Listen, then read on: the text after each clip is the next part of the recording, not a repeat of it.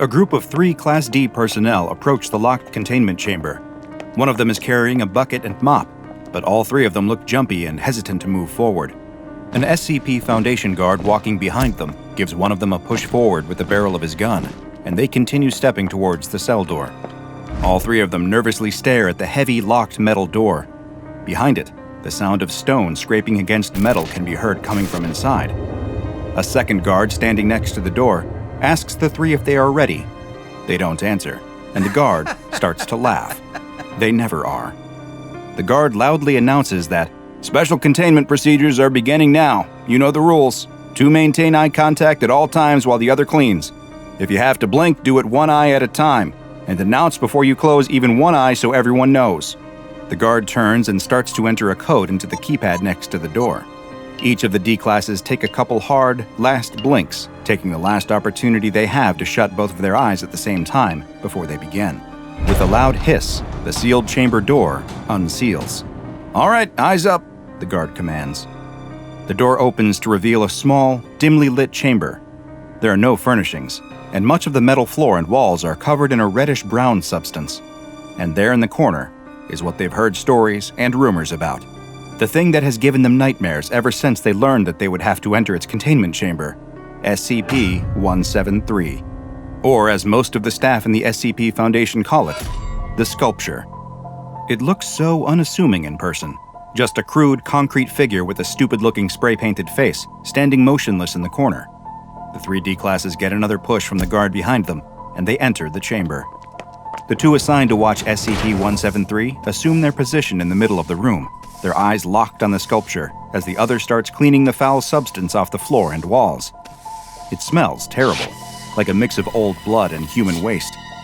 The 2 assigned to watch 173 pay no attention to the one cleaning, though. They follow protocol to a T, maintaining their vigil and announcing each time they are going to blink, even if it is only 1 eye. The third one continues cleaning, trying his best to keep his own eyes locked on the sculpture as he attempts to mop around it without getting too close. D5933 does his job and doesn't break eye contact with SCP-173. Even though it hasn't moved, he can feel the presence of the sculpture, something within it, just waiting for him to slip up, to let his eyes avert for just 1 split second. They say that's all it takes. You stop looking for even an instant, and it's all over. With all of the fear coursing through his veins, it is hard to maintain focus. All he can think about is how dry his eyes feel, and blinking them 1 at a time never seems to be enough. He wants so badly to shut his eyes, to end their itchy, dry feeling. But he can't. Even with another watcher, it's too risky. There's suddenly a loud crack, but D5933 doesn't move his eyes away from 173. He can see in his periphery that the other D-Class dropped his broom and instinctively looked down at it. Luckily for him, there were others watching. D5933 shifts in place, taking a step back and bumps into something. He can't look at what it is, but he reaches behind him and feels that it's the other D-Class watcher. But wait a minute, why is he facing the other way? "What are you doing? What's going on?" he asks, his eyes never leaving SCP-173. "What are you talking about?" the other D-Class asks back. "You're facing the wrong way." "I'm facing the wrong way? You're facing the wrong way. We're supposed to be watching 173. What are you looking at?" "I am looking at 173. What are you looking at?" D5933 doesn't know what's going on and starts to panic. The one cleaning is focused on his task, trying as hard as he can to quickly mop up an especially dirty corner of the cell. It's the worst sound D5933 could have heard. "Achoo!" A sneeze, just inches behind his head, followed by the sound of bones being cracked, a scream that was cut off too short, and then a sick thud as a body dropped to the floor.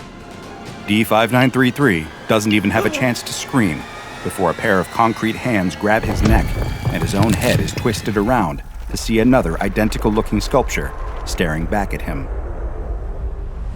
"Ladies and gentlemen of the O5 Council, we have a problem." A senior researcher is giving a presentation to a group who remain largely in the shadows, obscuring both their identities as well as their reactions to his horrendous news. SCP-173, through means which we have not yet been able to determine, has multiplied. There's no reaction from any of the 13 figures seated around the large, curved table. The researcher in charge of SCP-173 waits for a response, anything at all, but after receiving none, he clears his throat and continues. We gave each of the new instances their own designation, SCP-173-1 and SCP-173-2. 2 of the D-Class on observation duty during their regular cleaning of 173's cell were killed. The third was able to keep them both in his line of sight until they could be recontained and moved into separate cells. Again, no reaction from the shadows. But as you know, this wasn't the end of it. At some point, the instances of SCP-173 multiplied again, each splitting to form yet another instance. SCP-173-1 through 4 are all contained separately, but we don't know if or when another split will occur. The senior researcher waits, but no one on the O5 Council speaks or moves until the one seated in the very middle slides a piece of paper across the table in front of him. The senior researcher looks confused. He looks to the mobile task force guard stationed near the door, but he too remains expressionless, eyes locked straight ahead. The researcher, unsure of what else to do, steps away from the lectern and walks towards the table. He picks up the piece of paper and reads it. Object Class, upgrade from Euclid to Keter. Orders, continue observation. The senior researcher nods in agreement, thanks the O5 Council for their time, and leaves the room. Lights flash and siren blare in the halls of Site-19. It's a containment breach. Facility staff, researchers, and site guards all run down the hall, screaming, trying desperately to get away. There's no hope for any of them, though. In a flash, SCP-173 instances appear behind them, snapping their necks and dropping them to the floor before moving on to their next victim. There must be dozens of them. Even as a guard tries to keep their eyes on one instance, preventing it from moving, another appears behind them. The staff of Site-19 flee for their lives, screaming for someone, anyone to help them. The senior researcher presses pause on the video. The terrified face of the senior researcher who gave the last presentation is frozen on the screen.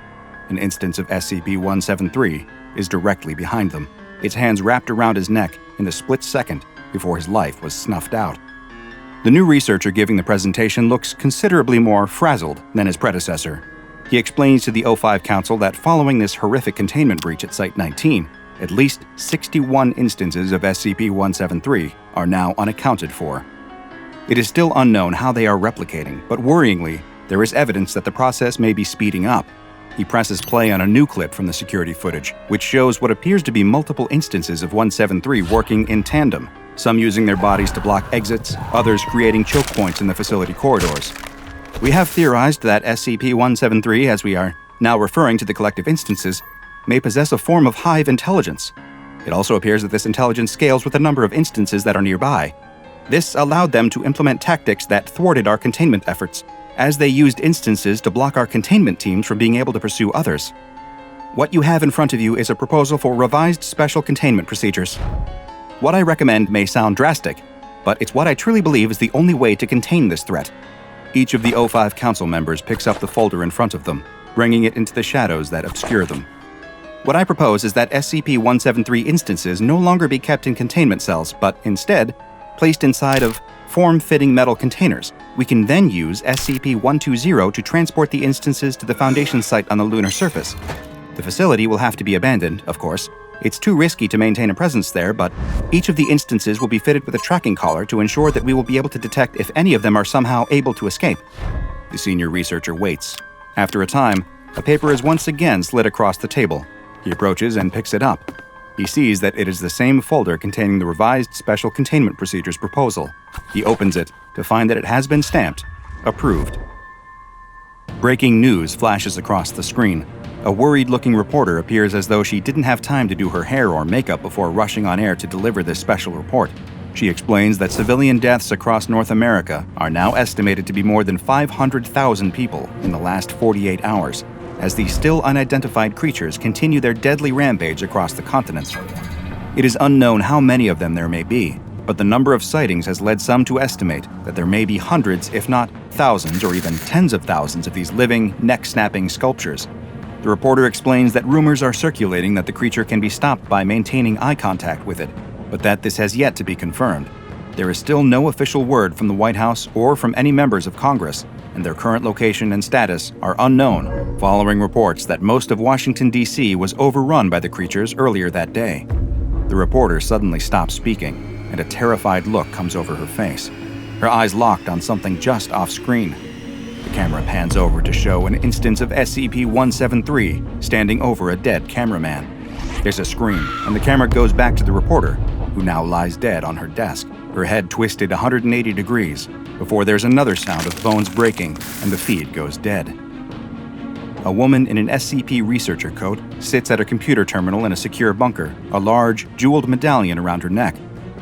Personal log of Dr. Bright. From the little news I've been able to gather, it sounds like SCP-173 has besieged and destroyed 4 Foundation facilities pretty much simultaneously in the last 24 hours.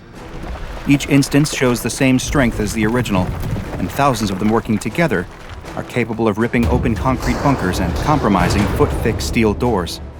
I alone have been killed 37 times in the last week. They can smell me, somehow, regardless of what body I'm in. The majority decision of the remaining O5s is that this is an XK-class end-of-the-world scenario unfolding, and they're gonna deal with the problem, or else the Russians are. They're evacuating this base, which means there won't be a single Foundation scientist anywhere in the New World. They say they're gonna try to evacuate the surviving civilians, but I doubt it. There can't be more than a couple hundred people in all of North America anyway. I managed to make it down to a secure bunker, but who knows how long it will be until they're able to get in. I don't think there's any chance I can get out either. I'm running out of food, and I'm not sure which will get me first. Hunger, the sculptures, or what I know the O5s will inevitably do. Dr. Bright closes the computer terminal and sits back in her chair. She looks up at the ceiling of the bunker where the sound of concrete scratching against metal can be heard through the thick walls. A sullen and tired-looking researcher steps out of a room in the makeshift Foundation site that has been established just outside of Amsterdam in the Netherlands. He's holding a piece of paper and closes the door behind him, which has had O5 Council authorized entry only hastily painted on the outside. A small group of Foundation staff are waiting for him. They've gathered to hear what the overseers have decided to do in the face of this world-ending disaster. The researcher looks around at his colleagues' faces, and as they make eye contact, any hope they had is quickly replaced by the bad news they know is coming. He begins to read. Revised Special Containment Procedures. Containment Zone X1, formerly North and South America, is to be denied access. Following saturation nuclear bombing, the number of SCP-173 instances has been reduced. All available Foundation resources are to be redirected to monitoring the ocean to ensure the integrity of Containment Zone X1. Foundation adjuncts from national navies are to perform around-the-clock patrols and sonar sweeps. Detected instances are to be contained and removed to SCP-120 for transport to the lunar containment site. That's it? One of the staff members asks. That's it, the researcher replies. Several of those present begin to cry. There's nothing more they can do. Their homes, their friends, their families, all of them are gone, killed either by the neck-wrenching sculptures or in the heat of a nuclear blast. Why? Why did they have to do it? One of the other staff, who appears to be a former site guard, asks. That's all we could do, another argues. There's much disagreement in the small crowd. No matter how they feel, though, this was the official order from the O5 Council. Their word is law, especially in a world where all law and order outside of the Foundation has broken down. There really was no other option. All they can do now is hope that the sacrifice of 2 whole continents was enough to keep it contained, that SCP-173 is unable to cross the ocean to Europe, and that they remain safe on this side of the planet. The group grows quiet, mourning the loss of the world they once knew, when the silence is suddenly interrupted by someone running down the hall. It's another researcher, carrying his own piece of paper. He tries to push past the group towards the O5 Council's door, insisting that they let him through, that he has important news that can't wait. What is it? Demands the group. We deserve to know. The group wrestles the paper away from the junior researcher, and it is passed through the group to the same man who read the revised special containment procedures. He quickly reads the report. It's just a couple of lines, and his face goes white.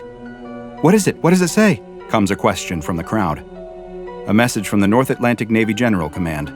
Verified sighting of SCP-173 in the United Kingdom. Nuclear bombardment authorized and executed. No survivors. SCP-173 has come for them. I hope you enjoyed this special exploration of the SCP Foundation tale SCP-173 revised entry. The gleaming steel scissors glide effortlessly through the sheet of red material, slicing through as if nothing was there. The blood-red fabric parts to either side. A pair of hands pick up one of the pieces and hold it up into the air. The man admires his handiwork before draping the cloth on a dress form and pinning it in place. Although there are many tables in the large room with sewing machines and mannequins next to them, they're all empty. The man works all alone in the big room. And it is impossible not to notice that he's an incredibly handsome man, too. So good-looking that no matter your preferences, you can't help but stop and take notice of his perfect facial features, his slim, fit physique, his lithe, dexterous hands. He brushes a strand of dirty blonde hair away from his vibrant blue eyes and takes a pin out of his mouth before adjusting the fabric just a millimeter more before sticking it in place. The man steps away from the dress form and admires his work. There. Absolutely perfect. There's no doubt that this will be the closing look of the upcoming fashion show. Another masterpiece. Just like him. But that doesn't mean that he's finished. There's still much to be done, and he goes back to work at his table, sewing bits of fabric together to create embellishments for the opulent couture gown. He's so focused on his new design that he doesn't notice the fashion house's operating manager in the hall outside of the workroom. The manager points through the glass window in the door and tells the 2 police officers with him that this is the man they're looking for. There's been a number of tragic and mysterious crimes involving people connected to this fashion company, and the police have finally closed in on a suspect. Well, not the police exactly, but 2 SCP Foundation agents posing as police officers. The Foundation became suspicious after learning that there had been several missing persons, murders, and mental breakdowns, all of which involved people connected to this one company. And even more specifically, they were all connected to one man. There was plenty of evidence that something more than just regular criminal activity was happening here. Something strange was happening. Something anomalous. One of the police officers nods at his partner before gesturing for the manager to leave. It's always better not to have civilians present during a containment. The incredibly handsome man still hasn't noticed his guests in the hall, remaining completely absorbed in his work, and he doesn't even look up when the 2 agents burst into the room, both with guns drawn, not taking any chances. "Freeze! Drop your weapon!" one of the agents shouts, but the beautiful man doesn't respond and just continues snipping away at fabric with his scissors. "I said freeze!" he commands again, and this time, the handsome man at least appears to have heard them, finally stopping his work.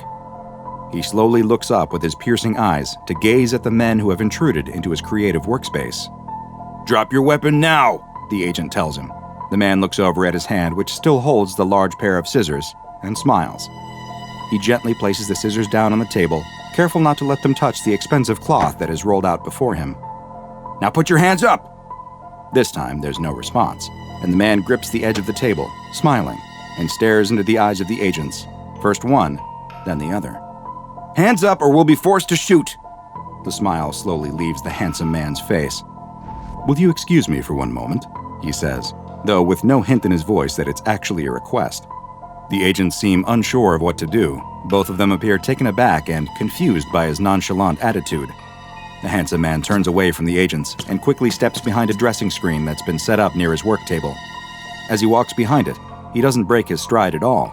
He simply passes behind the screen for mere seconds and steps out on the other side. Only once he steps out, it isn't him anymore. The man that emerges from behind the screen is a completely different person. Where once he was slim, graceful, clean-shaven, and dressed in a fine suit, now he is heavy and muscled, like a professional football player, with a thick beard and dressed as if he's a member of a SWAT team. Before the agents can even react to the bizarre metamorphosis, the large man charges them and begins attacking. He snaps the neck of one and plunges the scissors he snatched off the table into the other's neck. More SCP containment specialists, these ones dressed in tactical gear with no attempt made to disguise themselves as everyday police, flood into the room and open fire. But the man who looks like a Navy SEAL picks up the fallen agent's guns and begins firing both at the same time. He outguns and outmaneuvers the agents, effortlessly rolling behind cover while constantly firing, taking out agent after agent.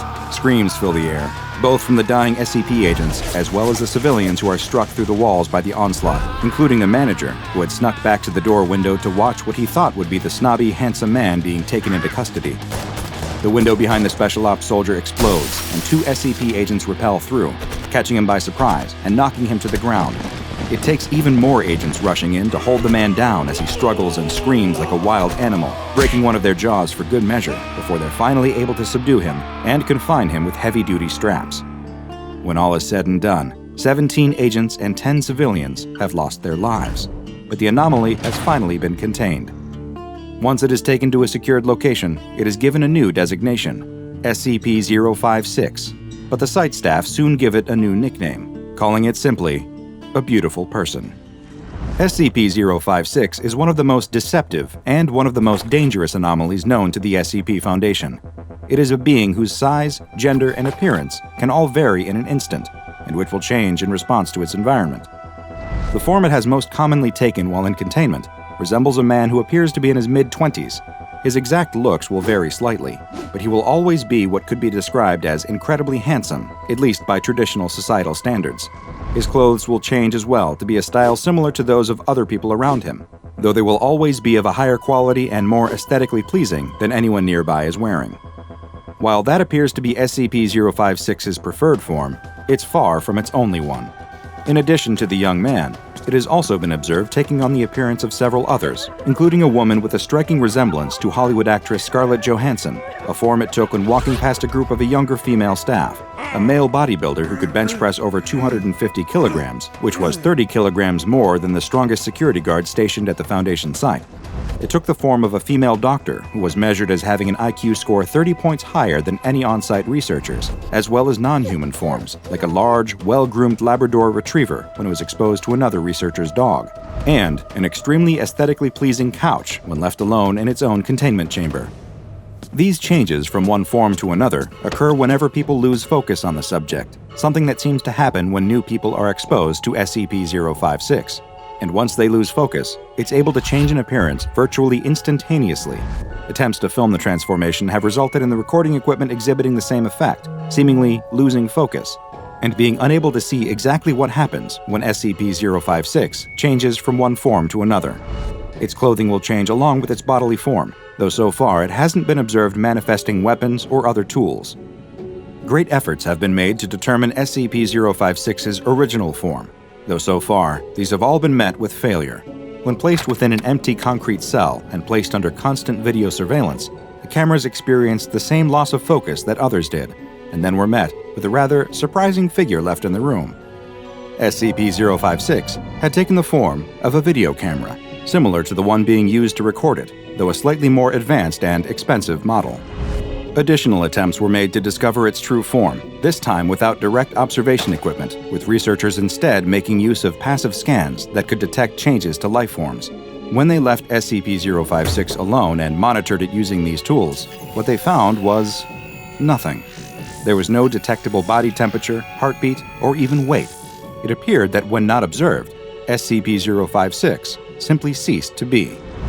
Those who have personal contact with SCP-056 often report that the anomalous entity makes them feel substandard or jealous, as if they can't measure up to it, yet at the same time will seem to seek its approval.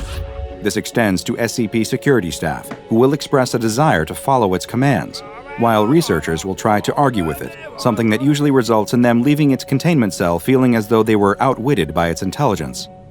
And SCP-056's expert communication abilities seem not to be limited by complex subjects or language barriers.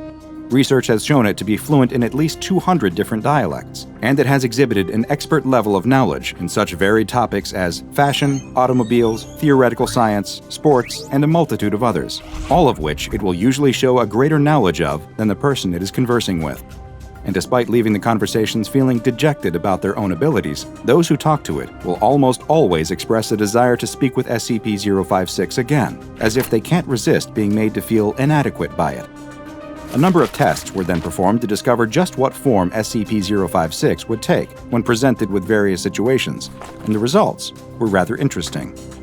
In the first, a male Class D personnel was given a knife and told to try and attack SCP-056. 056 quickly took the form of a young, fit man who was able to effortlessly disarm the attacking D-Class and killed him with the knife instead. In another test, a female D-Class entered its cell not with a weapon, but with a bottle of expensive wine.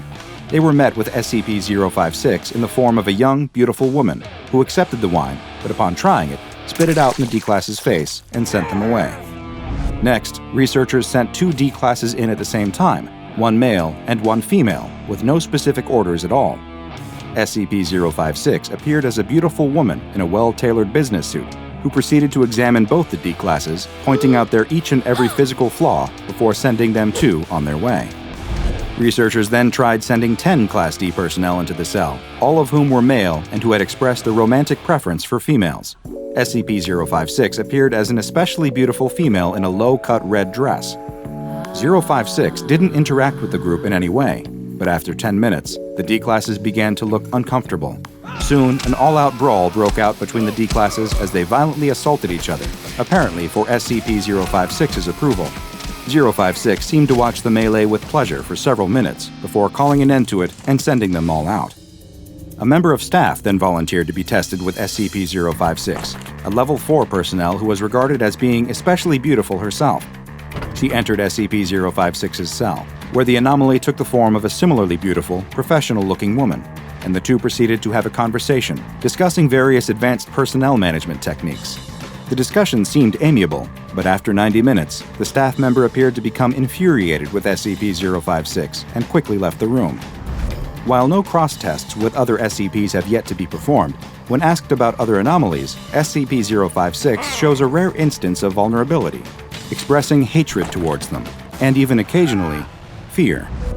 SCP-056 has been relatively benign in its time in SCP containment, seemingly content to spend its time around Foundation staff. It's been allowed to have a cell of its own choosing, as well as pick its own furnishings, which have tended towards expensive and fashionable decor. Security staff assigned to guard it are equipped with high-powered tranquilizers, and any staff that exhibit mental irregularities after extended exposure to SCP-056 must undergo immediate psychological examination. It has frequently asked for access to the internet, and when asked why it desires that, SCP-056 responded that the Foundation was unable to provide it with enough sycophants, and that it wanted the whole world to know its face. Needless to say, its request for internet access was denied, and the anomaly, which has been classified as Euclid, continues to be securely cut off from the general public and remains in Foundation containment. The sun rises over the battlefield. The American flag flaps gently in the wind. The world is silent. Bang! The door slams open, and the boy runs out of the house, making plane noises with his mouth. The toy bomber in his hand arcs and soars, dipping and diving, as it makes its imaginary bombing run around the backyard. Over the sandbox, swooping low through the thick grass, past the pond, under the swing set, and up and away into the sky, climbing higher and higher in the direction of the treehouse with its American flag flapping in the morning breeze. What a perfect day. The boy breathes in the air deeply and looks around. His shoulders slump. He's bored already. 2 seconds in the yard and he's already bored. What is there to do out here that he hasn't already done? He's played in the sand, he's swung on the swings, he's climbed up to the treehouse. He hears the car engine kicking into life somewhere out front. His dad's voice carries over to him on the breeze. "I'm running late for work, I'll see you later. If you find my bag anywhere, don't go looking inside of it, just tell me where it is when I get home. Love you, bye." The wheels crunch through the gravel driveway, and the engine sound slowly fades into the distance, leaving the boy alone in the backyard again, with nothing but the wind for company. Great. Now he's got to find something to do for the whole day. He throws the toy bomber to the ground in frustration. A wing snaps off and bounces away into the flower bed. Uh-oh. He'll need to fix that before Dad gets home. Superglue. That'll do the trick. There must be some inside. His dad is always fixing things. But the boy's mission is almost immediately sidetracked. As soon as he steps into the house, he spots his dad's bag right by the back door, where he always forgets to look. The boy looks at it curiously for a moment. He wonders what's in there that his dad told him not to look at. He'll just have a little peek, not a proper look. He won't even open the bag all the way, just a little look inside. If anyone asks, he'll say he was looking for superglue. Wait, what's that? It can't be. A little pot with a red lid and big cartoonish letters on the side. Play-Doh? What's his dad doing with a pot of Play-Doh in his bag? He thought his dad had a really grown-up job. That's what his mom always says. His dad has a very secret grown-up job, very important, very secret. Is that really what he does at work all day, play with Play-Doh? The boy is far too grown up for Play-Doh. He hasn't played with it for years because it's for babies. No way is he going to play with it now. Nope, he's a big boy who plays with real toys. But still, a little look won't hurt. He'll take it out, squeeze it in his hands a bit, remember how babyish it is, and put it back. He definitely isn't going to play with it. The boy pops the red lid off and peers inside. Yep, just as he thought. Boring. Just a lump of red putty, sitting there being all boring. But as the boy tips the pot out into his hand, it feels a bit weird. It moves a little in his palm. Is there an insect inside it or something? It feels like a pair of little legs. He rolls the lump over into his other hand and peers at it. Yes, a pair of legs sticking out from the red ball. Only they're not insect legs at all. They're tiny, about the size of insect legs, but there are only 2 of them. They're totally red, matching the color of the Play-Doh, and seem to have a tiny pair of boots on the ends of them. The legs wiggle around helplessly, sticking up into the air, until all of a sudden, a hand appears sticking up out of the clay. It looks like a tiny person has somehow been buried in the Play-Doh upside down. The hand gets a good grip on the red ball and pushes and pulls at it, steadily freeing the rest of its body until suddenly, a fully formed tiny man pops out of the surface. Roughly the size of the boy's fingernail, the little red man stands up straight and takes in his surroundings. Not only is the tiny person wearing boots, he's also got a backpack and a helmet on his miniature head, all made of Play-Doh. In fact, this tiny person looks just like one of those little green army man toys that his dad had when he was little. The little soldier looks up and sees the boy staring down at him, jumping back in fright. The boy laughs. He guesses he must look pretty scary to someone so small. He smiles at the little army man. The little army man very slowly lowers himself down to his knees, reaching down to the Play-Doh floor he's standing on. His little red hand seems to be feeling around for something in the putty. In fascination, the boy stares closely as the Play-Doh under the soldier's hand morphs into the shape of... what is that?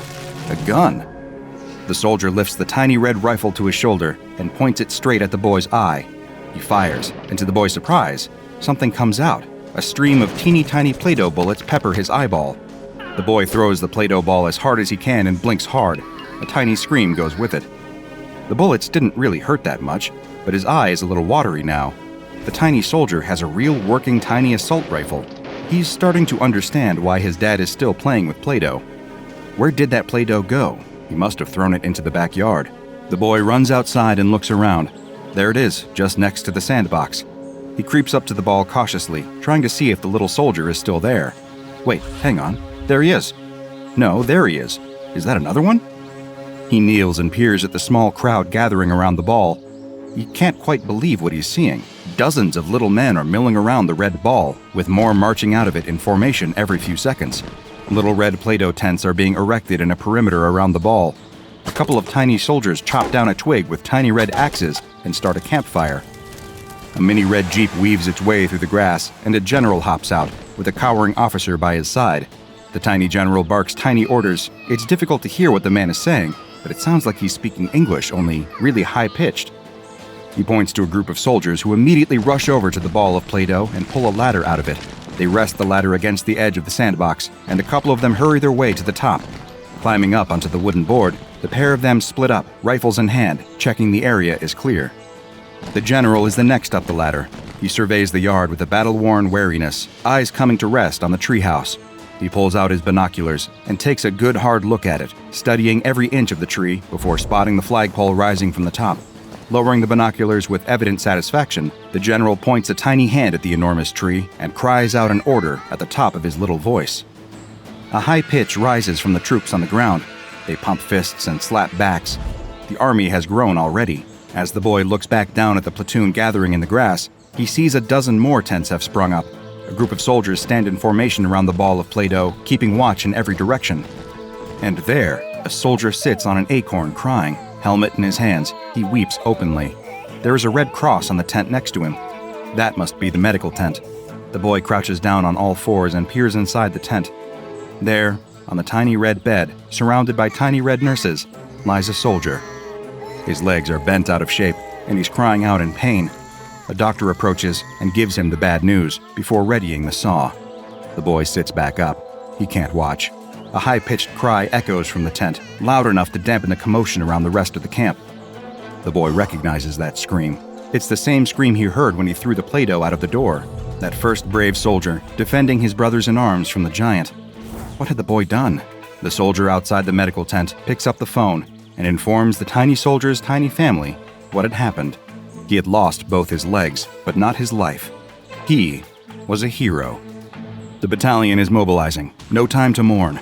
Snipers climb the ladder onto the edge of the sandbox and set up nests all along the wooden beam as trucks rumble through the thick grass below. On the other side of the sandbox wall, a desert platoon makes its way through the scorching heat. Soldiers sit atop tanks, shaking the last remaining drops of doughy water from their red bottles and wiping sweat from their brows. All of them heading in the direction of the treehouse. The boy stands up, surrounded by tiny soldiers. He has to be careful where he steps now as they fill the grass around him. A couple of tanks rumble between his feet, flattening the blades of grass as if they were as weak as, well, blades of grass. All of the soldiers, all of the equipment and vehicles, everything is coming from the little ball of red Play-Doh. And little is the right word for it. With every new unit deployed to the front line, the ball shrinks slightly. It's getting smaller and smaller by the minute. They're going to need reinforcements.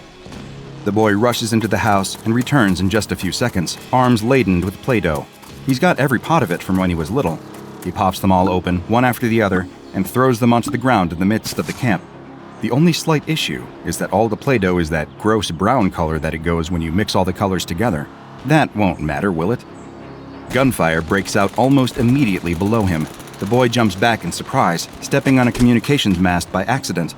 Tiny brown soldiers rush out of the Play-Doh balls all around the camp, diving into cover and opening fire on the red soldiers. It's a massacre. Red soldiers taking a rest from the front line, calling their loved ones, getting ready to go home on leave, lying injured in beds. All of them are gunned down. Most don't even have a chance to grab their rifles. One brave red soldier sprints to the communications mast and tries to radio the rest of the battalion, telling them what's happened, but the mast is destroyed. A stray bullet catches him in the side of his head, and he crumbles to the ground, just a lifeless blob of Play-Doh. The boy watches in horror as a couple of brown soldiers pick up the body and toss it into the nearest ball of brown Play-Doh. A dedicated team of them mix the body in with the rest of the dough until it's that same brown color. From the blob emerges a new brown soldier. The small red streak running across his heart is the only sign that he'd ever been a red at all. The soldier quickly disappears amongst the mass of helmets and boots, trampling any trace of the Red Army. The whole yard erupts in tiny warfare. The red snipers lining the walls of the sandbox are picked off one after the other. The desert platoon are ambushed by landmines and quickly surrounded, hiding in broken down tanks as plumes of sand are thrown up all around them. Before long, the brown troops have them completely surrounded. One last soldier bursts out from the hatch in his tank, holding grenades in each hand. The bullet catches him in the head before he can even finish his war cry. The grenades explode harmlessly, nowhere near the brown troops. The red convoy, on its way to the tree, stands the best chance of survival. The boy follows them with fascination, watching as the brown army fight their way through the red line from the back, splitting it through the middle as their superior firepower makes short work of the transport and supply trucks. Some red soldiers dive away into the thick grass, climbing up dandelions and weeds in a desperate attempt to escape. Few succeed, as the bodies fall back into the mud like raindrops. A tiny screaming noise fills the yard. The boy turns around just in time to jump out of the way of the brown fighter jets. 5 of them streak through the air, almost at his head height.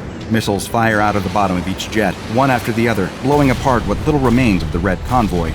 The gunfire dies down within the hour. Skirmishes break out across the yard as brown patrols pick off the stragglers they find from the Red Army hiding in ants' nests, under fallen leaves, and huddling around broken-down vehicles. The boy watches as several high-ranking officers gather in the brown base to oversee the absorption of the last of the red ball of Play-Doh.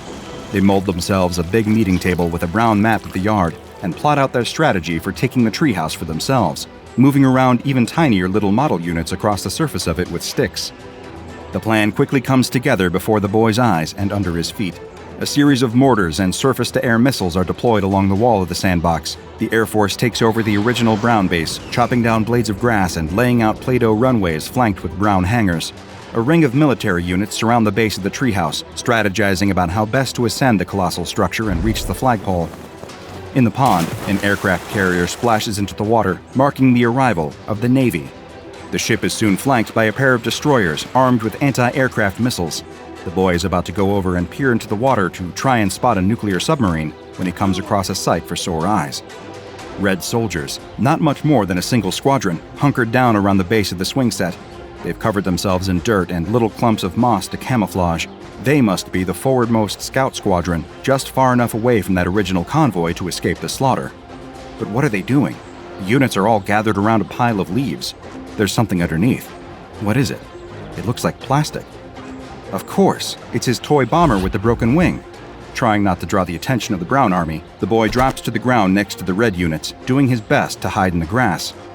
The red soldiers are arguing amongst themselves. The general is there. He's survived, but barely, slumped against a blade of grass. The scouts' high-pitched arguing is a little too quiet for the boy to make out, but it's pretty clear what's going on. They need to get the toy plane working, but it'll be hopeless without the other wing. He lifts his head and looks around the yard. There it is, in the flower bed, but it's surrounded by brown troops. How could the red soldiers possibly fight their way to it and get back unharmed? Oh, wait. The boy just gets up, walks over to the flower bed, and picks up the wing. In about 3 seconds, he completes an insurmountable effort for those little soldiers. Kneeling next to them, he offers the missing wing. The scouts all stand back warily. It's the general who climbs to his feet and walks over to the boy. He looks at the plastic wing, looks up at the giant towering over him, and raises his arm in a salute. The others follow suit quickly and get to work repairing the toy plane. Brown soldiers notice the commotion and start to close in on them. They don't have much time. The boy stamps out a runway for the soldiers in the grass. The plane is almost ready to go, but is missing one vital piece of the propeller. Only there's a bigger problem. They're out of red Play-Doh. A brown soldier breaks through the thick grass and rushes towards the squadron, his assault rifle peppering the side of the plane with doughy bullets. The scouts all dive into the vehicle and kick the engine into gear. Little red gears and pistons whir into life beneath the plastic, but the plane just isn't moving without the propeller. What can they do? The brown soldier stops in his tracks, staring at the plane. The boy peers at him closer. There's a red streak across his heart. Conflict contorts the tiny soldier's face. The door to the plane opens, and out steps the general. The two soldiers face each other on the runway, the red scouts desperately calling the general to get back in. None of them move. The brown soldier raises his rifle and shoots the general in the head. The older man crumples to the ground. Inside the plane, the scouts start to panic. They don't have their guns with them. The brown army is bearing down on them from all sides. What can they do? The brown soldier with the streak across his heart walks slowly over to the general's body, stoops down, and picks him up. He carries the body around to the front of the plane and, without a word, starts using the Play-Doh to build them a propeller. Brown soldiers burst through the grass, swarming the runway. They need to leave, now or never. The brown soldier places the propeller onto the plane and steps aside as the vehicle roars off along the runway. He salutes the ascending plane as one of his brown compatriots puts a bullet in his chest, right through his red heart. But the plane is already away. Lifting off into the sky, the toy bomber dodges and weaves its way between the whizzing bullets. It banks hard, pulling the nose around inch by inch to face the treehouse. The pilot guns it, pulling the tiny stick back sharply. It seems to take an age for the bomber to climb. The boy glances behind him just in time to see the Brown Navy launch their missiles, 6 of them, all making a beeline for the bomber. Or so it seems. At the last moment, he sticks a hand out and slaps the missiles out of the air. A couple of them explode, leaving streaks of brown Play-Doh on his hand. The others spiral to the ground, where tiny soldiers dive for cover. The Brown Air Force scrambles, but it's too late. As the jets shoot across the yard, the bomber has already reached its destination. The scouts jump out, deploying red Play-Doh parachutes as they circle their way down onto the flagpole. A jet catches up to the bomber and blows it out of the sky. The scouts don't have time to mourn their lost pilot, or any of their dead for that matter. Quick as they can, they cut the American flag free. As it flutters and floats down to the grass, the squadron unfurls its replacement, a red rectangle of Play-Doh, barely a couple of inches across. One of them pulls a bugle from his pack and plays the highest pitch version of The Last Post you could ever hear. The whole battlefield falls silent to listen. The boy places a hand over his heart just as the first drop of rain hits his shoulder. From somewhere inside, his mom's voice calls, "It's about to start raining. Come inside before you catch a cold. I'm making cocoa." The boy grins and runs into the house.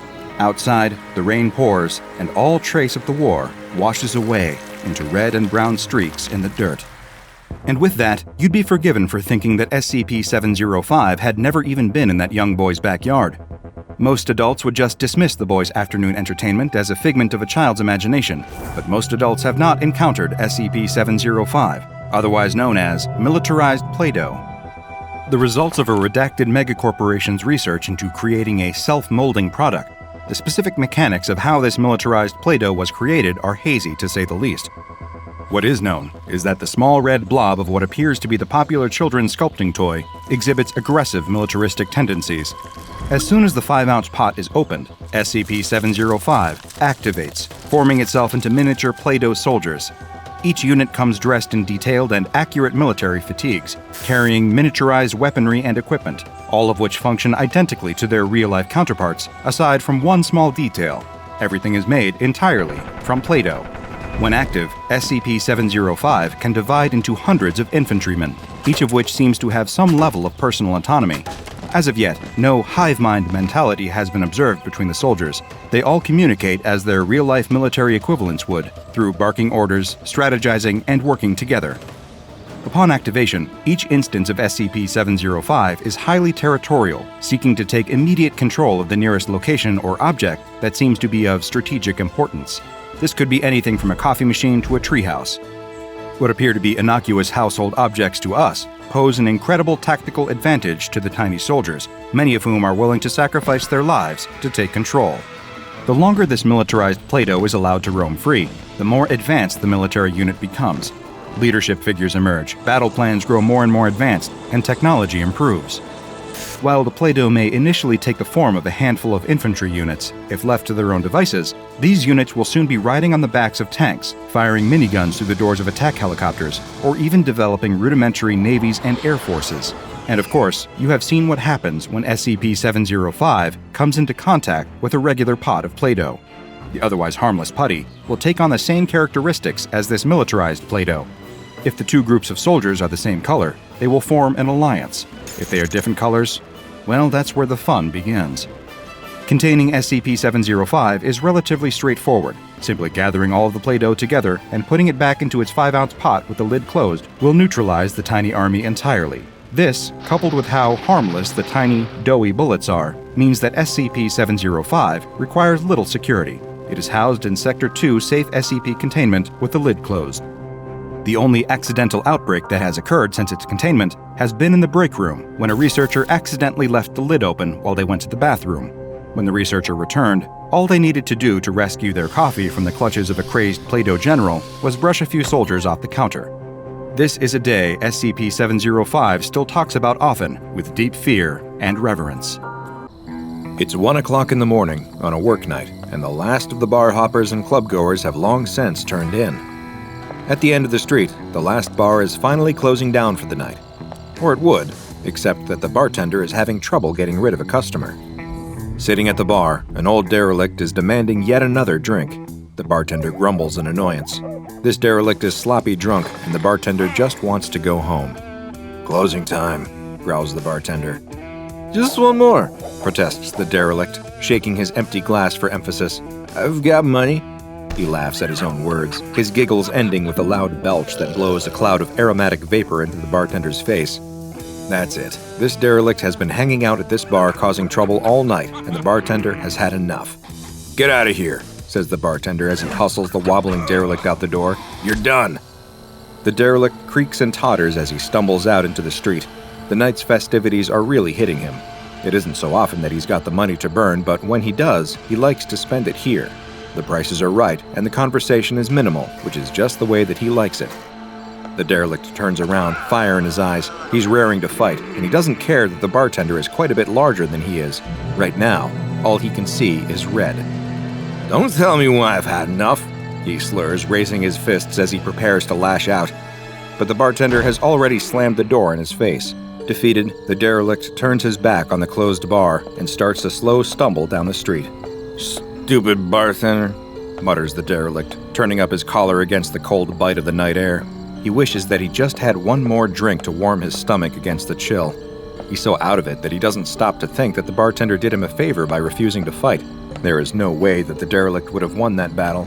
Even if he was in his physical prime, even if the bartender wasn't twice his size, the derelict is in no shape to fight. His vision is blurry and his head is swimming. In fact, he can barely remain upright. If he had any sense, he would probably stumble home and sleep this off. But the night is young, and he's not ready to give up yet. He walks down the street, eyeing every storefront in hopes of finding another bar. Unfortunately, every window has a closed sign in it. He swears under his breath. What a run of bad luck. What's a guy supposed to do in this town, he wonders. Just when he's about to give up hope, he spies something glinting in the reflective halo of a street lamp. He stumbles closer to get a better look, and he can hardly believe his eyes. Finally, his luck is changing. Someone has abandoned a half-empty bottle. "Well, hello there, little friend," says the derelict. He struggles to focus, but the world is spinning. In his confusion, he could swear he's seeing things.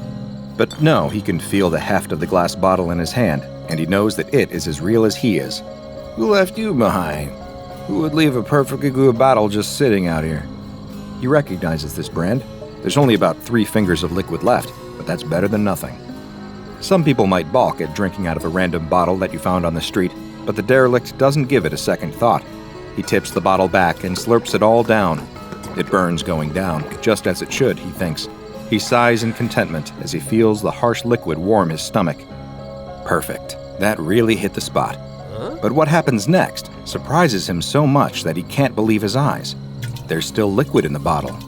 He blinks, wondering if maybe his adult brain is playing tricks on him, but he shakes the bottle cautiously and is rewarded with the telltale swish of liquid. That's no illusion. He takes another swig, guzzling it down. Normally, he'd drop the bottle to the ground and stumble on, but something makes him pause. He maintains his grip on the bottleneck and raises it again to take another look. And sure enough, there's still more left in the bottle. The derelict cannot believe his luck. He feels like he must have won the lottery. He's found a never-ending bottle. Already his mind is reeling with possibilities.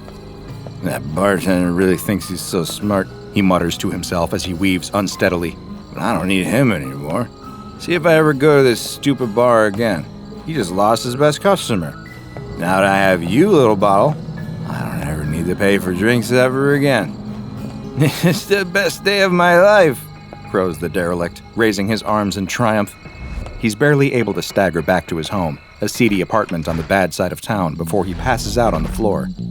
The morning sun rouses the slumbering derelict, and he rises with a groan. His whole body aches, and his mouth feels dry and parched. That's par for the course after a night of drinking, but somehow this hangover feels different. He puts that thought out of his mind as his mind returns to the strange, never-empty bottle that he discovered the night before. It's lying on its side on the floor next to him. He reaches for the mysterious bottle, only to find that, in fact, the previous night was not a dream. The bottle still contains just as much as it did the night before. He can't explain it, but the derelict isn't about to question his good fortune. He lifts himself to his feet and walks slowly into the bathroom. He's feeling a hangover like he's never felt before. His head is pounding and his throat is dry. His tongue feels swollen and sluggish inside his mouth, but he knows how to handle it. A little hair of the dog is all you need to help with the hangover. He takes another gulp from his bottle, but this time it brings little relief. And he notices something else strange too. It's his scalp. The skin on his head has started to itch, and he can't stop scratching. He feels like he's got the world's worst dandruff problem. He should probably take a shower, he thinks. He strips down and steps into the tub, turning the hot water on full blast and letting it wash over him. The shower only brings him temporary relief. Afterward, as he dries himself off, the towels feel rough and abrasive against his skin. His skin comes off in big, flaky patches, and his nails leave red trails in their wake. What's that? Is that blood? He examines his fingers to see that his nails have grown into ragged, claw-like talons. With a frightened yelp, he bites them off. It's easy to do. Although they look formidable, his fingernails are weak and brittle, almost as if he's dealing with a sudden calcium deficiency.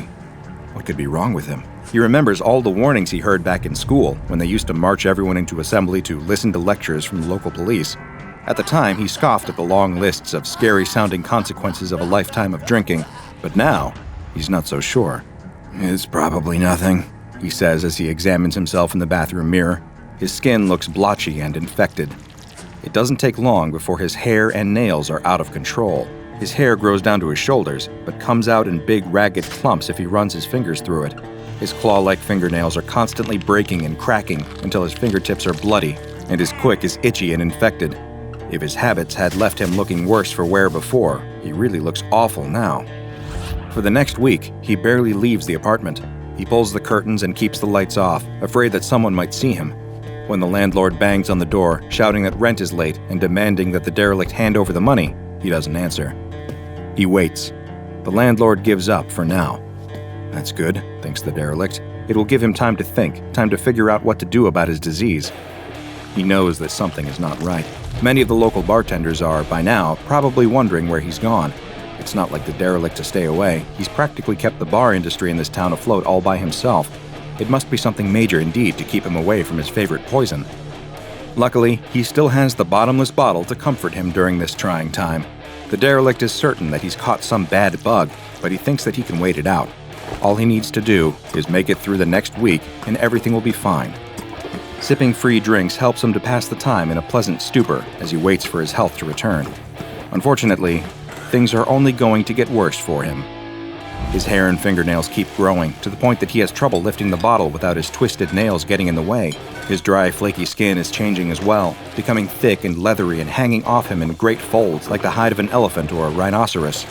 His skin continues to grow, until the folds flop over his knees and gradually hang lower and lower until they touch the ground. Moving is harder now that he's carrying so much extra weight. He thought at first he just had a nasty bug, but he's clearly picked up some weird skin condition, and even this derelict, sodded as he might be, suspects exactly where he got it. It's got to be that crazy bottomless bottle. He can't think of another reason. Even so, he can't bring himself to part with this little gift from heaven. Even in his darkest hour, a few sips of liquid courage always helps to calm his nerves. He considers lumbering down to the free clinic in hopes that they might be able to cure him or at least tell him what's wrong with his skin. But he thinks better of this option. What if he's got some weird alien parasite that no one has ever seen before? They might lock him away in some government lab or something. No, he reasons, it's better to wait it out. He'll sleep it off, swear off the sauce for a little while, and maybe it'll pass. In desperation, the derelict drags himself across the floor, hoping to at least find some solace away from human contact. He locks himself into his bedroom while he's still able to manipulate the lock on his door. The extra folds of skin are hanging off of his hands and arms, making it hard to do anything. The extra skin is so heavy that he can't walk much carrying all that extra weight. He lies on the floor of his bedroom, away from everything, and hopes that tomorrow, when he wakes up, this will just be a fading dream. The only thing that brings him solace is the never-ending bottle, which, even now in his advanced state of decay, he keeps close by him. After all, he reasons, the damage is already done. What could possibly be the harm in enjoying a nice drink? A week later, his condition has not passed. The landlord is back, and this time he's not taking no for an answer. The landlord isn't supposed to enter his tenant's apartment without permission, but he doesn't care. He uses his own key to unlock the door and go inside. The condition of the apartment is appalling. The furniture is broken, the floor is covered with unidentifiable filth, and there's a rotten stench in the air. The landlord wants to throw up as the full weight of the musty smell hits him in the face. It's as if someone has been living in here without any ventilation, with all the windows firmly closed and sealed. A sudden noise from the bathroom draws his attention. Of course, thinks the landlord, that old bum is hiding in there. He thinks I won't find him. The landlord steels his resolve and heads towards the bathroom, determined to get the money that he feels is owed to him. But what greets him when he steps through the door isn't the derelict anymore. It isn't even human. The creature in the bathroom is a massive pile of ambulatory skin folds. The skin flaps have grown so large and cumbersome that the derelict within can barely move. They sprout all over his body, covering him so that he looks more like some kind of alien sea cucumber now than any human. The landlord stumbles backwards, screaming in terror at the sight, unable to comprehend what he's looking at. Improbably, the creature reacts to the noise, and a ripple of movement spreads across its surface. It starts to move, despite not having any legs. The landlord is so terrified that he doesn't notice the glass bottle that suddenly drops from between the creature's skin folds as it starts to move toward him. The same bottle, still with 3 fingers of liquid inside. How could something like this happen? What parasite or disease did the derelict contract from the miracle bottle he found? Sadly, this never-ending bottle isn't a boon, but a curse, and the man who found it that night became just another victim of what the SCP Foundation has classified as SCP-420. SCP-420 looks like a perfectly ordinary bottle of a certain popular libation, even to the point that it bears the label of a common brand. The bottle always contains a small amount of a mysterious liquid known as SCP-420-1. If this liquid is poured out, SCP-420 will always replenish itself. When SCP-420-1 is potent, it is physically, chemically, and molecularly indistinguishable from ordinary whiskey, although drinking will have an effect far greater than even the strongest liquor. When SCP-420-1 is poured out of SCP-420, though, it undergoes a strange transformation, eventually losing its potency and changing until it is indistinguishable physically, chemically, or molecularly from urine. Consuming potent SCP-420-1 instigates a bizarre physical transformation called SCP-420-2 in 6 stages. In Stage 1, beginning 12 hours after consumption, the subject will start to have difficulty speaking, resulting in slurred speech that is not consistent with normal alcohol inebriation. Their fingernails, toenails, and hair will start to grow at an accelerated rate, but also become brittle and prone to breakage. nail breakage to the quick often leads to bleeding and infection. The Foundation has had some success in curing SCP-420-2 if it is caught when still in Stage 1, treating it as if it is an aggressive form of cancer with radiation and chemotherapy, as well as a constant intravenous supply of Formula 420A09T-T174B. Victims thus treated have a 73% recovery rate, but a 21% fatality rate. From Phase 2 onward, this protocol can slow the spread of SCP-420-2, but will not stop it entirely. In Stage 2, beginning 1 to 2 weeks after Stage 1, the subject's skin begins to show similar properties to those exhibited by hair and fingernails in Stage 1, becoming dry, brittle, and prone to cracking. As old skin flakes off, the subject's new skin begins to grow at an accelerated rate, eventually forming thick leathery folds all over the subject's body. Skin flaps growing inside the mouth interfere with speech and eventually render subjects mute, but do not appear to impede breathing or eating. Indeed, subjects in Stage 2 exhibit a renewed interest in eating, possibly because the subject's body requires additional nutrients and calories to build the increasingly heavy armor of thickened, calloused skin. Stage 2 subjects will eat anything that they can get their hands on, and many die after attempting to eat poisonous or inedible objects. In Stage 3, beginning 3 to 6 weeks after Stage 2, nerves in the skin layer grow uncontrollably, but no longer connect to the victim's central nervous system. Genetic testing of the skin in this stage reveals that its DNA has become so mutated that it can no longer be classified as human. It is, in fact, a separate and very inhuman organism that almost acts as a parasite growing from the human host. The skin may develop tumor-like growths, which appear to be analogous to human muscle and secretory cells. Hair and fingernails sprout randomly from the mass of skin. By Stage 4, beginning 3 to 7 days after Stage 3, the skin has become a mass of thick, leathery folds, completely covering the human host to the point that they disappear completely. The skin begins to exhibit random twitching movements, as though it is indeed a living organism finally coming into its own as a life form and testing out its new body. The human subject within the skin continues to eat, although brain scans reveal that they are no longer in control of their mouth. Instead, the skin entity forces the mouth to move by moving the attached skin. Small holes begin to form in the skin, eventually growing into narrow tunnels or throats that lead back to the now trapped body of the helpless subject. The subject is still consumed with a ravenous hunger and will eat anything that they can get in their mouth. In Stage 5, beginning 1 to 2 days after Stage 4, the skin begins to move in patterns indicating rudimentary intelligence. The skin, although still attached to the original subject, is now completely and distinctly non-human. It is its own organism. It can move of its own accord, dragging the trapped host along for the ride, and it moves and feeds much in the manner of an extremely large amoeba. It feeds by excreting a digestive enzyme onto foodstuffs and then enveloping the nutrients with its skin folds, again like an amoeba surrounding its food. The food is taken into the throats. These tunnels connecting the outside of the skin to the now completely subsumed host are now directly connected to the host's circulatory system and function as additional mouths. They can consume nutrients which are moved down their length by bristly hairs and further broken down by grinding keratinous plates before being taken into the host's body. Most hosts will remain in Stage 5 indefinitely, although there still remains a much more dangerous Stage 6 yet to come. At this time, it's unknown what factor triggers SCP-420-2 to develop into Stage 6. Little information about Stage 6 is available at this time, although it is known that it involves even more accelerated skin and keratin growth, resulting in a sudden increase in size and mass. Perhaps the most terrifying part of the entire transformation is that the host remains alive for the duration of the process, and sometimes even after SCP-420-2 has settled comfortably into its new life at Stage 5. Mercifully, most hosts will have completely succumbed to insanity by this point, although some are shown by brain scans to still be self-aware and quite calm, perhaps fading into a Zen-like state as they accept the inevitability of their fate.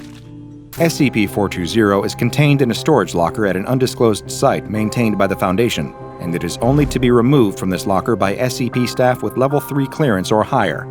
It has been given the Safe class because, despite the horrifying nature of its effects, at least it doesn't move anywhere.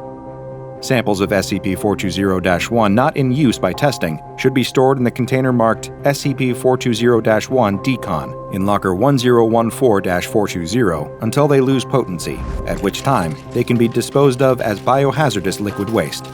Victims infected with SCP-420-2 are not contagious and should be contained in standard solitary D-class secure confinement. On reaching Phase 3, subjects should receive double rations. Due to the extreme danger of Phase 6, any subjects who reach Phase 4 should be closely monitored for signs that the condition may be advancing further, in which case they are to be immediately destroyed by incineration. Knowing the fate that befalls victims of SCP-420 should make anyone think twice about drinking out of a random bottle that you just found in the street, though personally, I think that's just common sense. I hope you enjoyed this anomaly, which was recommended by DrBob Squad researcher Lawman23. A violent storm rocks a merchant ship back and forth. Huge waves roll over the deck and threaten to capsize the vessel. A merchant sailor grips the railing, trying with all his might not to be thrown overboard. With a loud twang, a cable snaps loose. A hand suddenly grabs his shoulder. He turns around with affright to see that it's one of his shipmates. He points towards the bow of the ship and yells over the roar of the storm that they need to try and repair it. The two men make their way to the front of the ship, and the sailor starts working to fix the broken cable. He looks up to see that his mate is no longer working. He's staring straight past him, and there's fear in his eyes. The sailor turns around to see a massive tentacle sticking out of the sea. The huge appendage is mind-boggling in its size. He can only stand there, marveling at it, until it begins violently smashing against the deck. The sailor dives out of the way just before the tentacle crashes down right where he was standing, where his crewmate was still locked in fear. The ship is in chaos as more tentacles appear and slam the deck over and over. One cracks the deck right next to him, sending him flying. He comes to moments later in a wreckage pile. Nothing else has changed, though. Whatever this monster is, it's not stopping its assault on the ship. The sailor stands up and picks up a sharpened piece of wood from the pile he was lying in. He runs over to the nearest tentacle and thrusts the sharpened stick into its flesh. There's a mighty roar from the sea, and the tentacles stop their onslaught. They go limp before sliding into the sea. The sailor looks around at the carnage that's been wrought. Dead bodies and debris litter the deck. He moves to check on his crewmates, when right in front of him, bursting from the sea, is the head of the biggest squid he has ever seen. A massive beast that must be 1,000 meters long. Whatever he had seen before of this creature was truly just the tip of the iceberg. With another roar, the creature lifts up out of the water and wraps its arms around the ship. The sailor only has time to duck down and close his eyes before the entire ship is pulled down beneath the waves. With a gasp, the sailor breaks the surface, screaming and gulping for air. He's alone now, treading water in the middle of the ocean during a storm, but not for long. The squid reappears, its head slowly rising out of the water just in front of him. Its head, the size of a house, has two giant, uncaring black eyes that seem to both see him and not. It extends a tentacle toward him as it leans back in the water, exposing its huge, beaked mouth. It wraps its powerful arms around him and starts to pull him towards it, when suddenly, there's an explosion. The squid has been struck by something. Both the sailor and the creature turn to see the most incredible thing. A battleship is coming towards them, slowly rising out of the ocean as if it were somehow submerged, and it's firing on the creature. The squid drops him and starts heading towards the ship. This is going to be a battle for the ages. While this sailor had no idea what he was witnessing, the SCP Foundation was all too familiar. This was yet another incident of SCP-2846, also known as the Squid and the Sailor. But first, a quick personal request from me. I need your help to spread the word about the lesser-known anomalies in the SCP Foundation's archives. The best thing you can do to help me is subscribe, turn on notifications, and then go tell your friends to do the same. This is a huge help and will let me bring you more and more SCP anomalies. Now back to our file. SCP-2846 is the name given to a set of phenomena that occur in the Gulf Atlantic region.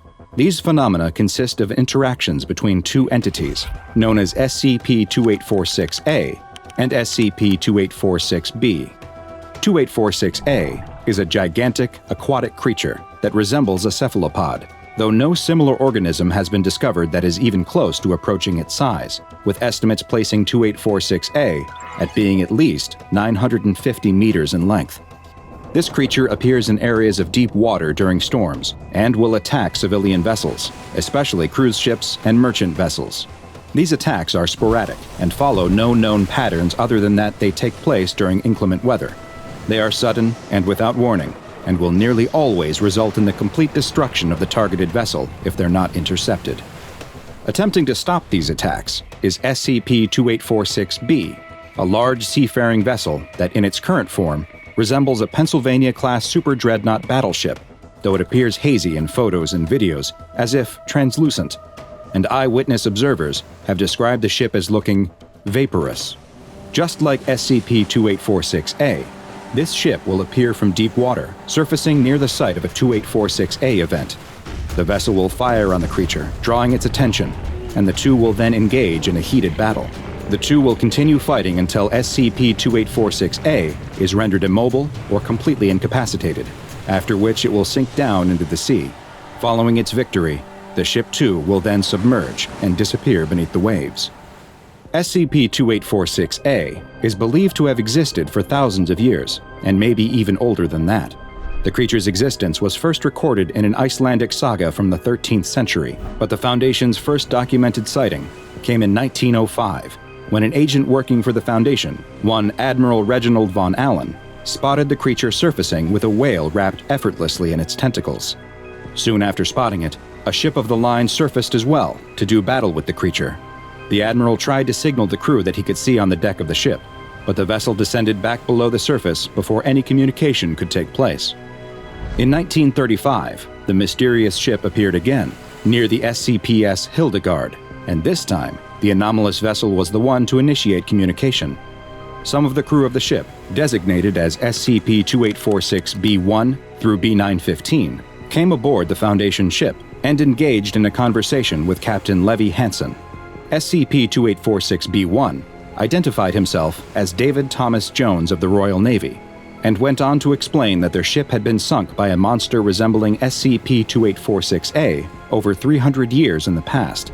He described how after sinking into the darkness of the sea, he awoke on a mysterious shore where he met with a woman who referred to herself as Calypso, the goddess of the sea.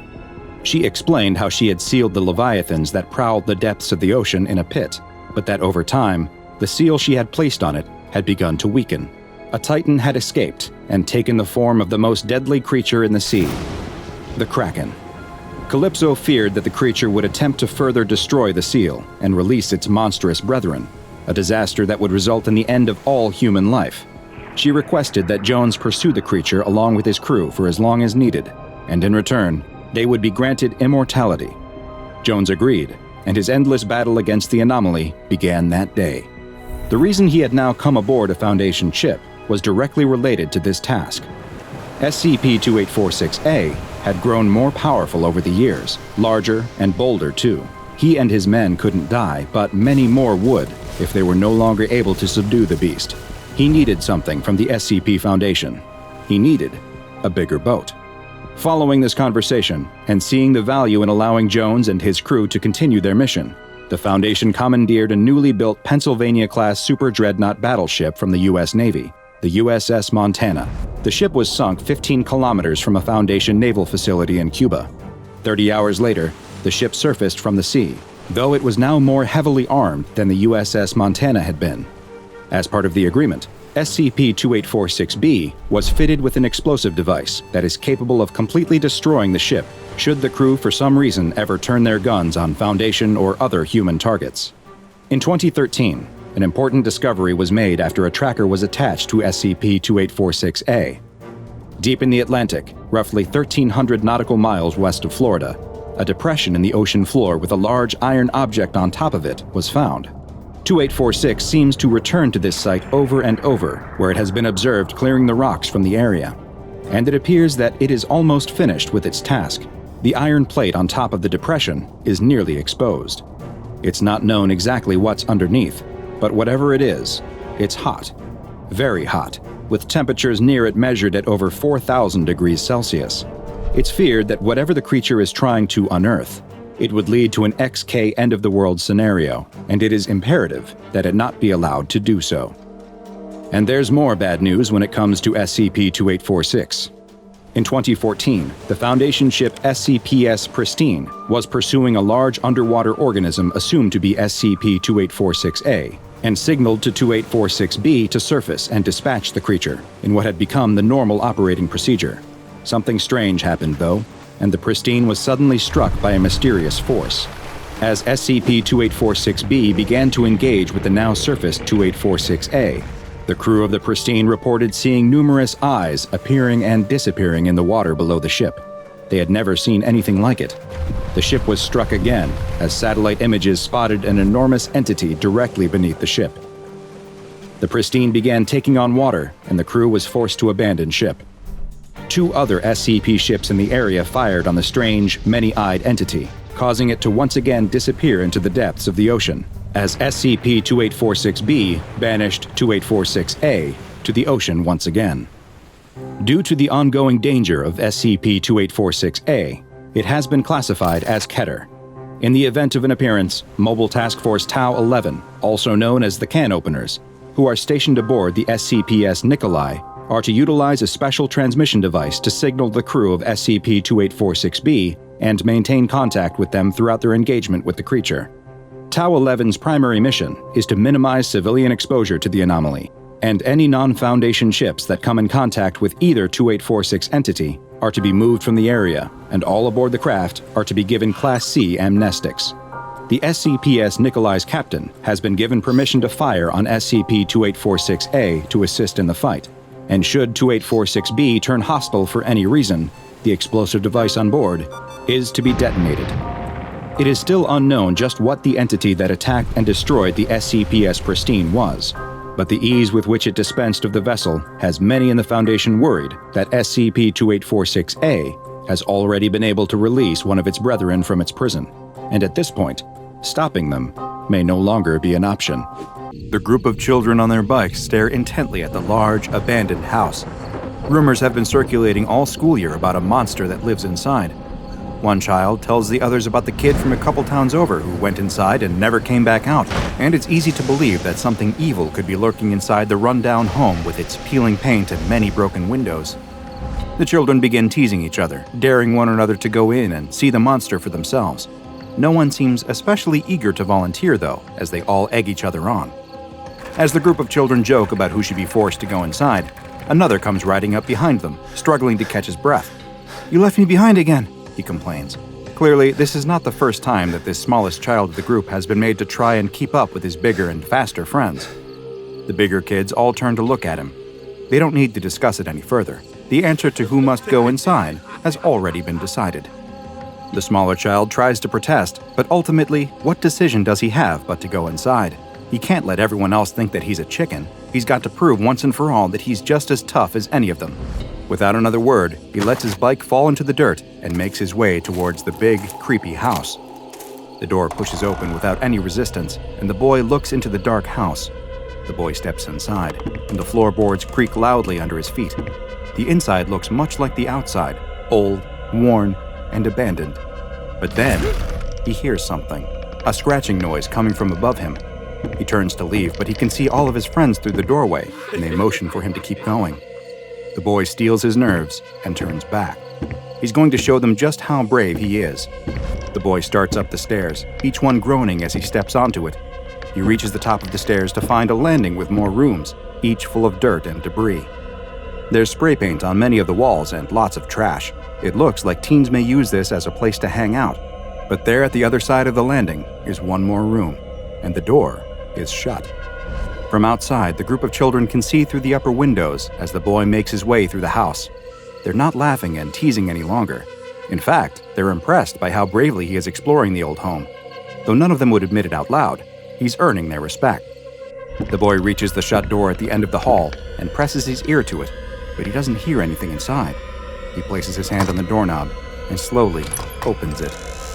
The boy screams and falls backwards as the cat that was hiding inside panics and jumps through one of the open windows. The boy can't help but laugh. Of course it was just a... The boy screams again as the floor gives way beneath him, and he crashes down onto the first floor in a pile of debris. He's stunned by the fall before starting to scream again as that floor gives way too. His yelling is silenced by the air being knocked out of him as he hits the basement floor. He's covered in dust and pieces of 2 floors he fell through. He feels bruised and sore, but he can wiggle his fingers and toes. He's not paralyzed, and it doesn't even feel like he's broken a bone. Maybe he's okay. But no, he's definitely not okay. Because suddenly, there's something picking him up off the floor. As his eyes adjust to the dark basement, he sees what it is that's holding him. It's half man, half machine, a huge, disgusting mix of metal and flesh. The boy is too scared to scream anymore as the creature's unmoving, dead-looking eyes stare straight into his. Its face looks as though the skin has been stretched across a human metallic skull. The boy can only watch as the monster raises its sharp, metallic fingers and brushes the dirt out of the boy's hair. The boy starts to whimper, but whatever this thing is, it doesn't seem to want to hurt him. A tinny, robotic voice coming from a small device on the creature's face suddenly breaks the silence. Al anta ala mayuram. The boy doesn't understand, but the robotic man tilts his horrific head to the side and repeats the same thing. The boy is still confused, but he feels like the robot is trying to tell him something. He somehow gets the sense that it's not going to hurt him. Is this the monster that everyone has been afraid of? A misunderstood machine man living down here in the basement? The robot flinches as something is smashed on the back of his head. He tosses the boy to the side and turns to see the boy's friends, each of them armed with pieces of wood and other scraps as weapons. They've come here to save their friend from the monster that they dared him to find. Another runs up to strike the robot, but before he can reach him, he falls to his knees in pain, as do the rest of the children. The creature has begun emitting a high-frequency noise, and the children try to cover their ears. They all feel a searing pain that makes it feel as though their heads will explode. The piercing noise continues to ring out, but the monster looks like it has entered some kind of dormant state and is no longer moving. The small boy is able to slowly get back to his knees, hands still clasped to the side of his head, and stand up. He runs past the monster and his friends who are writhing on the floor in pain, up the stairs and out of the old house. A woman stands at a kitchen counter, chopping vegetables for their dinner that evening, and talking to her oldest daughter about her plans for that weekend, when the back door suddenly bursts open. Standing there is her son, the small boy. He's barely able to whisper the words, "Monster. There's a monster in the basement," before he collapses, blood pouring from his ears and nose, before he begins convulsing on the floor. At the local police station, an officer is speaking on the phone. "I see. Yes, that is quite strange. A metal man? You don't say. I'll send someone out there right away. Don't go anywhere." The police officer hangs up the phone and looks around, making sure no one is nearby or listening to him, and then takes out his cell phone. He dials a number from memory, and someone answers on the other end almost immediately. "Yes, this is Field Agent Patch," the police officer says. "You need to get a containment team out here right away, and a good one too. I don't know what it is, but it's dangerous." An SCP Foundation mobile task force that specializes in containing dangerous humanoid threats soon arrived at the house and took the anomaly into captivity. Misinformation teams concocted a cover story about a gas leak leading to the unfortunate deaths of several of the town's children and administering amnestics to any potential witnesses. Once the messy business of containment was over, though, it was time to figure out just what this strange creature was. SCP-203 appears to have at one time been a Caucasian human male, though its appearance now is far different than it once was. This bipedal humanoid creature stands 2.5 meters tall and weighs roughly 200 kilograms. Both its incredible height and weight are due to the fact that the man's original skeleton has been entirely removed and replaced with a mechanical framework made of cast iron. The metal skeleton is much larger than the original bones, and in many places SCP-203's skin has split from being stretched over it, revealing the mechanical structure underneath. Other parts of the framework appear to have been intentionally made to protrude through the skin, though it is unclear for what purpose. In addition to this larger-than-normal mechanical skeleton, a number of other augmentations are present on SCP-203. Its fingers have been extended into sharpened, hook-like barbs that are approximately 1 meter long. Its lips have been removed entirely, making it clear that there is no movable jawbone, and that the skull is likely one large hollow piece of metal, and there are several more hook-like protrusions jutting out around the mouth area, smaller but similar in appearance to the fingers. SCP-203's legs have been modified as well, with 2 added joints that give them an appearance more akin to a dog's, and its toes have been removed and replaced with a solid piece of metal similar to those found in steel-toed boots. Its chest has no sternum or breastplate, which causes the skin stretched across to pull inward as its diaphragm contracts. Its ears have also been removed, though it still seems to possess hearing that is far beyond that of an average human.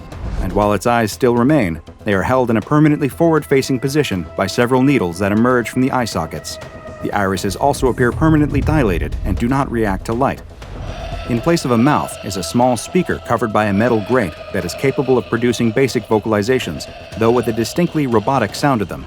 Tests have shown that SCP-203 has a basic understanding of English, but its own primary language seems to be a type of Arabic, though there are no records of the exact dialect. SCP-203 does not need to eat or drink, and without any visible mouth, it is likely incapable of either. Instead, it runs off of a power cell located within its body that will provide energy for up to 72 hours. After those 3 days, SCP-203 will shut down and enter a hibernation state for 3 to 4 hours, during which its power source will recharge, providing it with another 72 hours of energy. All attempts to examine SCP-203 by either X-ray, CT, ultrasound, and other forms of diagnostic imagery have failed, and attempts at exploratory surgery have triggered its defense mechanisms, which are both painful and deadly. When it perceives that it is being threatened in some way, SCP-203 is capable of emitting a high-frequency droning sound that has a profoundly damaging effect on the human nervous system. The effects of this defense mechanism were able to be observed directly when a D-Class personnel accidentally struck SCP-203 and its droning sound was activated. Immediately after being exposed to the sound, D-104 experienced a severe headache. After 15 minutes, the headache grew worse, and D-104 began to bleed from the ears. After a half hour, the D-Class, who had now gone to the infirmary, began to experience seizures and was bleeding from all of his orifices. 10 minutes later, the D-Class was dead. Another test was performed, and the results were nearly identical, with symptoms progressing at roughly the same rate. However, this time, rather than move the D-Class to the infirmary, it was kept in the cell with SCP-203. After 40 minutes, the D-Class was dead, and a few minutes later, 203 finally ceased its droning sound. SCP-203 then approached the body of the deceased D-Class and began to use its own augmentations to start removing the skeleton of the D-Class.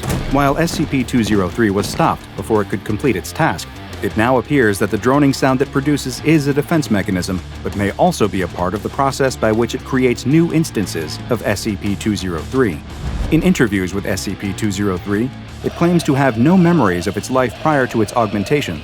It says that it now exists in a near-constant state of pain and confusion, and that the times when its battery is expended and it enters a rest state are its only escape from the pain of its existence. It also claims that it has no memory of what happens once its defense mechanism is activated, nor does it remember what it did to the body of the D-Class that was left in its cell. However, it is unknown just how truthful SCP-203 is being. There has been no way to verify anything that SCP-203 tells researchers, and for the time being, its statements are to be regarded by Foundation staff as an attempt to elicit sympathy or otherwise manipulate them emotionally. It's made several requests for pain-killing medication and anesthetics, but so far, all of these requests have been denied. SCP-203 has been classified as Euclid, and it is kept in a specialized storage bunker at a research site. 2 D-Class personnel equipped with sound filtering equipment guard it at all times, and it is accompanied by an armed escort to any testing or research sessions. Is SCP-203 the ultimate victim? A normal human that was transformed against his will into a crude amalgamation of man and machine? Maybe there is something more to SCP-203, or rather, less. Is SCP-203 fooling all of us? Is this tortured iron soul nothing more than a metallic monster disguising itself with the skin of its last victim? Perhaps with more research, we will one day know the answer. High in the Andes Mountains, 2 miners chip away at the rock with their mining picks in search of precious minerals when something strange happens. They hit an impenetrable wall.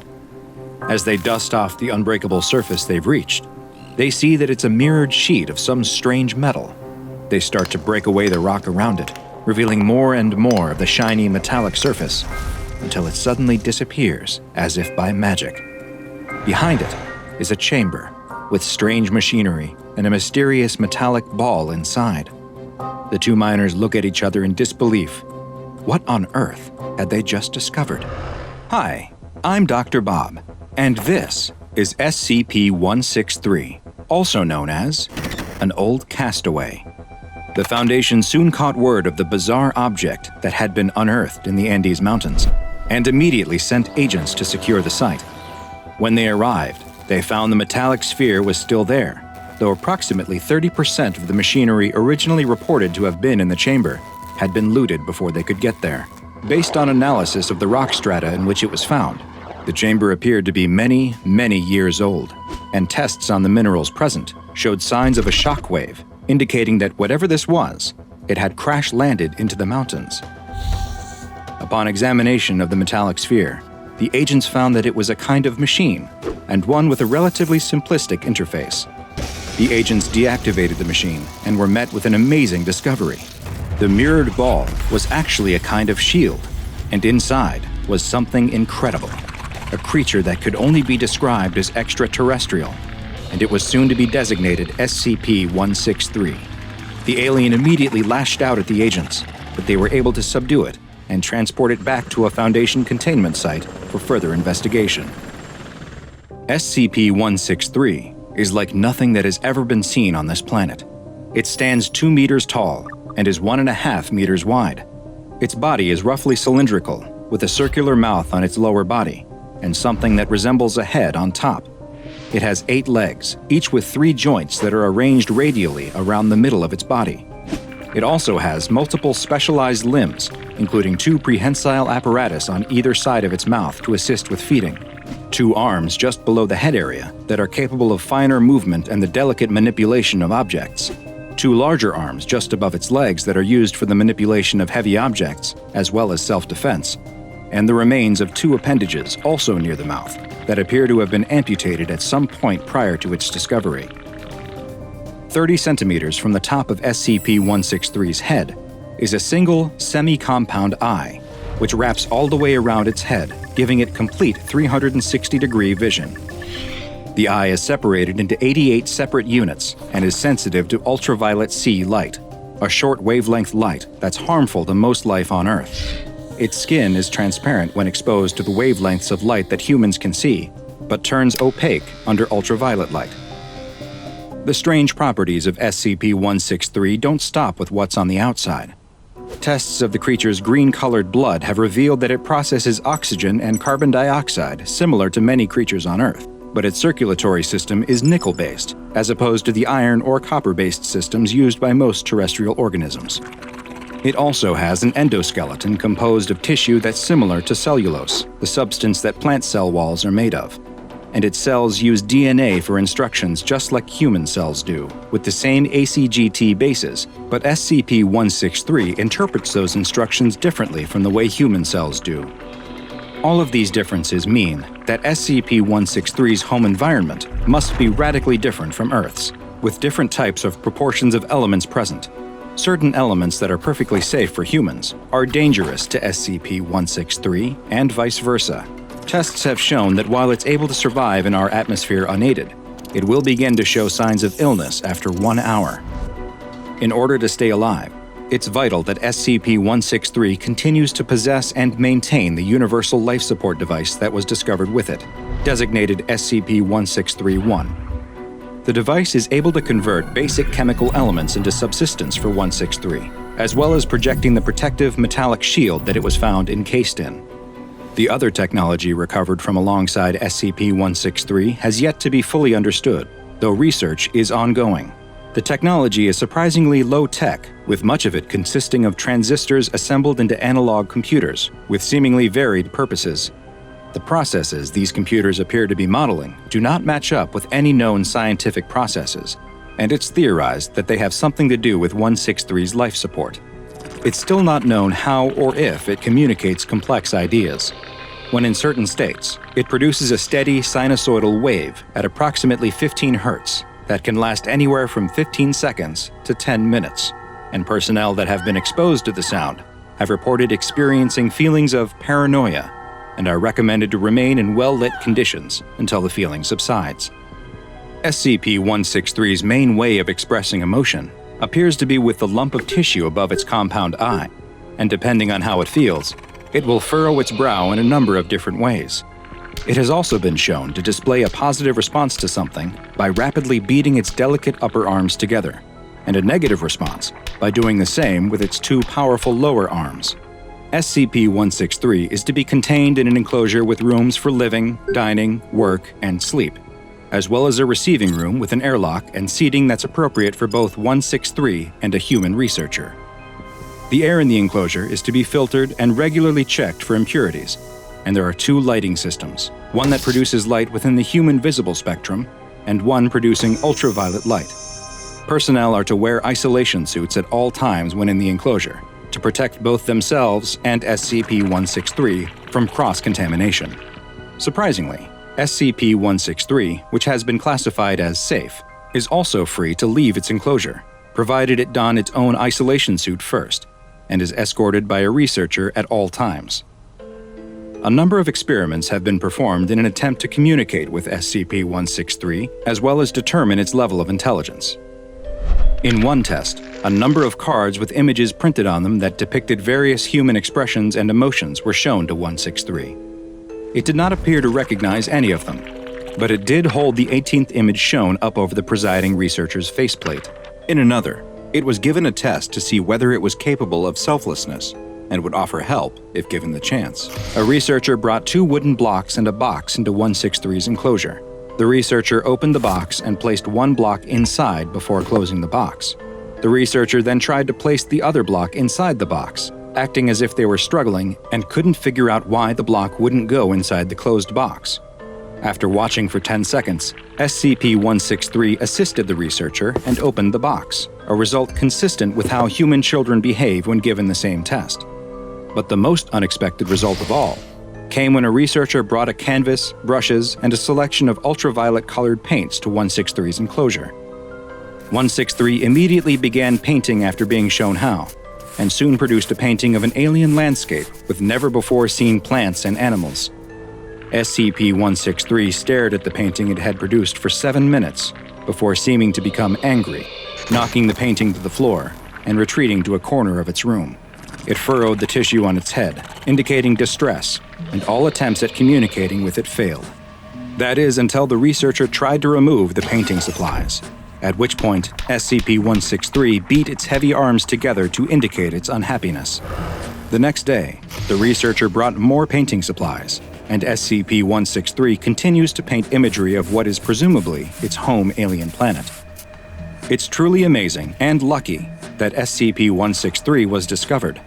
The Foundation is now monitoring all excavations of rock strata that are of similar age to the one 163 was discovered in.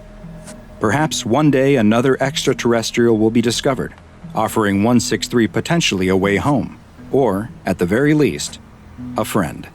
A worker presses down on the plunger, and moments later, a huge explosion rocks the quarry. When the dust clears, the 3 quarry workers look on at the pile of rocks that they'll now spend the next days and weeks hauling out.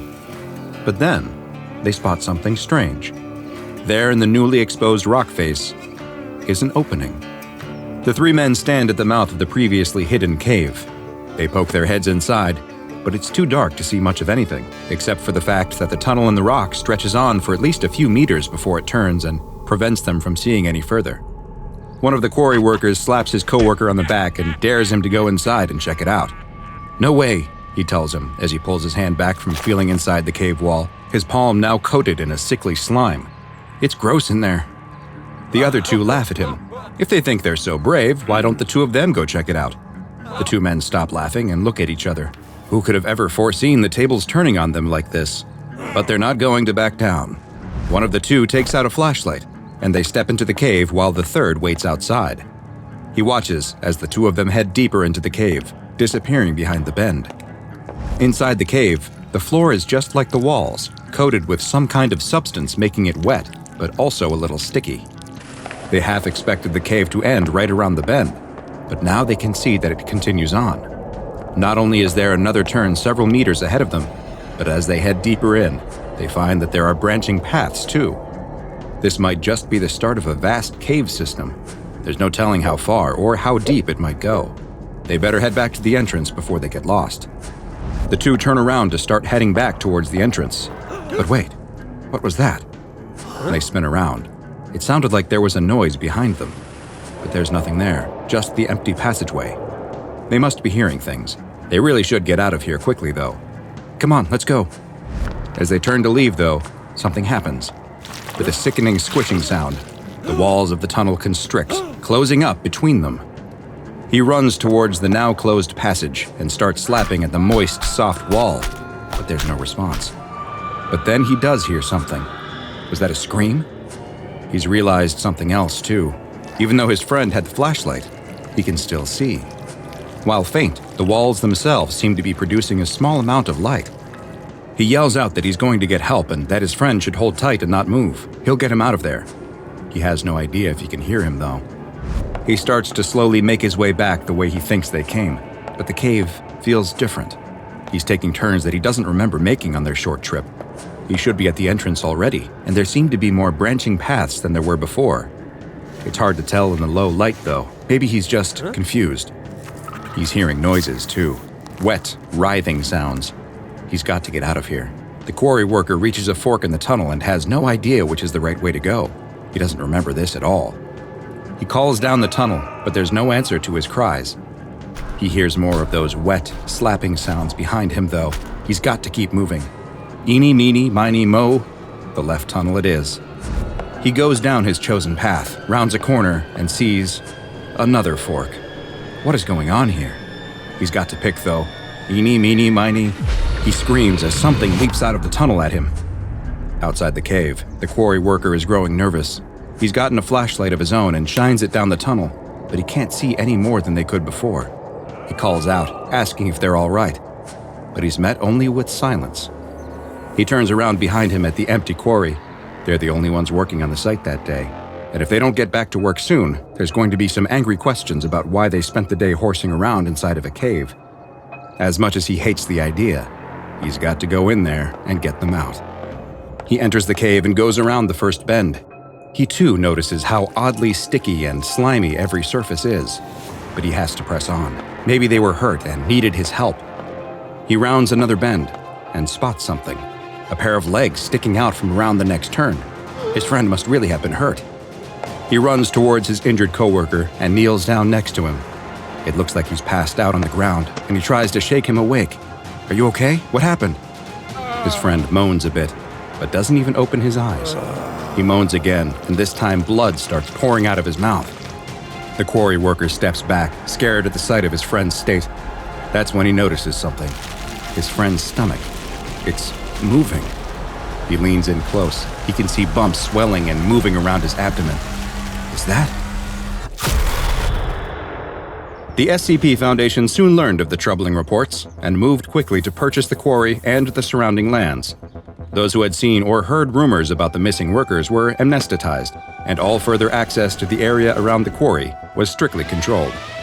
The cave itself that had been unearthed was designated SCP-2385, but the Foundation needed to learn just what they were dealing with.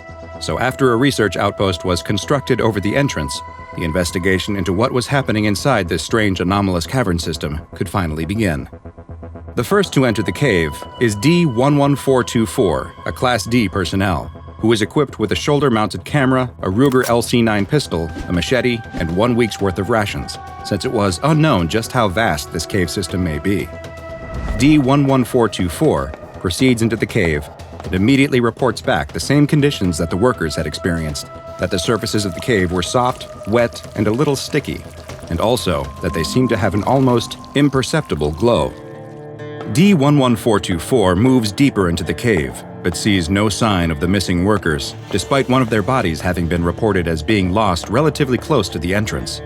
He's ordered to continue deeper into the cave, and radios back that the walls weren't stable. He would pass by openings in the walls that would seal off once he was past. On more than one occasion, he saw new passages open up as well, and these didn't appear to be caused by collapses or other geological activity. The walls seemed like they were alive. But the walls were the only sign of life he could find. There was still no evidence of the missing workers or whatever might have gotten them. But then, after D-11424 rounds a corner, he sees that something is up ahead of him. It's not one of the workers. It's a creature, and one that looks like nothing he has ever seen before. The thing crawling on the floor of the cave looks like a giant worm, several feet in length, but with a grotesque, skinless human head. D-11424, frightened at the sight of this grotesque creature, turns to run, but it's too late. The worm has spotted him and charges at him immediately, slithering across the wet cave floor at an incredible speed. D-11424 slips and falls to the ground, his shoulder-mounted camera knocked off his body and left facing a wall, leaving the researchers monitoring the feed with nothing except the sound of his screams. Once contact was lost with the Class D personnel, the Foundation decided that due to the presence of hostile creatures within the cave system, that the next exploratory expedition would be undertaken without humans. The mission was authorized, and 2 months later, a remote-controlled drone designated A-47 was sent into the cave. Just like D-11424 and the quarry workers before saw, its camera captures passageways opening and closing in the living rock walls. As it progresses deeper, it eventually spots the same worm-like creatures with horrible human faces that look like they've had their skin removed, which have now been designated by the Foundation as SCP-2385-1 entities. And A-47 soon discovers a surprising fact about these bizarre organisms. They appear that they are being birthed right from the walls of the cave itself. As A-47 enters one of those largest rooms yet seen in the cave, its camera captures over a dozen 2385-1s growing out of the walls and ceiling in various stages of maturity. Some of them snap at A-47 as it passes by, trying to attack the drone, but luckily they're unable to reach. There's larger examples of the worms in the room too, and these ones also differ in appearance slightly, with a fibrous growth over their eyes. The researchers assume that these entities are different enough from the smaller versions that they warrant their own classification, and are designated as SCP-2385-2 entities. Luckily for A-47, these larger specimens, which can be as large as 4 meters in length, seem much more docile than their smaller counterparts and ignore A-47 as it passes by. A-47 then learns another shocking piece of information about these disturbing worm-like creatures. They're cannibalistic. Its camera relays footage back to the research team of a 2385-1 entity feeding on another, smaller one. It appears that they eat their prey whole after unhinging their grotesque jaws.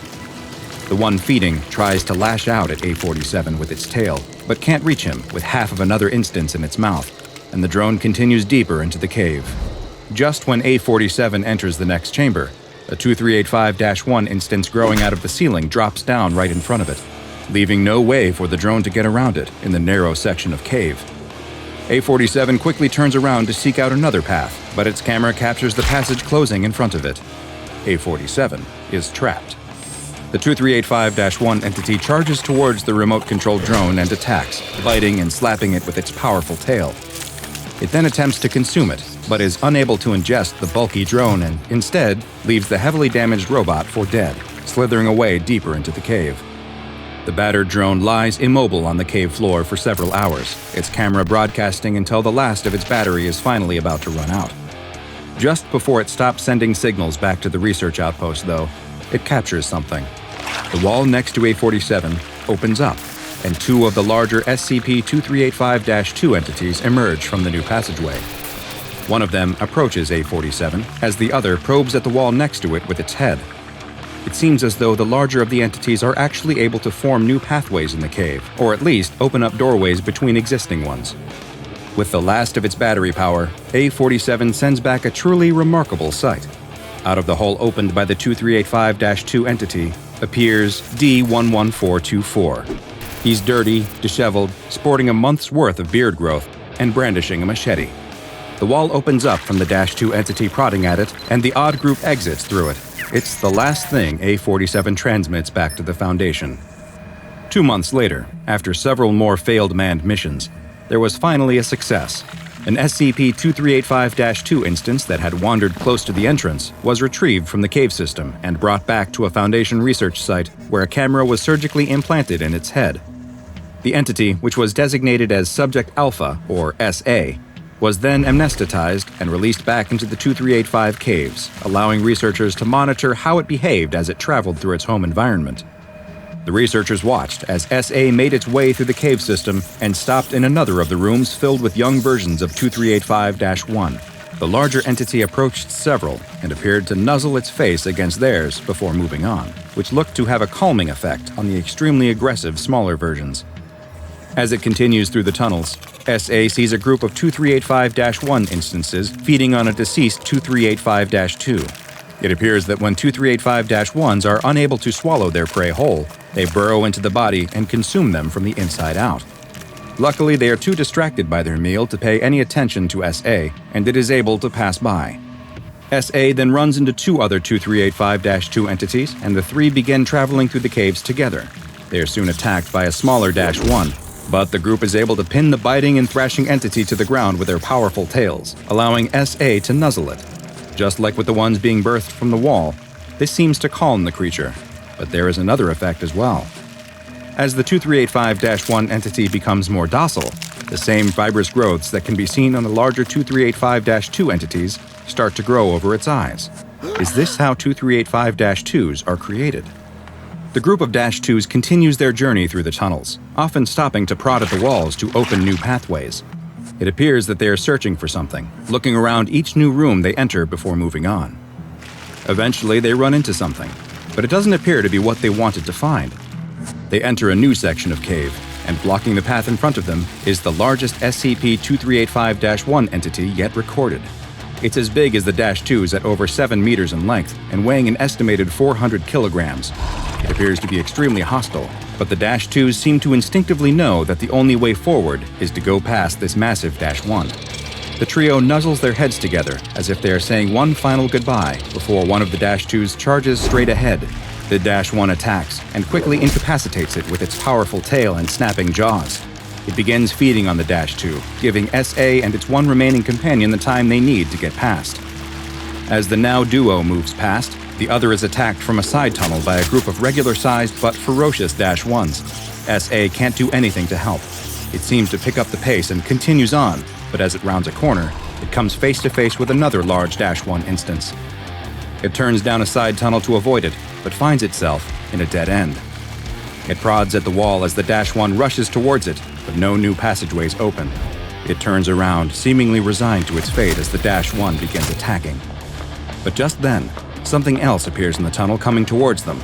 It's D11424, charging forward with his machete raised in the air, his hair and beard both long and wild.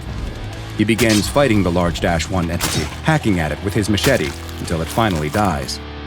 With the vicious entity now dead, he kneels down next to SA and begins stroking its head in a calming manner. "Hey there, little guy. You all right?"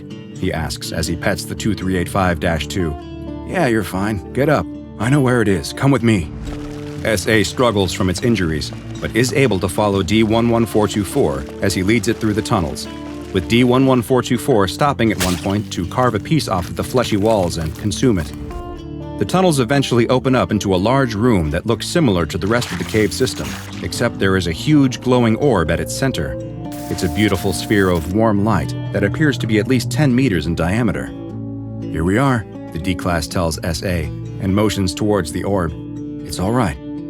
SA nuzzles against D11424, perhaps one final thank you for saving its life, then instinctually seems to know what to do. The camera feed shows that it began crawling towards the sphere, and after a brief pause, started pushing itself inside. The camera recorded the brilliant light of the orb engulfing SA and its implanted camera before the feed finally cut out. The SCP Foundation would later discover that on that very same day, in the city of Elgin, Illinois, a local woman was admitted to the hospital after complaining of abdominal pains. Doctors performed emergency surgery and found something they did not expect. A micro-camera had somehow become embedded inside of her body, which upon later investigations would be found to bear the same serial number as the one that had been implanted in SA.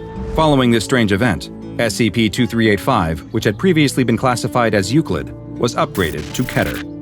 An observation site has been built at the quarry and no further human expeditions are allowed inside. In a bit of good news, sometime later, D11424 finally emerged from the cave system. He was taken back into SCP Foundation custody and continues engaging in exploratory missions on behalf of the Foundation to this day. At first glance, it looks like a perfectly ordinary bathroom. Nothing to suggest that anything weird is going on here. Certainly, if the D-Class personnel assigned to investigate this facility had encountered this room in the wild, If he walked into a bathroom that looked like this while visiting a friend's house or lunching in a restaurant or even stopping at a gas station rest stop, he wouldn't have any reason to think anything was amiss. But this is the SCP Foundation, so he knows that nothing here is as it seems. He glances briefly up at the camera installed in the ceiling. The lens aperture dilates briefly, focusing on his face, and he knows that an SCP technical on the other end is watching his every move. He grimaces, fully aware that his status as a member of D-Class personnel means that every experiment could be his last. That knowledge doesn't exactly endear him to the Foundation or its mission, but it's not like he has much of a choice in picking his assignments. Suddenly, a voice crackles to life over the intercom. "Please step fully into the bathroom," says the researcher on the other end of the camera feed. "What's this all about?" asks the D-Class personnel. "This is just a bathroom, isn't it? What's so special about this place?" His eyes scan the room. The floor is covered with smooth white tiles. The walls are a soothing light blue color, reminiscent of a calm ocean, the sort of color that you might pick for its soothing effect when you need to make use of these facilities. A large mirror is fixed to the wall, before a countertop with a sink. Next to the sink, there's a toilet, and next to that, a bathtub with a shower. There's a scrubbing brush and a plunger stashed behind the toilet tank, and a fuzzy shag cover stretched over the toilet lid. It's all very ordinary. It's much too ordinary, he thinks. A sudden horrible thought occurs to him. "You're not gonna watch me use the toilet?" he asks, a slight edge of panic in his voice. That's absurd, of course, but here at the SCP Foundation, there's nothing that he would put past these people. They've always got some new weirdness happening, and it wouldn't at all surprise him to learn that they would want to watch him at his most exposed. The voice comes back over the intercom. "What? No, you don't need to use that. Look, just step forward. Literally all that I want you to do is to step into the room." The D-Class smirks to himself. He's already been through more of these crazy experiments than he would care to remember, and he has the scars to prove it. It gives him a small measure of satisfaction to hear the agent getting flustered. Even if he has to participate in these dangerous experiments, he can at least make things awkward for his tormentors. That seems like a little bit of poetic justice to him. As the agent requested, though, he steps forward. The moment that he's cleared the threshold, the door slams behind him with a crash. The D-Class jumps in surprise and shouts, Why'd you do that?" "I didn't do that," says the voice over the intercom. Of course, thinks the D-Class personnel. He should have expected this. He grabs the doorknob and tries to yank the door open, but the door is stuck fast. He yanks again, harder this time, but the result is the same. The door doesn't budge at all. "The door's stuck," cries the D-Class. He feels his heart start to beat faster, and his temperature begins to rise. What terrible thing does this room plan to do to him? But after a moment, he begins to calm down. It doesn't seem like this room is planning to do anything. Maybe it's just a room with a weird door. But if that were the case, then why would the SCP Foundation be interested in this? "Just hang tight," says the agent. "I'll see what I can do about getting that door open." A few moments later, the agent arrives at the door to the bathroom and gives it a sharp yank. It doesn't budge. "Door's stuck," she says. The D-Class rolls his eyes. Of course it's stuck. "Hold on a second, I'll go get a technician," she says. The D-Class personnel listens to the sound of the agent's feet retreating into the distance. He sits down on the closed toilet and buries his face in his hands. What a day. Is he going to be trapped inside this bathroom forever? He can't help but speculate, but he tries not to think about it. He's more annoyed than anything, truth be told. He wonders if the agent is actually going for help, or if she's still just sitting in her cubicle, watching him through the camera and waiting for the other shoe to drop. His eyes flick to the camera, and he furrows his brow. He's so intent on the camera that he doesn't notice as a dark shape slowly bubbles out from the bathtub drain. It's a cockroach, a perfectly ordinary cockroach. Or is it? The roach remains motionless for a moment, perfectly still, except for the subtle twitch of its antenna. Then, all at once, it starts to move. The roach scuttles across the tub, scaling the porcelain walls, and runs across the counter. Like all cockroaches, it seems confused now that it's emerged into the light and eager to find a dark corner where it can hide again. It reaches the edge of the countertop, but, of course, a sheer cliff is no obstacle for an insect. It shimmies down the cabinet and makes a dash across the tiled floor. That's when the moving roach finally catches the eye of the D-Class personnel.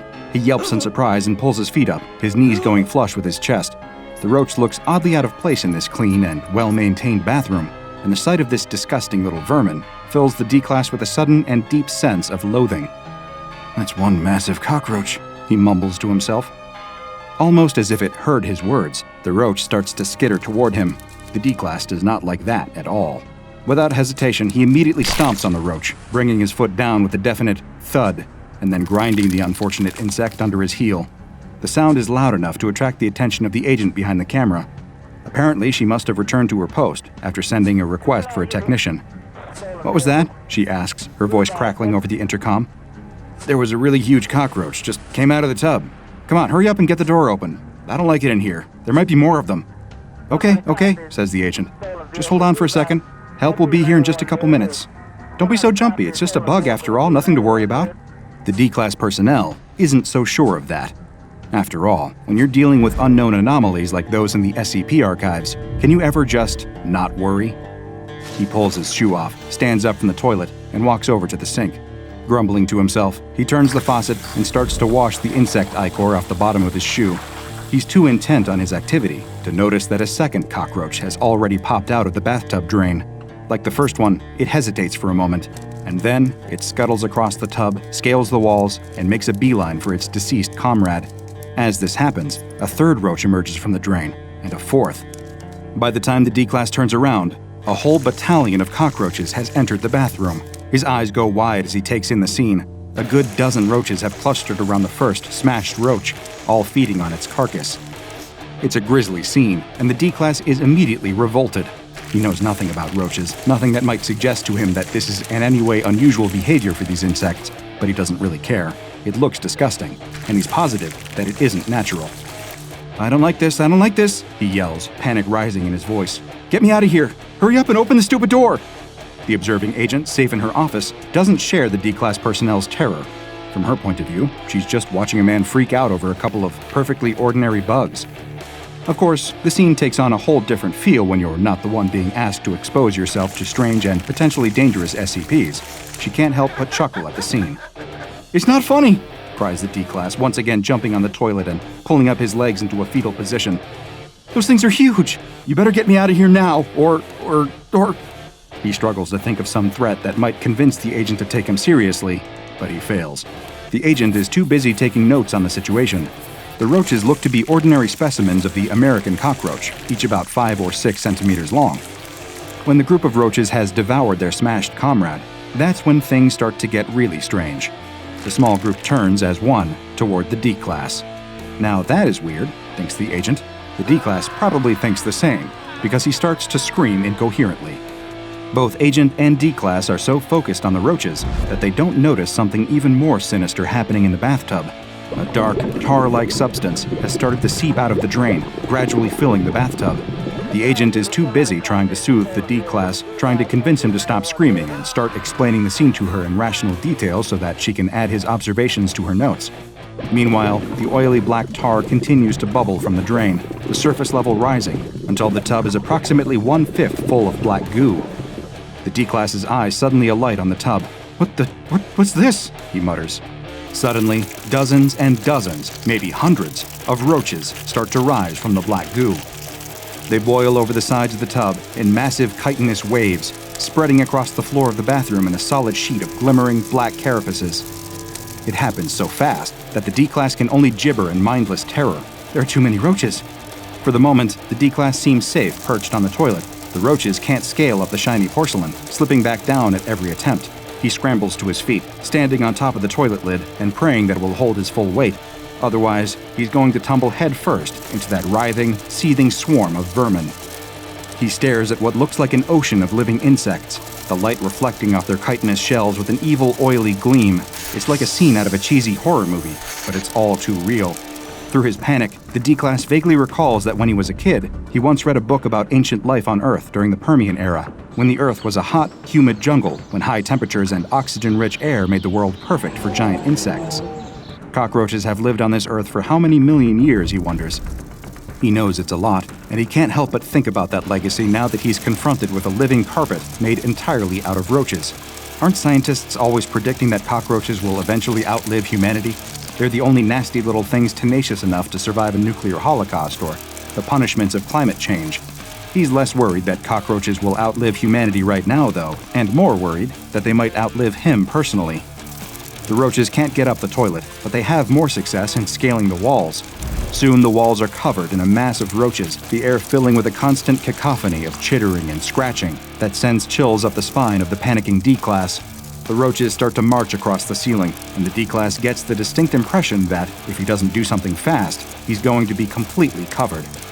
In desperation, he throws his shoe across the room with all his might, shouting curses as he does, but it doesn't do any good. His shoe hits the opposite wall and bounces off, dropping into the swarm and quickly sinking beneath the rolling tide of chittering insects. His futile attack only provokes the insect mob, and several dozen roaches take flight, launching themselves at the D-Class. He shouts and claws them away as roaches land on his face and shoulders. They scramble up his neck and tangle themselves in his hair. He keeps shouting and swatting them away, but there are more and more of them every second.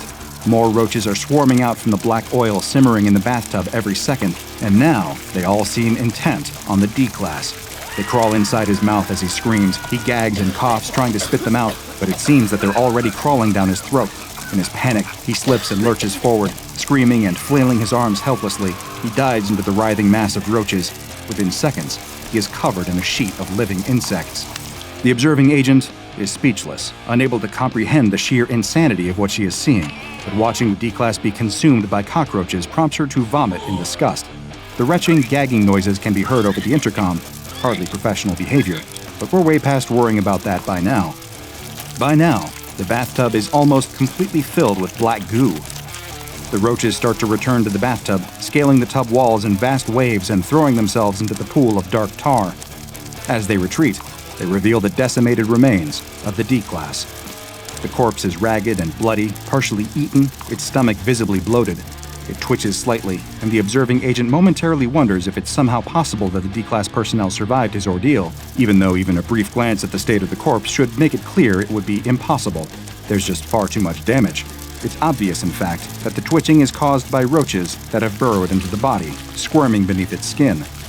Suddenly, something else begins to rise from the bathtub. It's another corpse, one in a much more advanced state of decomposition, to the point that it's nearly skeletal, but there's still enough flesh clinging to its bones that you might be able to recognize it for the person it used to be. Under the black ooze, there's still a ghost of a face clinging to the skull, liquefying eyeballs still rolling around loosely in its dark sockets, tattered lips hanging off of stained teeth. Its eyes swivel toward the prone body of the D-Class with malevolent intention. Black tar drips from its arms and skull. It places one hand against the rim of the bathtub, the other against the blue wallpapered wall, and slowly hoists itself up and out of the pool of black tar, displacing another few dozen cockroaches with its movements. The corpse slowly stumbles to its feet, dribbling black ichor, and steps out of the bathtub. It staggers across the room with sticky, uncertain steps, leaving a trail of roaches and black goo. When it reaches the body of the D-Class, it grabs it by the leg and then drags it back across the bathroom floor toward the tub. The skeletal corpse pulls the body of the D-Class personnel into the tub, and both of them submerge into the black goo. The remaining cockroaches follow suit, jumping into the black oil and slowly sinking below the surface. At the same time, the level of the black substance begins to fall as it starts to swirl away down the drain. After several minutes, the black goo has completely drained away, leaving no trace that it ever existed. The roaches, the strange living cadaver, and the corpse of the D-Class have all completely vanished, so that by the time the door of the bathroom clicks open again, there's nothing to suggest that there's anything at all strange about this room. Too late, the agent bursts into the room, flinging open the now unlocked door with all her might. She scans the room in confusion, knowing that just moments ago, it was the scene of grisly carnage. There's no evidence of that now, but just the memory, the sight of the D-Class's bloated corpse, the sound of thousands of cockroaches marching and scuttling in unison, is enough to make the bile rise in her throat. She leans forward, hands on her knees, and vomits again. She's seen a lot as an SCP Foundation agent, but this SCP is definitely not one for the faint of heart, or the sick of stomach. What just happened here? Unfortunately, this is far from an unusual occurrence when you're dealing with SCP-6698. SCP-6698 is to all appearances a perfectly ordinary bathroom. Until it started to manifest anomalous behavior, it existed as a second-story bathroom in a private residence somewhere in Alabama in the United States. The first instance of anomalous behavior happened the day after a resident of the household, a 16-year-old male, reported killing an unusually large cockroach in the bathroom. The following night, when using the same bathroom, that same resident was overheard yelling in fright. His screams were followed by sounds described as a sink breaking and then a body falling against a crunchy and wet surface.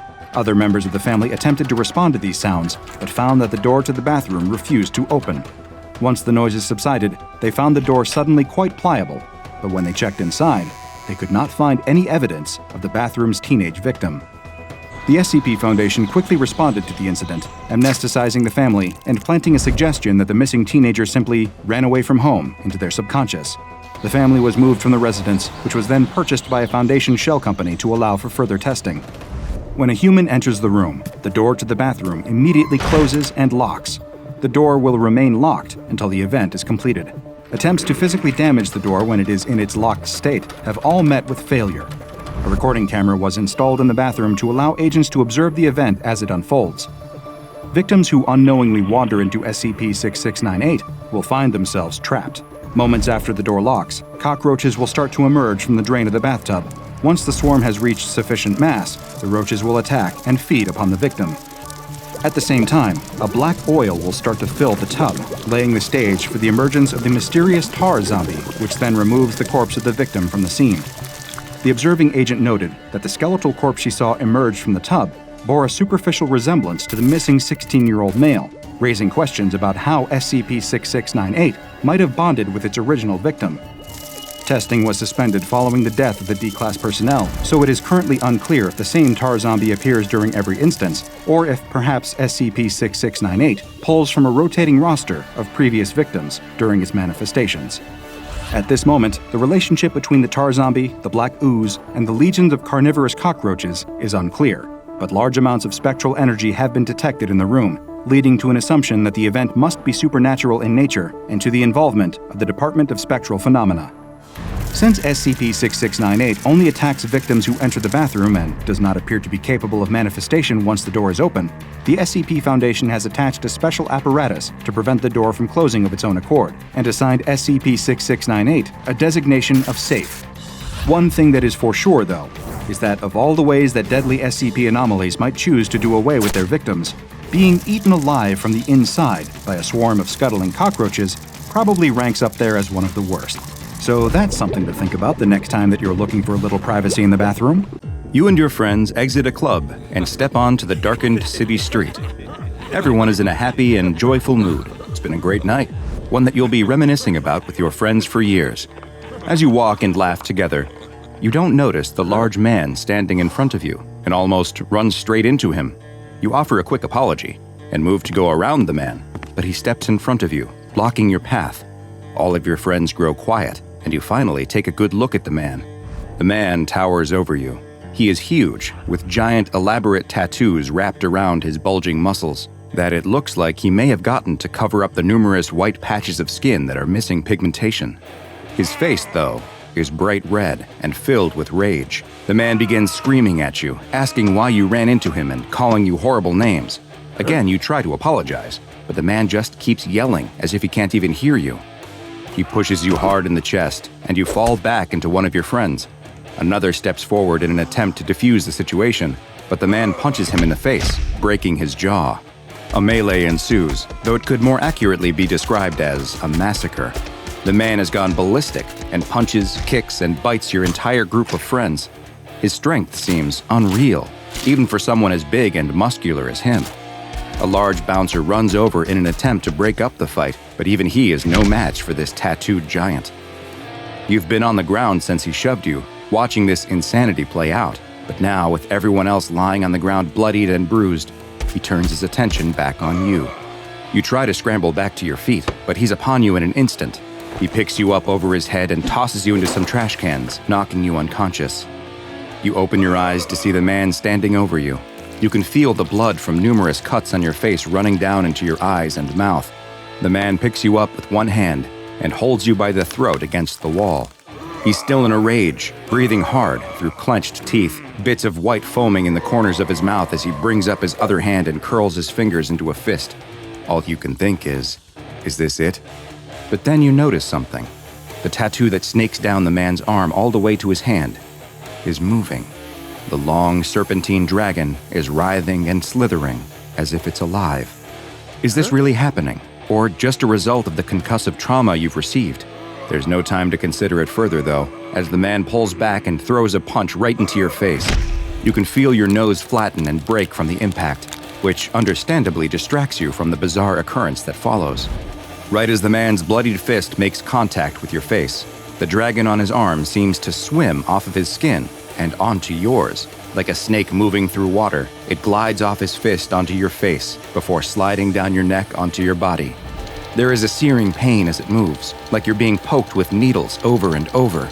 You scream from the pain, blood from your broken nose pouring out of your mouth. The man drops you to the ground and steps back. He no longer looks to be in a rage, and instead looks confused. He looks down at his skin to find that the tattoo is completely gone. A look of unbridled joy comes over his face, and he turns and runs away into the night, laughing with glee as he does so. You are left whimpering in pain, curled up in a ball in the pile of trash where he left you, the dragon tattoo now covering your entire body. As you have probably already guessed, this is no normal tattoo.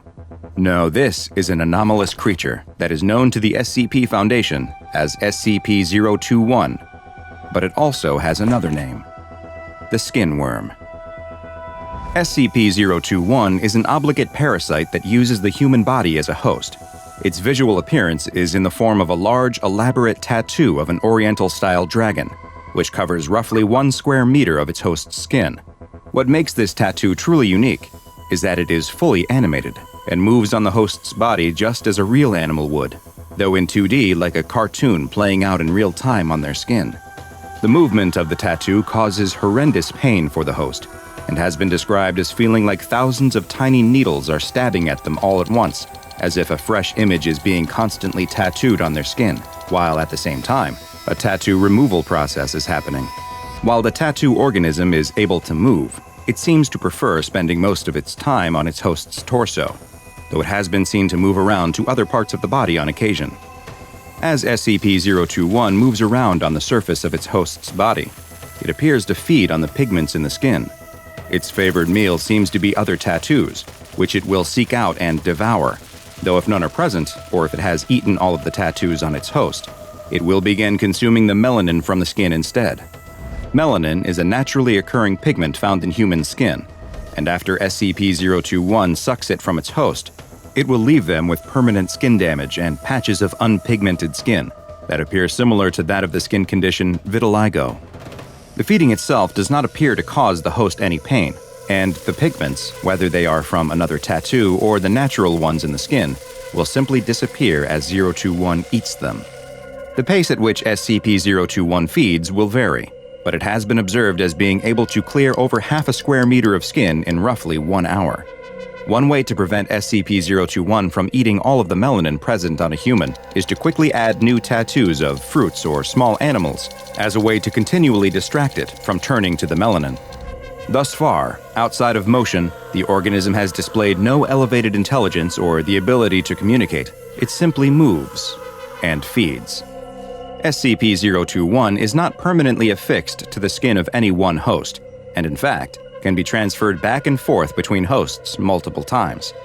The only way to transfer the organism is through physical contact, though skin-to-skin contact does not guarantee that the organism will take to a new host. In the event that it does, the dragon tattoo appears to swim across the touching skin and will affix itself to the new human host. Skin-to-skin contact in the romantic sense has been shown to be the most reliable method of transfer from one host to another, with a 93% rate of successful transmission. However, as you can imagine, the tattooing sensation that comes along with any movement of SCP-021 means that this particular transfer is extremely painful for all parties involved, and the Foundation has deemed that despite its high success rate, it should only be used when absolutely necessary. Contact between 2 open wounds has been shown to be an only slightly less effective method, and has become the default means of transferring when the SCP Foundation wants to move SCP-021 from one host to another. Transferring the organism from a deceased host to a living one is possible, though more complicated. SCP-021 appears not to mind when its host organism is no longer alive, continuing to feed on whatever pigments are available to it, and does not seem to suffer any ill effect from the condition of its host. It is as yet unknown whether SCP-021 could be transferred to another species. So far, the organism has only been willing to move from human to human, though research into the question is ongoing. It's theorized that if SCP-021 is able to exist on a non-human animal, it would only occur in the rarest of circumstances. Unlike most parasites, SCP-021 does offer some small but tangible benefits to its host human. In addition to hosts of the organism appearing to have an improved immune system, research has also shown that the presence of 021 will increase its host's release and reuptake of epinephrine, better known as adrenaline. It will also decrease the buildup of lactic acid, which is what builds up in the muscles during activity and causes burning sensations and soreness. Combined, these benefits from SCP-021 provide its host with increased strength and confidence, as well as give a heightened pain tolerance during stressful situations. Not surprisingly, the host of SCP-021 also displays a high level of aggression, though whether this comes from their elevated hormone levels or simply because the organism causes them to be in constant pain is still an unanswered question. The amount of time that this symbiotic relationship can be sustained is typically limited to how long the host can tolerate the unceasing pain of the tattoo moving about their body. The persistent agony that a host of SCP-021 endures has led to multiple hosts having taken their own lives, and in a few rare cases, they have also succumbed to fatal skin infections. Though these were likely the result of open wounds caused by the hosts scratching at their own skin, rather than anything directly attributable to the organism. SCP-021 is currently contained on the body of a D-Class personnel, D-139, who is housed in Standard Detention Cell 217-A, and the relative ease with which it can be kept on a human subject's body has led to it receiving the Safe classification. Only D-Class personnel are eligible to be a host to SCP-021, and current operating procedure is to allow the organism to live on the same host's body until they expire. The exact nature of what SCP-021 is, as well as its origins, remain a mystery to the Foundation. Attempts have been made to trace the path of its transmission from before its time in containment, and it is hypothesized that the organism could be many hundreds of years old, if not older. As evidenced by its low SCP number, 021 is one of the oldest SCPs that the Foundation keeps contained, and it has proven to be a very useful educational tool for new and upcoming researchers as they study this bizarre creature and its existence that occurs entirely within 2 dimensions. 2 teenagers cautiously approach an old, decrepit house. The house looks like it was built hundreds of years ago, and from the outside, it appears to be in a serious state of disrepair. The walls are cracked and weathered, the roof looks to have holes in it, and one of the decorative columns has completely collapsed. The teenagers have heard rumors about this dilapidated home, though, and they have heard there are riches still to be found inside. One of the teens starts walking up the stairs onto the porch, but his friend seems reluctant to follow. Is he sure that no one lives here? The braver of the teens tells his friend that he's been watching the house for days and hasn't seen anyone come in or out. The only signs of life have been a very faint light visible between the cracks of the house's boarded-up windows, and he's not even sure if he actually saw any lights or not. If there is anyone in there, it's just some crazy old person. They can easily scare them off and loot the house at their leisure.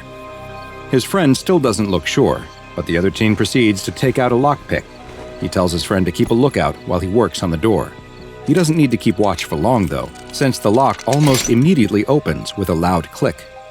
He opens the door carefully, but it still squeaks loudly. Through the crack, he can't see much of anything inside. It looks very dark. "Come on," he tells his friend as he slips inside.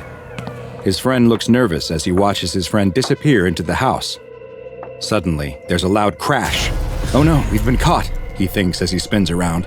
But he doesn't see a police officer coming to arrest them or a nosy passerby. Instead, he watches as a cat chases a rat into some trash cans, knocking more of them over. He breathes a sigh of relief as he watches the cat come out of the pile of trash, holding its prey limply by the tail. He turns to follow his friend into the house, but is stopped when the door snaps shut in his face. He tries the doorknob, but it's locked. He taps quietly on the door. No response. He taps a little louder, whispering, "Hey, what's going on?" But still no response. What is going on? Inside, his friend is also pulling on the doorknob, but it's no use. The door won't budge, and the lock won't turn. He also tries tapping lightly on the door, but there's no signs from outside that anyone has heard him. He's trapped. He looks around the darkened room. Just like the outside, the interior looks like it hasn't been updated in hundreds of years. Dust and cobwebs are everywhere, like no one has set foot inside in decades. And yet, on several small tables and shelves around the room, are lit candles. With no other option, he decides to move deeper into the house. He creeps into the next room, which is in much the same condition as the first, dusty and old, but with several candles placed around that give off just the faintest amount of flickering yellow light. Not only does someone still live here, but they've lit these candles recently. He takes a folding knife out of his pocket and opens it, holding the blade out in front of him. Just then, he hears something, a noise like footsteps, and it sounds like it's coming from upstairs in the room right above him. They might be coming down to look for him. He needs a place to hide. He spots a sofa near the corner and tries to get down behind it as much as possible. As he grips the edge of the sofa with one hand, he suddenly drops his knife to the floor and uses his now free hand to stifle a scream. He looks at the hand that was just gripping the sofa and sees a long sewing needle plunge deep into his hand. Was this stuck into the couch? He pulls the needle out of his hand. It nearly went all the way through, and holds the bloody wound up to his mouth, trying to stop the flow of blood as he waits and listens. The sound of footsteps finally stop. Whoever is walking around, it doesn't sound like they're coming down the stairs to find him. He has to get out of this house, though. There must be another way out. He picks up his knife and quietly moves to the next room. Once again, it's in the same condition as the last. But wait, what's that in the corner? Is that a person lying there? Outside the house, his friend is looking through the same trash that he saw the cat hunting in. Aha! Just what he was looking for, an old wire hanger. He runs back to the old house, untwists it, and inserts the thin wire into the lock. Inside, the trespassing teen gets closer and closer to the thing in the corner. It's so dim, though, with the only light coming from the candles, that he still can't make out what it is. But he feels strangely compelled to find out. He picks up one of the candles off of a nearby table. Outside, he still can't get the lock open, but he's got to keep trying. He can't leave his friend trapped inside. He's standing right over the thing in the corner now. He kneels down and brings the candle close to see what it is, and screams. His friend throws down the hanger in frustration before sitting down on the porch. He can't figure out why his friend was able to open the lock so easily, and now it won't move. Did something in the mechanism break? He doesn't know what he's going to do, though. Should he call for help? The police will arrest them both if he does. How long should he wait, though? It feels like his friend has been stuck for a long time, and he hasn't heard anything from inside. What could possibly be happening in there? Should he just leave and hope that his friend is able to escape on his own? Just as he is wondering what to do, he hears a click behind him. He turns around and tries the door handle, but it's still locked. He looks down and sees the wire hanger. Maybe he'll give it one more try. He sticks the hanger into the lock and hears the lock pop open almost instantly. He tries the door handle, and this time, the door swings open. He stands there looking through the cracked door into the dark house.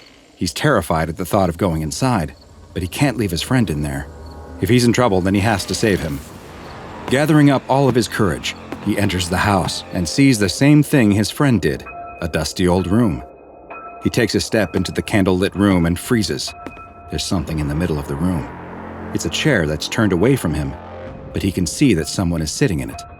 But wait, is that his friend?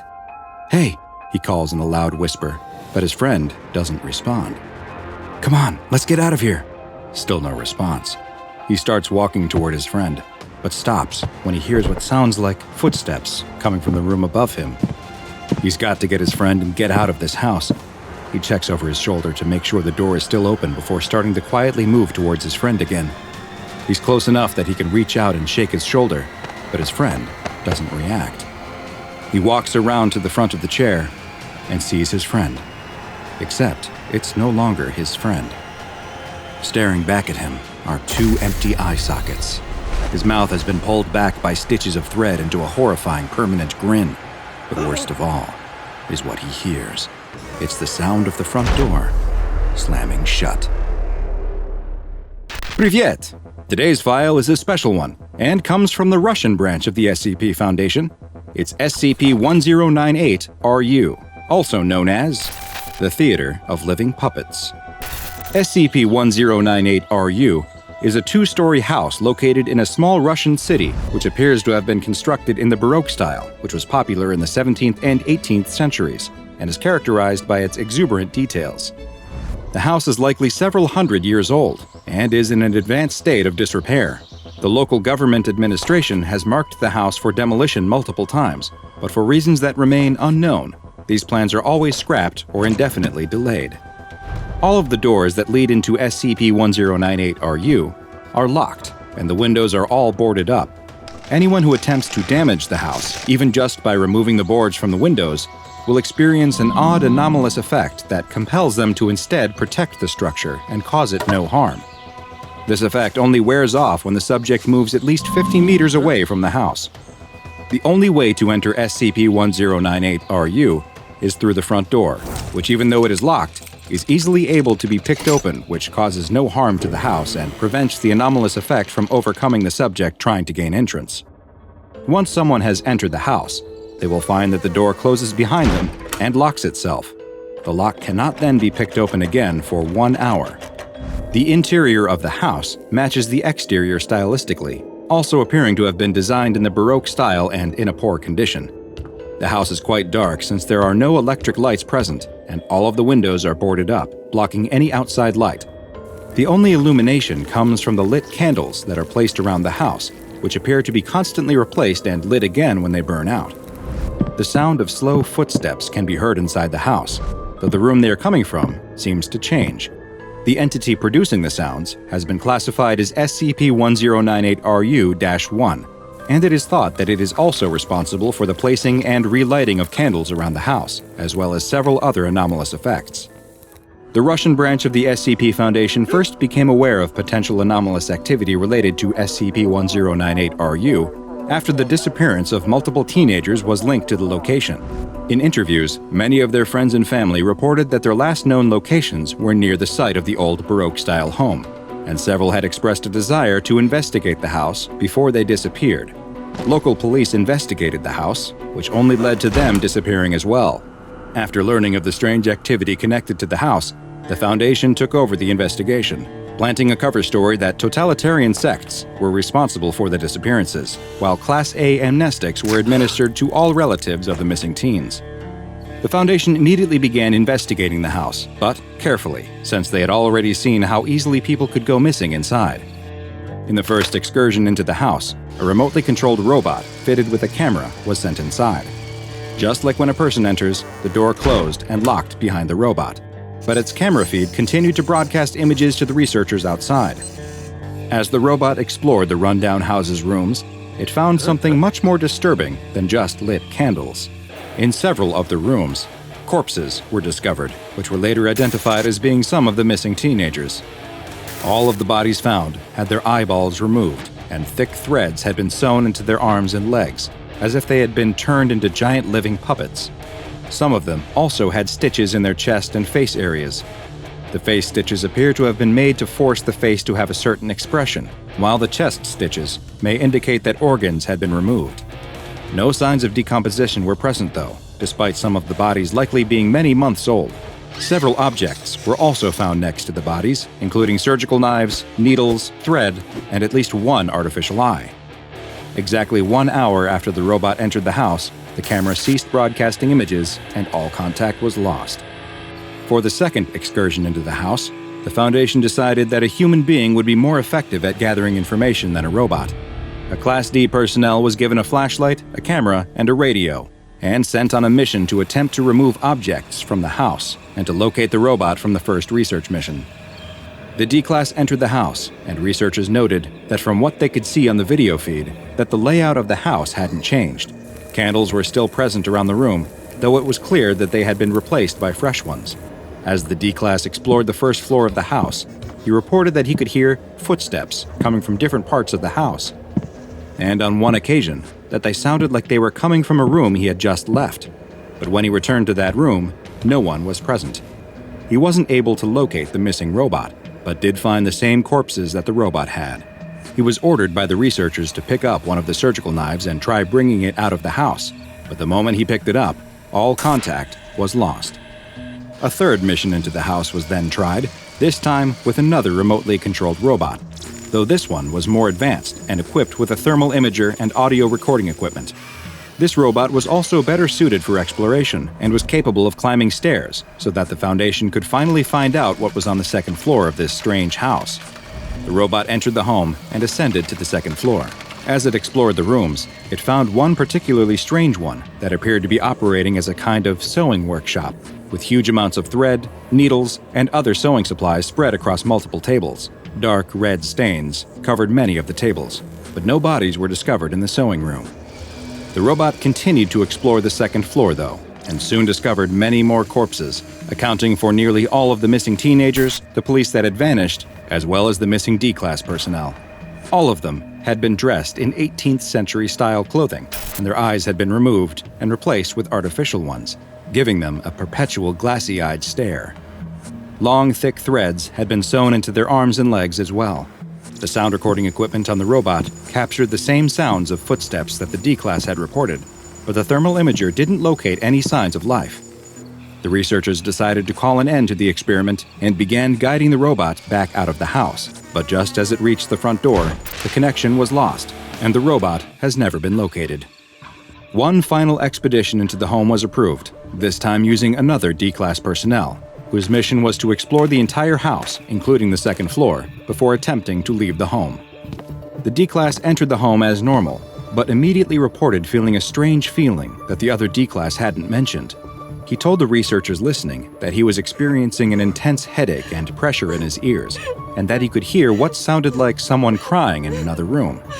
None of the equipment picked up the crying sounds, and the D-Class was ordered to investigate further. He approached the room that he claimed the sound was coming from, but still nothing was detected on the audio recording equipment.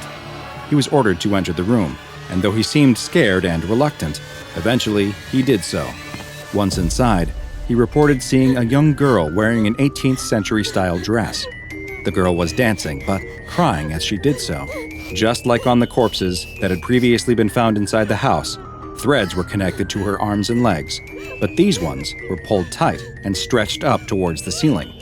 The D-Class followed their path up, but they disappeared into the darkness, reporting that it looked like there was no ceiling at all, just an inky black void where something was manipulating the strings attached to the girl, forcing her to dance. None of these visuals reported by the Class D could be seen on the video feeds the researchers were watching. As far as they could see, he was staring into an empty room. The D-Class was ordered to continue watching this strange recital, though, and after 5 minutes, all of the communication devices ceased working. The video feed was lost too, but the audio continued to record for a few more seconds, during which time a sharp clap noise was heard. The D-Class began screaming as a deep male voice spoke a phrase in Latin. Et perficiendi sit pretium. The performance must be paid for. No further signs of the D-Class were ever found. SCP-1098-RU has since been fenced off to prevent the general public from being able to enter it. A patrol team of 4 security guards is always on site, and anyone who attempts to gain entry to the house is to be detained, interrogated, and administered Class B amnestics.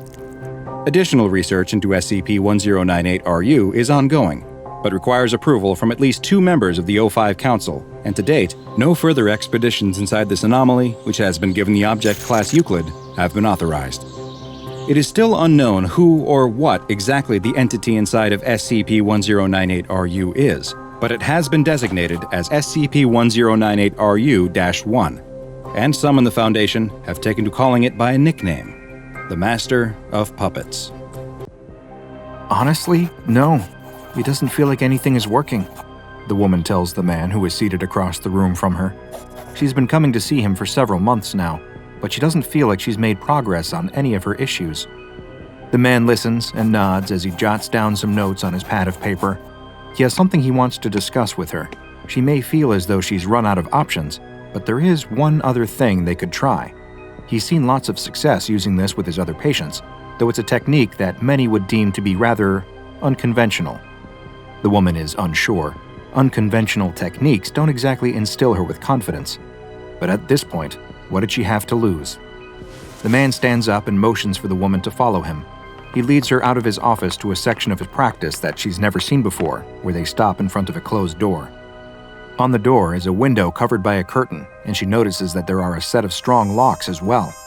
He unlocks the door and ushers her inside, where she finds that it is a small room, maybe 10 feet across at most. with thick padding on the floor and walls, and bright white lights set into the ceiling. He tells her to wait there just a moment and to make herself comfortable before he excuses himself.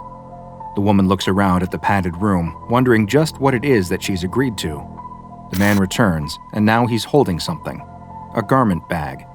He unzips it to reveal a dark piece of clothing inside, but when he takes it out, she sees now that it isn't clothing at all, at least not any normal kind. It's a straitjacket. The woman is scared, unsure if she wants to go through with this, and he does his best to put her at ease. If she's uncomfortable, she certainly doesn't have to do anything she doesn't want to, but he reiterates that he has had great results using this with some of his other patients. It's been something of a miracle cure. Well, no, cure is the wrong word. He corrects himself and explains that this won't cure her in the way that she's probably thinking, but rather what he's found is that this therapy is able to provide a momentary relief from symptoms, a chance to see what life is like without being plagued by the issues that have led her to seek his help. Once she has gotten a glimpse at what life is like without these burdens, they can work towards bringing her back to that point through other therapies and techniques. This might be just the breakthrough she needs to finally make something work. The woman is still skeptical, but she is desperate to find anything that will help her escape the thoughts constantly plaguing her mind so that she can get back to being the person she wants to be.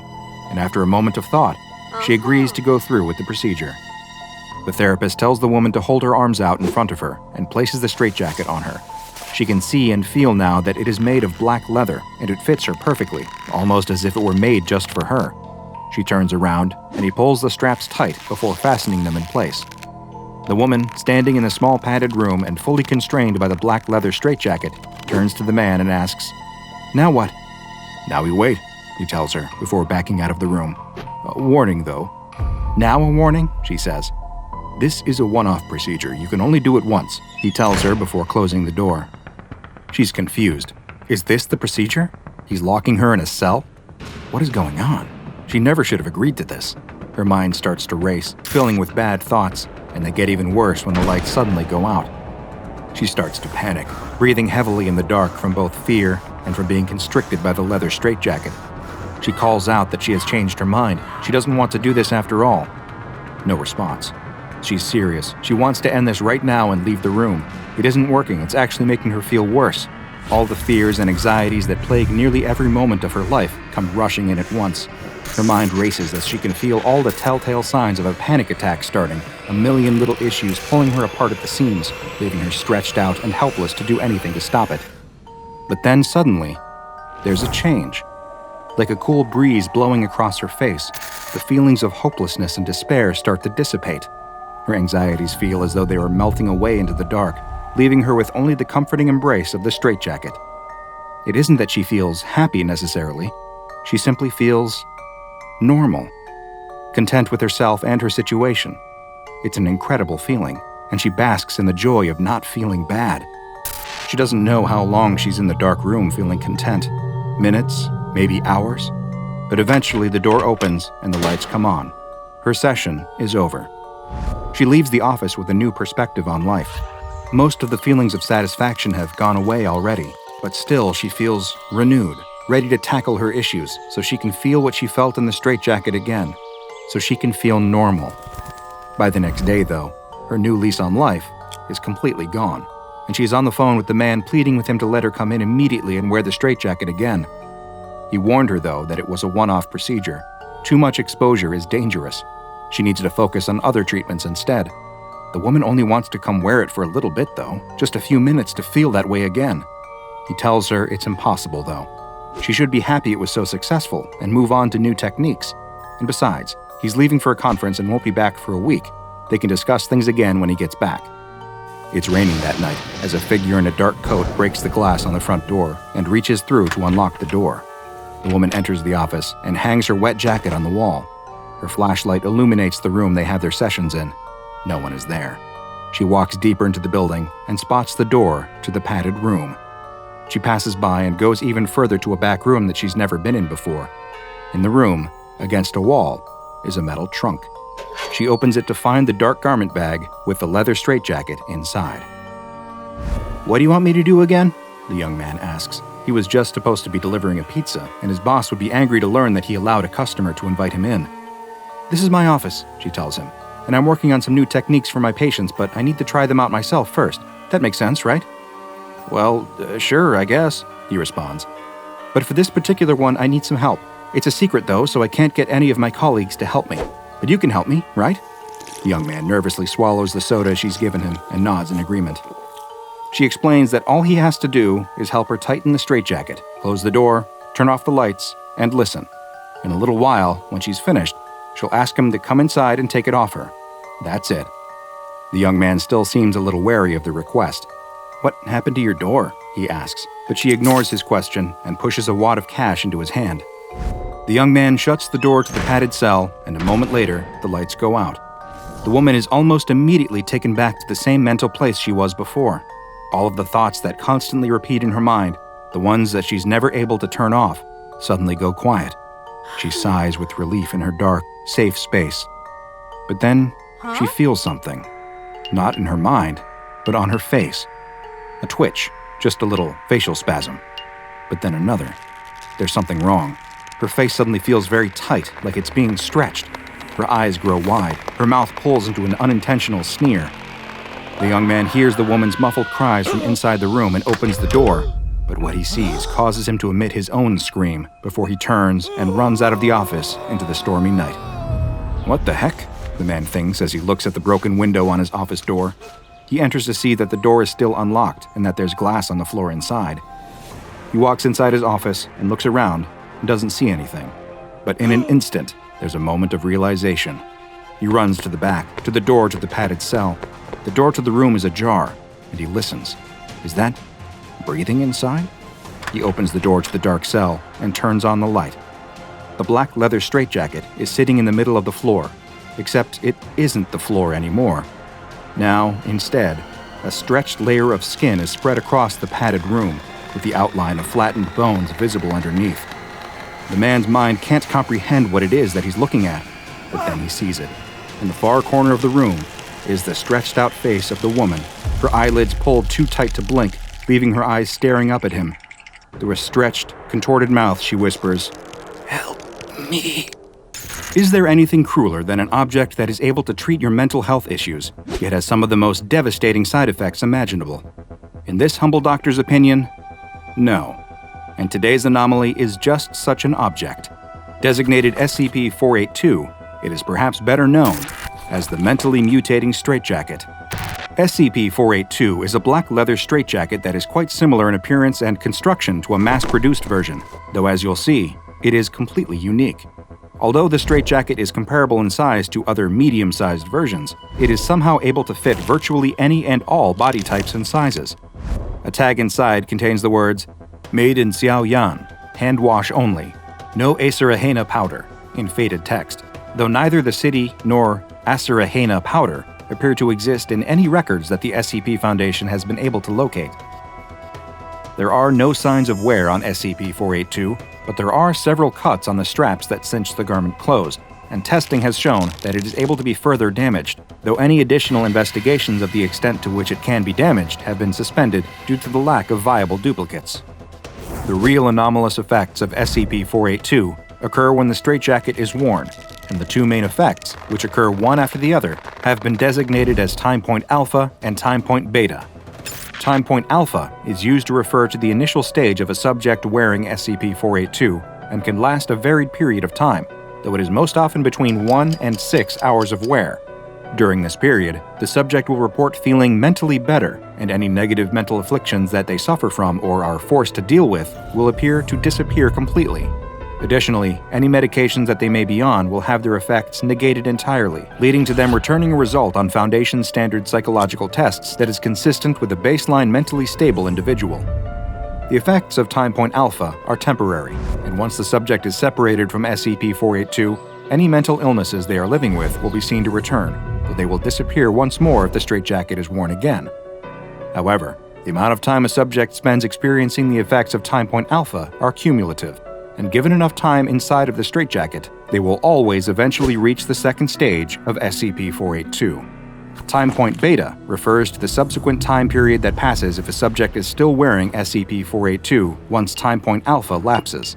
During this period, the changes to the subject will no longer be mental, and instead, they will begin to experience physical effects. The exact nature of the physical changes will vary, though they do seem to be related in some way to the subject's own mental health issue, with the degree of the change also seemingly related to the severity of their issue. Through the testing of SCP-482 by Foundation researchers on D-Class personnel, a number of different manifestations of the Straitjacket's anomalous effects have been documented, and they're recorded in a file designated Experiment Log SCP-482. In the first test, a male D-Class diagnosed with schizophrenia was placed inside of the leather straitjacket. He immediately reported feeling eerily calm, and he was observed to simply sit and stare at the wall with a blank expression for 2 hours and 49 minutes, a period which was later determined to be his time point alpha. Time point beta began 1 minute later at 2 hours and 50 minutes when the subject's body began to contort, and he remarked that he was in a great deal of pain. Various parts of the subject's body began to increase in mass and size, including his head, as his eyes began to bulge out. He called in agony while attempting to make eye contact with the researchers who were observing through a glass viewing window for 34 minutes until a termination order was given. Subsequent examination of the subject's body revealed that his body mass had increased by roughly 180% due to rapid bone and muscle growth. It's unclear what physical process caused this, though genetic tests showed that his DNA had abnormally shortened telomere strands. The observers also reported they experienced an unnatural feeling that rendered them unable to move in a normal manner while the subject was making eye contact with them. For the second test, another male D-Class, though one who had been diagnosed with a paranoid personality disorder, was placed in the straitjacket. During his alpha exposure, he reported a satisfying quiet in his head, with none of the disembodied voices that normally plagued his thoughts speaking to him. He still appeared content after 2 hours and was taken out of the suit, though after requesting to be placed back inside, he was allowed to return to wearing SCP-482. After an additional 1 hour and 30 minutes, though, the beta exposure began. Visible bulges appeared on his neck and shoulders, and after 4 minutes, he began screaming for someone to stop talking and get out of his head. More bulges appeared on his body, and audio recording equipment in the room picked up mysterious sounds that analysis has revealed to have been as many as 7 distinct voices speaking in an unknown language. The termination order was issued 25 minutes later, and a later autopsy revealed that each bulge actually contained a fully formed mouth and voice box.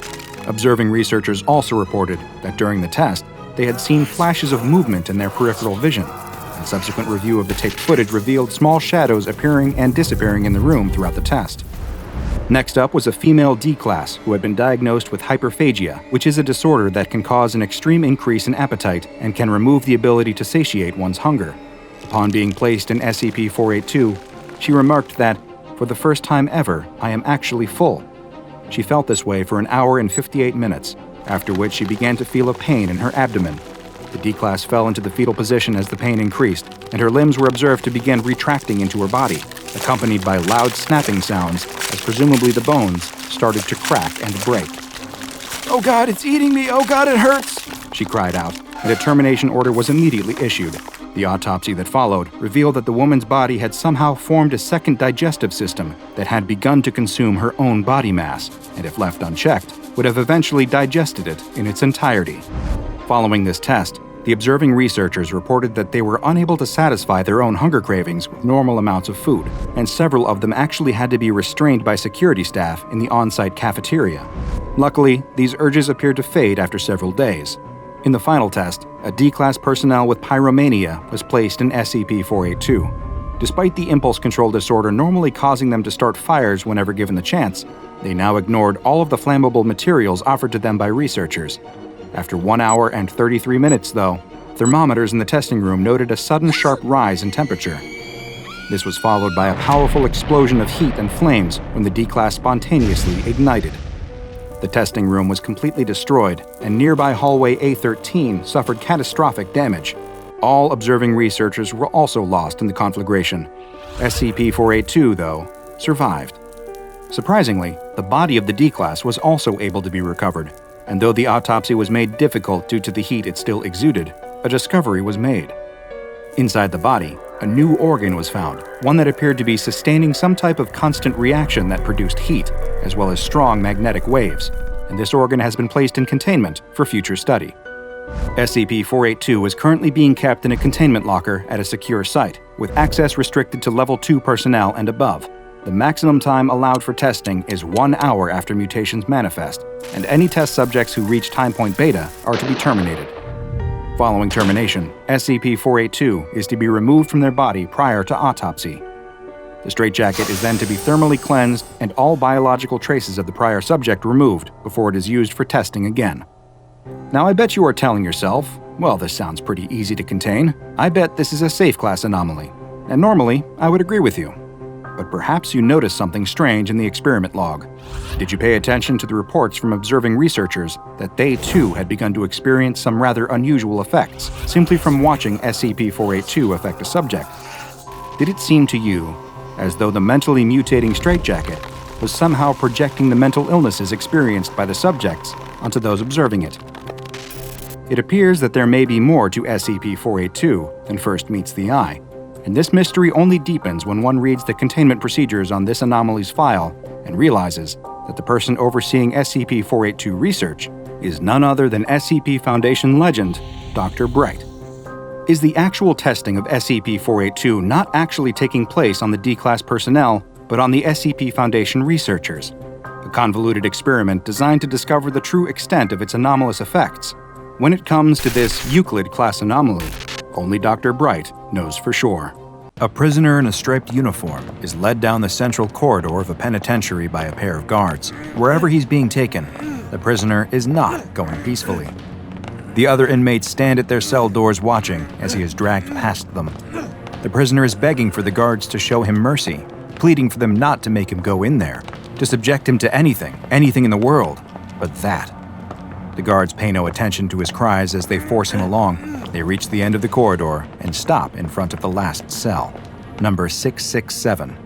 The prisoner looks into the dark, empty cell and screams, struggling against his captors one last time before they overpower him and shove him inside, slamming the door shut behind him. The prisoner looks around the small, dim cell. All that's inside is a bed with a thin mattress and a filthy toilet. He looks extremely scared, his eyes searching around the cell as if a monster is going to leap out from a dark corner and grab him. The prisoner hears a cracking sound and jumps in fright, spinning around to see a different kind of monster. Standing between the two guards who led him here is a third prison guard. He's enormous, and the prisoner watches as he cracks the knuckles of his massive hands. The giant guard reaches for something hanging next to the cell door. It's a clipboard. He looks at the prisoner's uniform and notes his name before writing it down. The large guard asks over his shoulder, "So, what are we thinking? 1 day? 2? For this one?" One of the other guards answers. "He deserves a lot more than that for what he did." "Why, what'd he do?" asks the big one. "He attacked one of the nurses. She's in pretty bad shape." One of the nurses? The veins in the larger guard's head start to bulge out as his grip on the pencil tightens. "Who was it?" It was Gloria," the guard answers. The pencil snaps in the giant guard's hand. One of the guards quickly picks it up and hands it back to him. Through gritted teeth, he answers, "I see." As the giant guard stares at him with angry, violent eyes, the prisoner starts to slink back into the dark cell, terrified of what's going to happen to him. "You like to attack nurses, do you? Well, we're going to give you plenty of time to think about that. I'll see you in a year." The two other guards look at each other, clearly thinking that this is extreme even for a crime like this. "Are you sure that's a good idea?" one of them asks. But it's already too late. The guard has penciled in the date for exactly 1 year later. "No, please, no!" the prisoner screams, rushing towards the bars and reaching out as if it will somehow help him. But it doesn't. There's a faint rustling of wind that seems to carry the sound of whispers, and then the prisoner vanishes. He's simply gone, blinked out of existence. The guard hangs the clipboard back on the wall before turning and quickly walking away. He needs to get to the infirmary. The two guards can do nothing but shrug at each other and follow after him. "Poor guy," one of them whispers as they walk away from the empty cell. 1 year to the day later, the huge guard walks down the same prison corridor. It's late at night, and as he walks along, he lets his baton hit against the bars of the cells, making a loud clatter. "Wake up, everyone, wake up. It's a homecoming day." Sleepy prisoners get up out of their beds and stand at the front of their cells, trying their best to look through the bars to see the cell at the end of the block. "See what happens when you mess with staff? Come on, get up, today's the day. It's a homecoming." The guard gets to the end of the corridor and stops in front of the empty cell with the clipboard hanging on the wall next to it. The door is open, and there's nothing inside the dark cell except for the same dirty toilet and bed. The guard takes out his pocket watch and checks the time. Everyone, the guard and the prisoners alike, are all focused on the empty cell. The guard checks his watch again. The minute hand ticks over to midnight, and the moment it does, the cell door slides shut and locks with a loud click.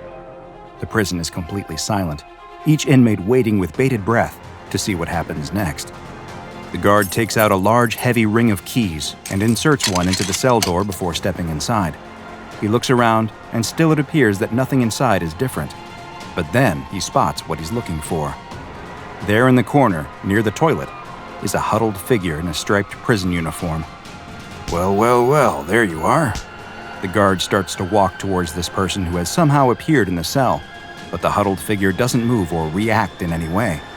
The guard reaches down and puts a hand on the man to flip him over. How'd you enjoy your stay? Solitary confinement is one of the most brutal forms of punishment that is still in use across much of the world today. The psychological and physical distress that comes from days, weeks, months, even sometimes years spent alone can be devastating. But as horrible as this practice is, there exists a form of retribution that is even more terrifying. One that even the most hardened of criminals fear and would do anything to avoid. This is SCP-2701, also known as True Solitary. SCP-2701 is a seemingly standard-looking prison cell located in a now-condemned Pennsylvania State Penitentiary. The prison, which was built in the early mid-1800s, was showing its age long before it was finally shut down, and the cell contains only an old toilet and bed, with a clipboard hanging to the left of the cell with various forms marked as intake. The cell's construction materials appear normal, and the contents themselves are non-anomalous. It is only when someone is placed inside of SCP-2701 and the clipboard next to the cell is used that its frightening effects become evident. When a human being is locked within the cell, their name is written on the intake form and a date is filled in under the Release Date section. SCP-2701's anomalous activation event is put in motion. 13 seconds after these conditions have been met, the person inside will disappear, completely vanishing from view as if they simply no longer exist.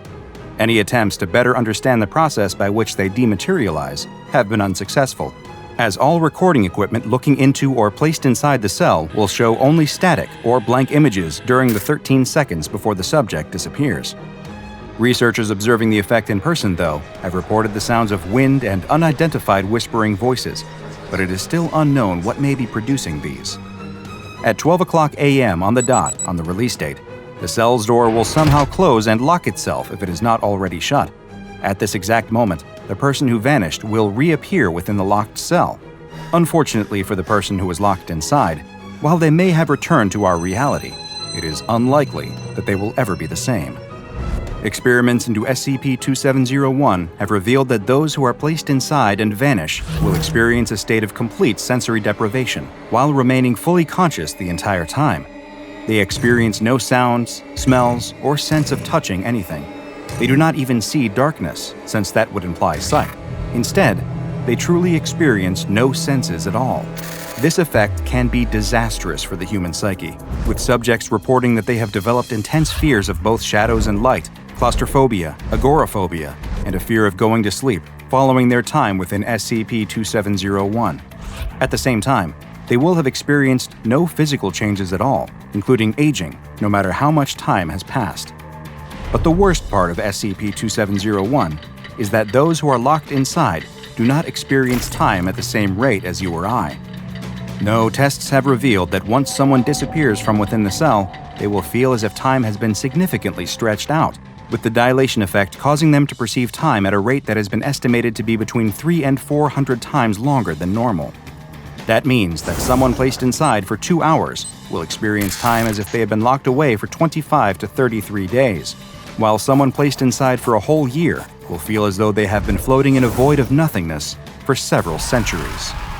Foundation researchers have theorized that the absence of any outside stimulation for that long of a period causes the mind to break down rational thought structures in an effort to mitigate stress, and that a complete psychological breakdown soon follows. In order to better understand the effects of SCP-2701, The SCP Foundation embarked on a number of tests using Class D personnel. In one experiment, which was performed on a D-class known as D77391, the event started at 11:45 p.m., and the release date was set for the coming midnight. This led to the D-class being inside the cell for 15 minutes, though they experienced their time within as having lasted 75 to 100 hours. When D77391 was interviewed 6 hours after reappearing, they described their time inside as being a true hell. Experiencing nothing but emptiness, they couldn't do anything. They couldn't sleep, they couldn't even scream. They were left alone with only their thoughts and memories. The only thing that kept them from completely losing their mind was something one of the researchers told them before they entered the cell. The researcher told them that no matter what they felt, that they had to hold on to the idea that they were going to come back. They needed to remember they wouldn't be in there forever. While these words of encouragement did seem to stave off the worst of the mental effects D77391 could have suffered, they also impacted the results of the experiment, and the offending researcher was later reassigned to a different project, following a 6-month suspension. The SCP Foundation first became aware of SCP-2701 following reports of certain abnormalities at a Pennsylvania state penitentiary. There were numerous complaints by lawyers that they were not being allowed to meet with their clients, and that they were being denied access to the site by the prison's warden. When police were finally dispatched to the site to investigate, it was discovered that the entire prison, which previously housed 137 inmates and employed a number of staff, had only one inhabitant: the warden. He described the activation procedure for cell 667 and explained that he had placed every single prisoner inside, one by one, and made them disappear. He had been keeping the funds that were supposed to be used for the care of the inmates, as well as to bribe officials and former staff in order to keep the warden's scheme secret and prevent any official inquiries. The warden surrendered to the police without incident, and an undercover Foundation agent within the Philadelphia police soon alerted SCP agents to the cell's anomalous effects. When a Foundation team arrived on site, they found the cell exactly as described, along with the intake forms. The prison warden had been telling the truth. Over 100 forms were filled out with inmates' names, with release dates ranging from 50 to over 1,300 years in the future. The ease with which SCP-2701 is able to be contained has led to it receiving the Safe classification. The former prison where SCP-2701 is located is monitored at all times by video and audio surveillance, and a security guard equipped with full-body restraints is present at all times to both detain any subjects who appear within the cell, as well as prevent any new ones from being placed inside that aren't a part of an official SCP Foundation experiment. A young man and his girlfriend enter the apartment they share. She tosses her keys on the entryway table as the man checks the time on his phone. He reminds the young woman that they will need to leave soon if they don't want to miss the movie they have purchased tickets for. The woman agrees, but she wants to take a quick shower before they leave. As she goes to freshen up, the man sits down at his computer to get in a quick round or two of his favorite online squad-based first-person shooter. He puts on his headset and jumps into a game. Before he knows it, he's just finished his third round. He checks the time on his phone again and realizes that they were running late. He takes off his headphones and is confused when he hears what sounds like the shower still running. He gets up and goes to the bathroom door and listens. The shower is definitely still on. The man knocks on the door and asks if everything is all right. He waits a moment, but there's no response. He knocks again, and still nothing. She doesn't usually take showers this long, and he immediately worries that she might have passed out or, well, he doesn't even want to think about it. "I'm coming in, okay?" he announces as he opens the door to check on her. The man immediately notices how steamy the room is. The hot water must have been running for a while, and he's worried she really did pass out from the heat. "What's going on? Are you okay?" he asks, and when there's no response again, he pulls open the shower curtain to find nothing. Just an empty tub. There's no sign of his girlfriend anywhere. The man is beyond confused. He turns off the water and goes to the bedroom, but she isn't in there either. He runs to the front door, but it's still locked, and her keys are sitting on the table. He unlocks the door and sticks his head out into the hallway anyway, but nothing is out there. What is going on? He checks the bedroom again, then the bathroom, but she hasn't suddenly reappeared in either. He's in complete shock, unsure of what could be happening. He sits down on the toilet and puts his head in his hands. His head is spinning as it feels like the world is suddenly falling down all around him. The police are immediately suspicious of the man's story. His girlfriend simply vanished while taking a shower? "You expect us to believe that?" the detective asks. The man has no answer, though. It's as if she simply blinked out of existence. He's convinced she must still be in the building somewhere, that she somehow slipped out without him noticing. But none of the security footage from inside the building shows anything abnormal. There's footage from the cameras in the lobby of them entering the building, but nothing after that of her leaving. Just as in every missing person case like this, the boyfriend is the #1 suspect. But without any evidence, they can't hold him any longer. After many long hours of interviews, they finally allow him to leave, but not back to the apartment, since it's an active crime scene. The man has no family to speak of, and his few friends seem to have the same suspicions as the police and want nothing to do with him. His girlfriend was the only person he truly had in the world, and now she's gone. He's put up in a shabby motel, and days pass, then weeks, then months, but no evidence of the missing woman ever turns up. The man replays the memory of that day over and over in his head, searching for some kind of answer, but try as he might, he can't remember anything helpful. No clue as to what could have happened. The case is completely cold, and has been from the very start. The police eventually have to move on to newer, more solvable cases, and they finally allow the man to return home. He's overwhelmed with emotion the first time he enters the apartment. The place is a mess. It looks like the police turned it inside out looking for clues. Not knowing what else to do, he starts the long process of cleaning up the apartment. After hours of putting things away, he eventually gathers the strength to go to the one room he's been avoiding, the bathroom. He opens the door to the last place he's certain his girlfriend was. He enters to find that it looks like the rest of the apartment, as if someone has looked at every single object. But just like him, the police never found any trace of where she went. After straightening up this last room, he decides that he should take a shower and go to bed. It fills him with dread to think about standing in the last place he knows where she was. But he's had months to grieve the loss of his girlfriend, and he's decided that he needs to move on, whatever that means when someone goes missing without a trace. He turns on the shower and lets the water heat up before stepping in. Once he's in, every thought he has is about her. He wonders if she ever actually got in the shower at all, or somehow used it as a diversion to slip out unseen. He just can't figure out how. The day's events race through his mind, just as they have 1,000 times before, but his thoughts are interrupted when he notices that the water has started to pool around his feet. He looks down and sees that the drain cover looks normal. Maybe there's a clog, though. Do showers clog when they're not used? He has no idea. He bends down to get a closer look. The long black creature emerges from the drain in the blink of an eye and latches onto his mouth, muffling him before he even has a chance to scream. He struggles and pulls down the curtain on top of him as he falls back onto the shower floor. But it's already too late. And in a matter of minutes, he too will be gone without a trace. Is there anything more comforting after a hard day than a nice, long, hot shower? The answer to that is no, there is nothing better. But that relaxing shower might just be the last you ever take when, unbeknownst to you, your pipes are home to an instance of SCP-153, also known as drain worms. SCP-153 refers to a species that resembles the common nematode, or roundworm, consisting of a long, thin body with a large mouth on one end. While some roundworms can grow to as large as a meter long, which is in itself a disturbing thought, SCP-153 instances can be much, much larger, and it is estimated that they can reach up to nearly 10 meters in length, though it is hypothesized that some instances in the wild may grow even longer. These worm-like creatures will feed off of any available organic material. However, their favorite form of sustenance is fresh animal tissue, and they appear to have an especially strong predilection towards human flesh. In order to satiate their desire to feed on their preferred prey, SCP-153 has developed a rather unique predatory style that perfectly suits its elongated body structure. While it is unknown just where they originate, they are most often found in the pipes of sewer and drainage systems. 153 instances will swim up those pipes, seeking out ones that lead to people's homes, and especially those that connect to showers and bathtubs. Once they reach the end of the pipe, SCP-153 will latch onto the drain cover and begin secreting an acidic substance.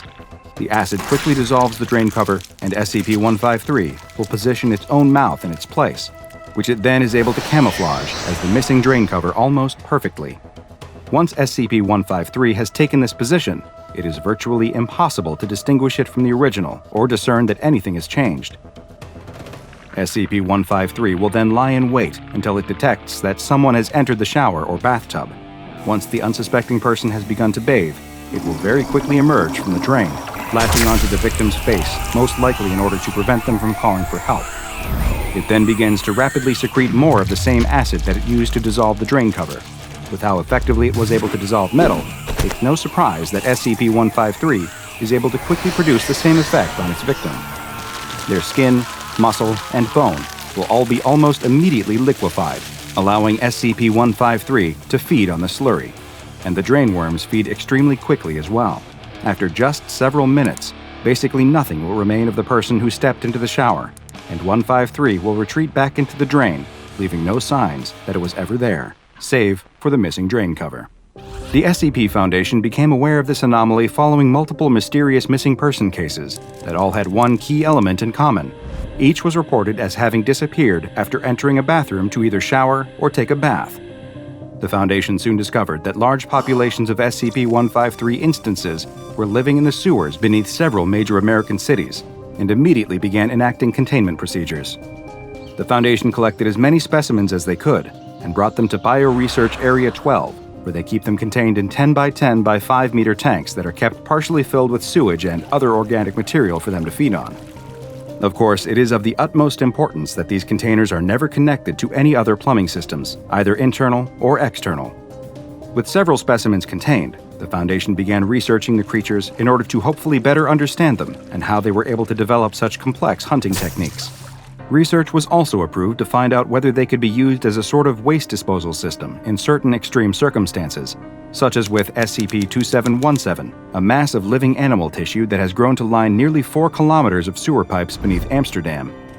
A small number of SCP-153 instances were approved for release into the wild in order to test whether they could stall the spread of 2717.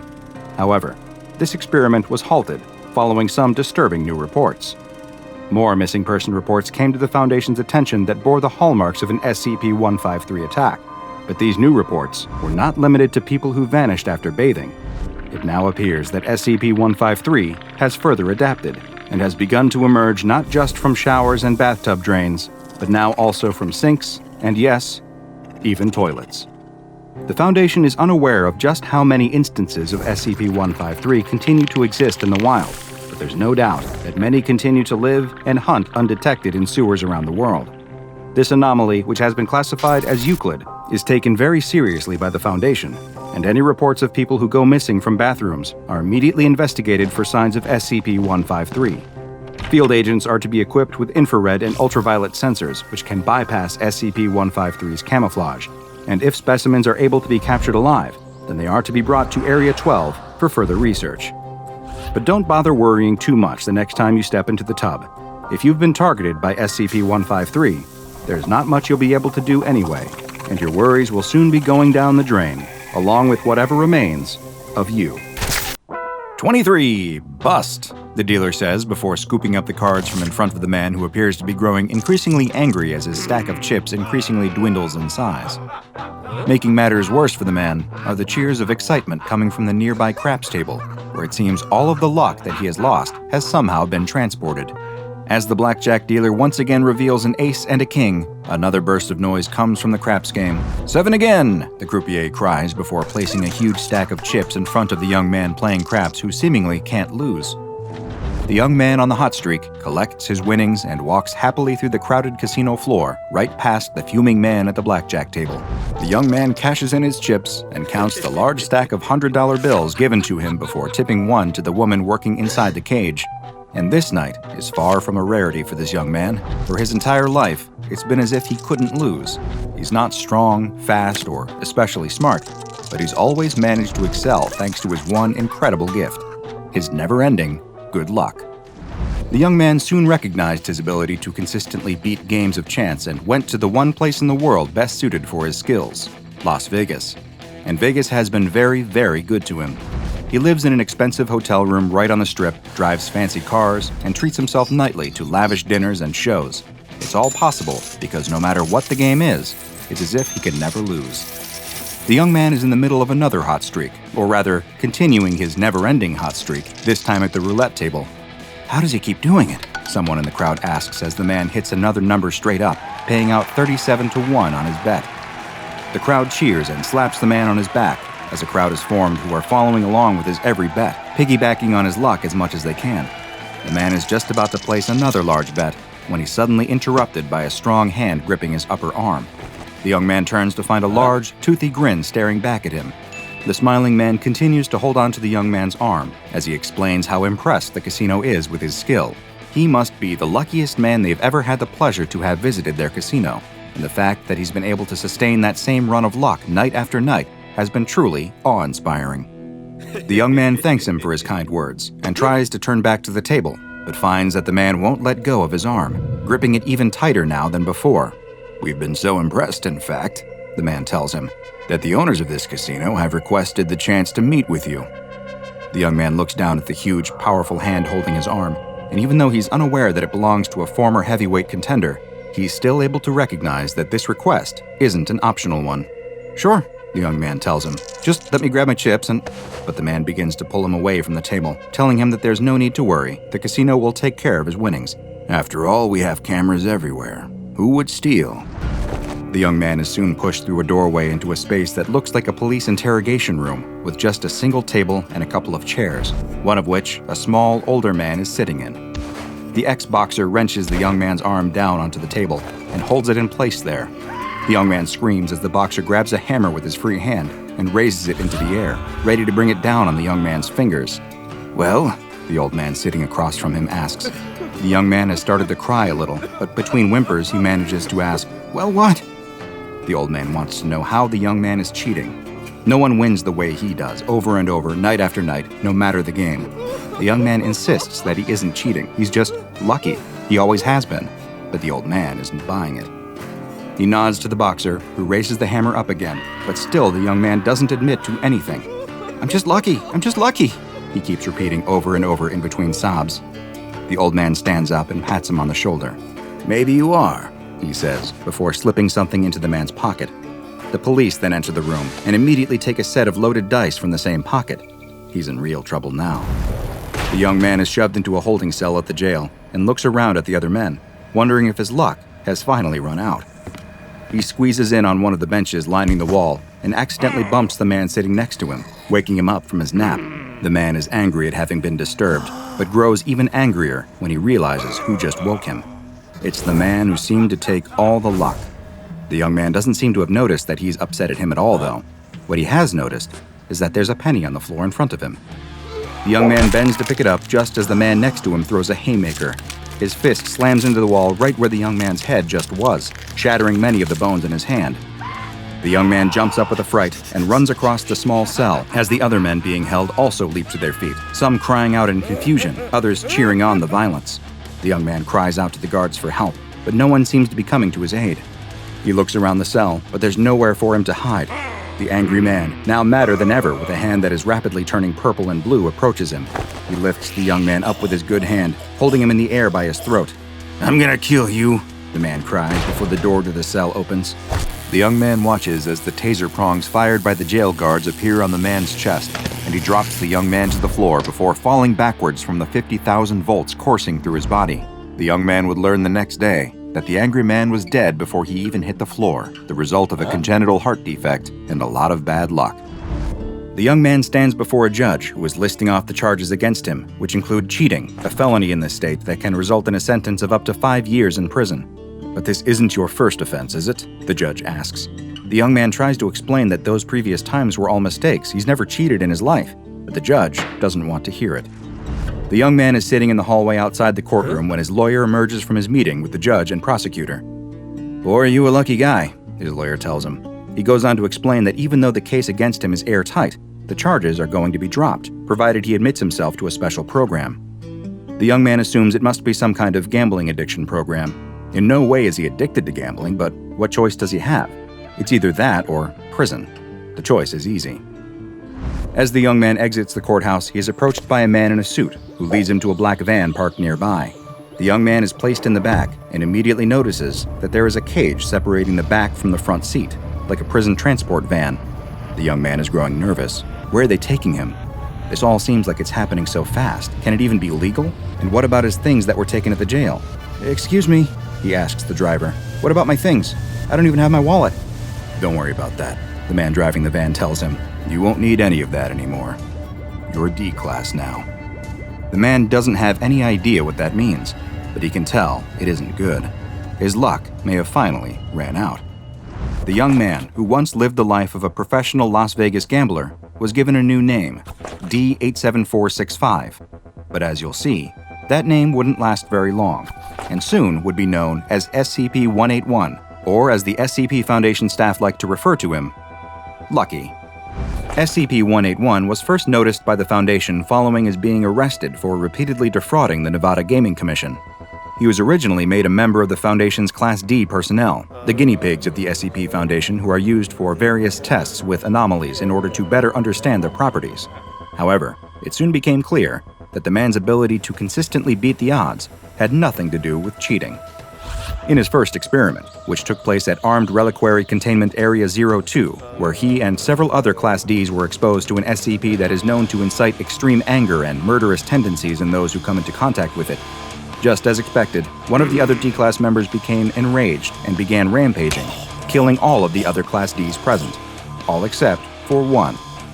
Through what appeared to be a stroke of good luck, the frenzying D-Class seemed to miss D87465, who had laid down on the ground amongst the other bodies and was playing dead. An armed response team soon entered the experimentation cell and put down the rampaging D-Class, sparing D87465. He was next submitted to a test with SCP-075, a creature that resembles a large snail with a muscular foot shaped like a six-fingered clawed hand. SCP-075 is much heavier than its small size makes it seem like it should, weighing approximately 860 kilograms. Despite this, it is able to move at an extremely high speed, quickly leaping towards anyone who comes near it and spraying them with a deadly corrosive liquid. D87465 was placed in a cell with SCP-075 as part of a test to measure its speed and reaction time. But despite SCP-075 having immediately killed all other prior D-classes during tests, D87465 somehow managed to keep avoiding its leaping attacks.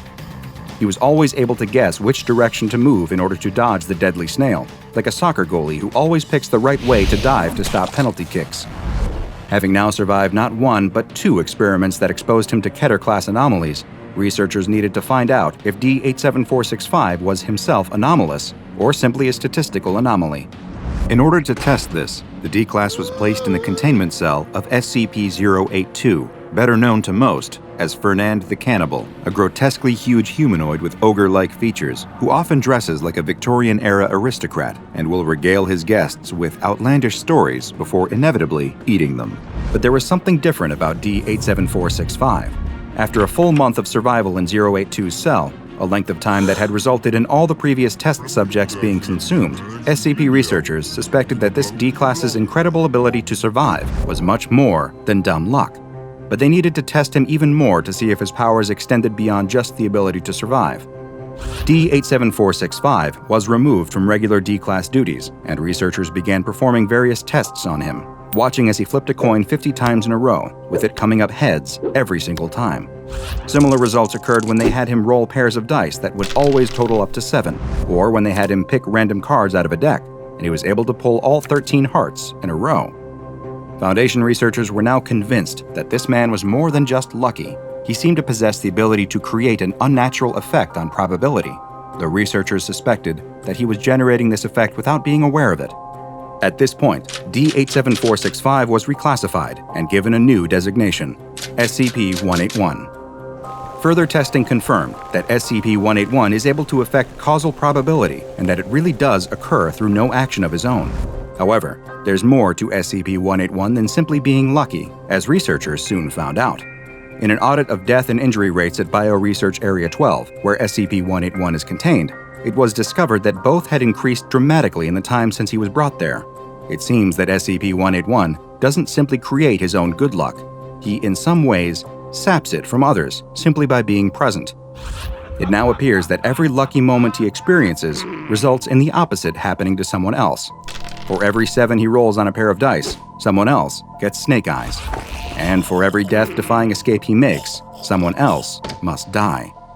There's no telling how far his ability might scale. Could he survive a nuclear blast? And if he did, what would be the result in order to even out the odds, so to speak? In light of these new discoveries, SCP-181 was removed from his low-level containment cell where he was allowed to occasionally interact with D-Class personnel for entertainment purposes, and was moved to Site-27, where he was placed in solitary confinement and classified as safe. All interactions with staff are now limited to the bare minimum in order to ensure his survival and security, without risking any events that might result in him getting lucky.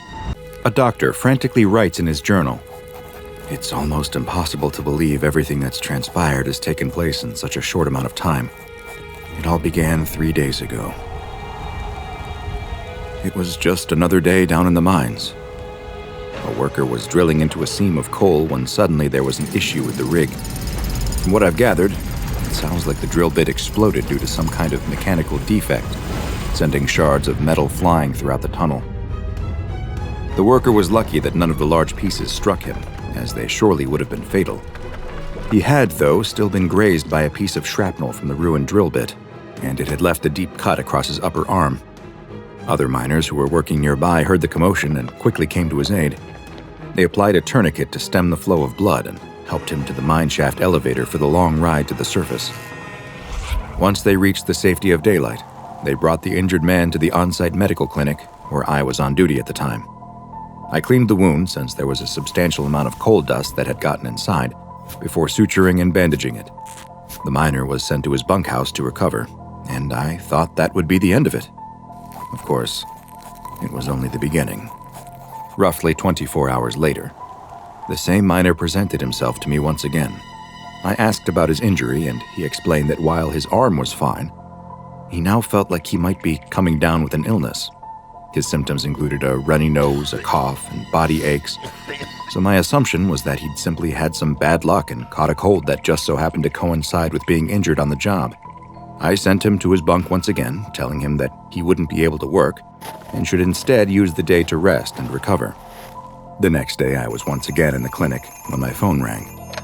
It wasn't the sick miner, but instead his supervisor. The miner hadn't shown up for his shift that morning, and he asked for me to go check on him since he knew he hadn't been feeling well. I agreed that it was strange that neither of us had heard anything else from the miner and went to see him straight away. I entered the bunkhouse where many of the workers stay while on site at this remote mine. It was empty, except for the injured miner who was still in his bed. As I approached, I could immediately tell something was very wrong.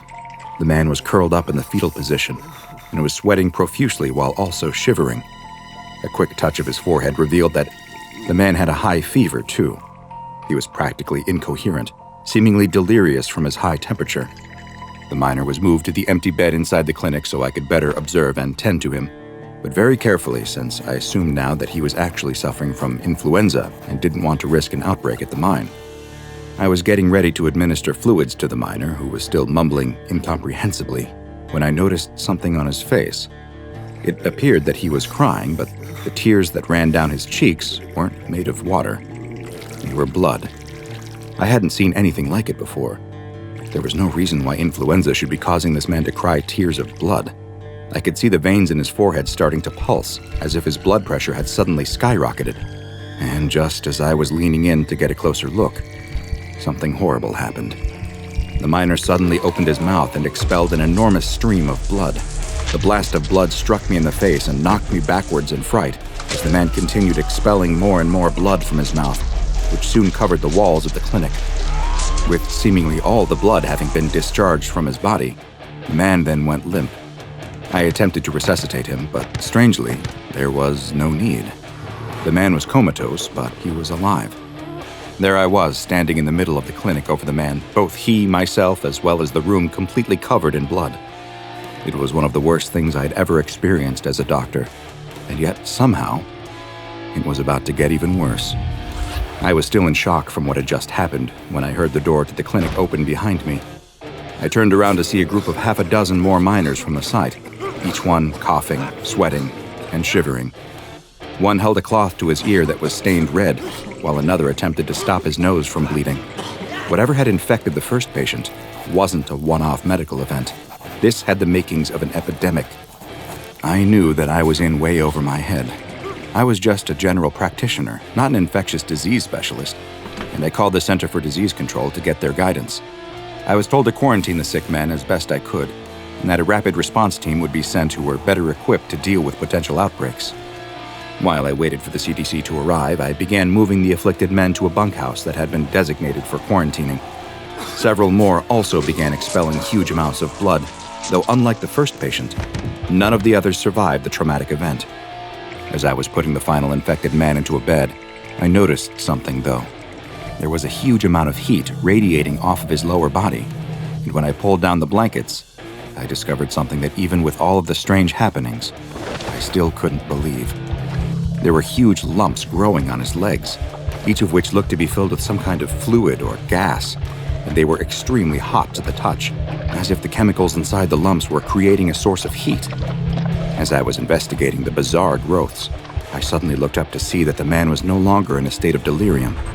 Instead, a crazed look had come over his eyes, and he suddenly leapt out of bed, flailing and clawing at me as if he wanted to kill me. I don't know how, but I was able to fight off the man and run out of the bunkhouse.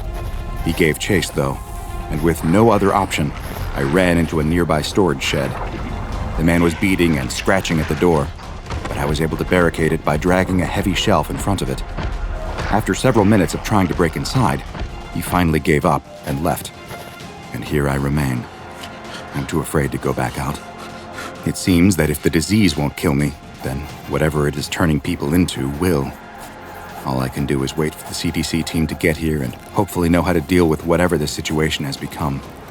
The doctor closes his small notebook and notices a drop of something fall onto the cover. He reaches up and wipes his hand across his mouth. It comes back, covered in blood. The doctor didn't know what the disease was that had so rapidly spread through the workers at the mine, nor did the CDC response team when they arrived. No, it wasn't until the SCP Foundation caught word of the mysterious outbreak that someone would finally determine what was happening with what would soon be called SCP-016, which is also known as the Sentient Micro-Organism. SCP-016 is a blood-borne pathogen that was first discovered after a worker at a remote mine was injured while drilling into a coal seam deep beneath the earth. It is theorized that coal dust entered the wound, dust which perhaps carried dormant spores of what would become SCP-016. Over the next several days, all of the remaining employees at the mine were infected, as was the CDC crisis team that was sent to the mine to investigate the outbreak of what was potentially an undiscovered pathogen. Following the CDC's inability to deal with the disease, the SCP Foundation took over the site and quickly terminated all affected personnel in order to prevent further spread. The first infected person, Patient 0, was taken into Foundation custody for further investigation, and the mine shaft itself was collapsed by an explosive device in order to seal it off. After studying Patient 0, the Foundation learned a great deal about just what they were dealing with. What they found was that SCP-016 has an incubation period that can vary wildly from just 24 hours to as long as 2 years, with the length appearing to be dependent on the number of other potential human hosts in the immediate area. Once symptoms begin to present in an individual, they will at first look to be quite similar to the common cold. They can include coughing, a runny nose, itchy eyes, and body aches.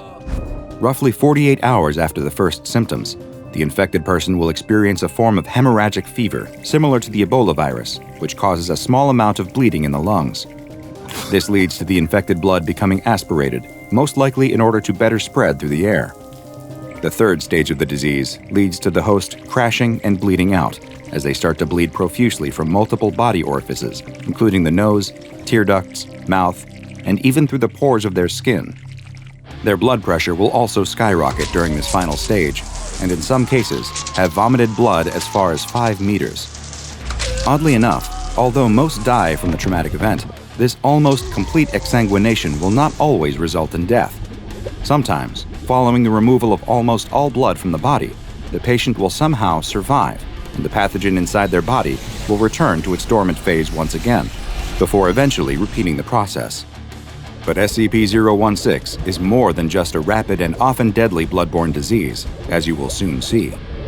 As SCP researchers studied the disease, what they discovered was that it had a very strange property that sets it apart from other hemorrhagic fevers like Ebola and the Marburg virus.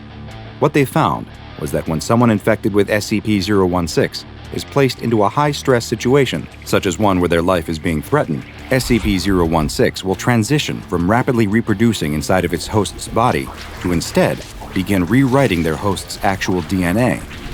This genetic manipulation, combined with the stimulation of rapid cell division, leads to the host undergoing major physiological changes and in extremely small amounts of time. In just 24 hours, the host can begin showing physical changes to their body, and a complete bodily reconstruction can occur in less than 2 weeks. Most of the hosts who begin to undergo physical changes will not survive the process, due to how heavily the transformation stresses the body, but those that do will be changed in more than just physical ways. They'll exhibit hyper-aggressive behaviors, not dissimilar to those infected by rabies. And it's theorized that the pathogen may cause this behavior in order to better spread the virus. When the Foundation realized that SCP-016 was capable of these transformative effects, they immediately undertook a number of experiments on D-Class personnel in order to better understand their full extent. In the first test, a D-Class was infected with SCP-016, and as soon as they began showing symptoms, their cell was slowly flooded with water in order to stimulate the life-threatening situation needed to trigger the transformation process. Over the next 24 hours, researchers watched as the subject appeared to develop gills, which would allow it to survive in the now water-filled cell. The transformations didn't stop there, though, and over the next 2 weeks, the subject also had their limbs change into fins, their eyesight deteriorated, and their sense of hearing increased as they developed an echolocation ability very similar to the one employed by whales and dolphins. The experiment was concluded by removing all of the water from the cell, leading to the death of the subject from asphyxiation, as they could no longer breathe in the open air.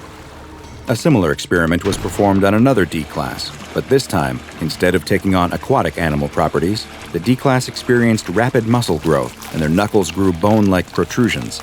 It attempted to use both of these to break through the door of their flooding cell, but they were unable to breach the reinforced steel and soon died from drowning. The Foundation now knew that the virus could react in different ways to the same situation. The same experiment was run a third time, but in this instance, the infected D-Class exhibited an entirely different means of trying to escape. The subject had a massive growth appear on its chest, which seemed to be fed from 2 different tubes of flesh, also emanating from the subject's body. Fearing what it planned to do, the Foundation ended the experiment early and terminated the subject. An autopsy revealed that the growth was actually a hollow chamber that was being fed by the tubes with oxygen and acetylene gas, which when combined in sufficient amounts would cause a massive combustion event. In other words, SCP-016 was turning the subject into a living bomb. Moving on from flooded cell tests, the researchers next left a D-Class inside of a room with no stressing elements, and instead told them to focus on growing a pair of wings. Without any reason to begin the transformation process, SCP-016 went through its normal stages, and the subject died from blood loss without any other changes occurring. In the final test, a D-Class was placed inside of an acrylic box that was suspended over a mine shaft, with a timer attached indicating the time when the bottom of the box would open and drop the D-Class into the 1,000-foot deep shaft. This D-Class was also told to focus on growing wings that would allow them to survive the plunge. The subject began to transform over the next 24 hours, but rather than grow wings, they instead developed a tentacle-like appendage on their arm that was capable of producing silk, similar to a spider's spinneret. They used the silk-producing organ to secure themselves to the box, showing that subjects did not appear to be able to control the way in which SCP-016 would alter their bodies.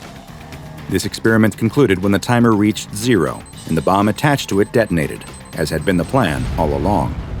Following this last test, SCP-016 samples were placed into containment, and access to the sample for experimental purposes is only allowed with prior authorization from Level 4 or 05 personnel, with full documentation of the proposed experiment required beforehand.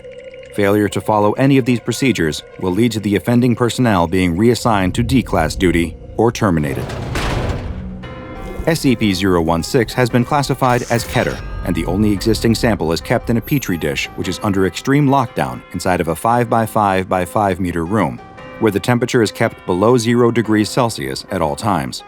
Should an outbreak of SCP-016 occur, all infected personnel are to be immediately terminated on site, and if the infection cannot be contained within 48 hours, then the on-site nuclear device is to be detonated prior to any additional personnel being evacuated.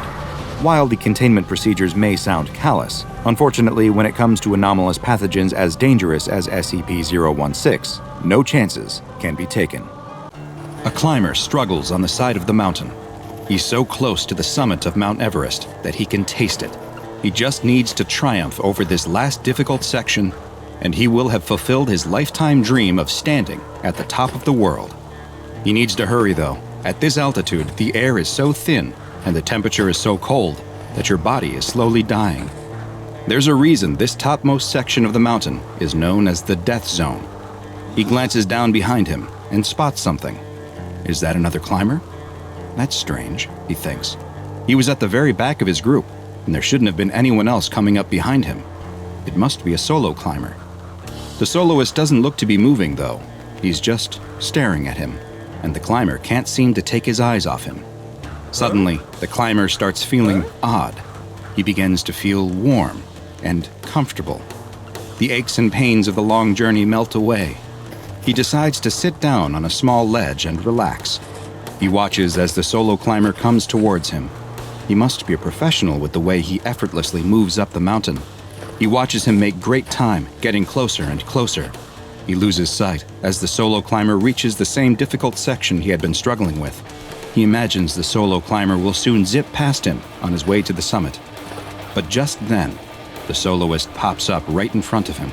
He clasps his hands on the climber's shoulders and pulls him close, staring into his eyes with those dark, black goggles. They feel like they're pulling him into their depths, and there's nothing he can do to resist it. The climber tries to scream, but all that comes out of his mouth is silence. Hi, I'm Dr. Bob, and this is SCP-1529, also known as King of the Mountain. But first, a quick personal request from me. I need your help to spread the word about the lesser-known anomalies in the SCP Foundation's archives. The best thing you can do to help me is subscribe, turn on notifications, and then go tell your friends to do the same. This is a huge help and will let me bring you more and more SCP videos. Now, back to our file.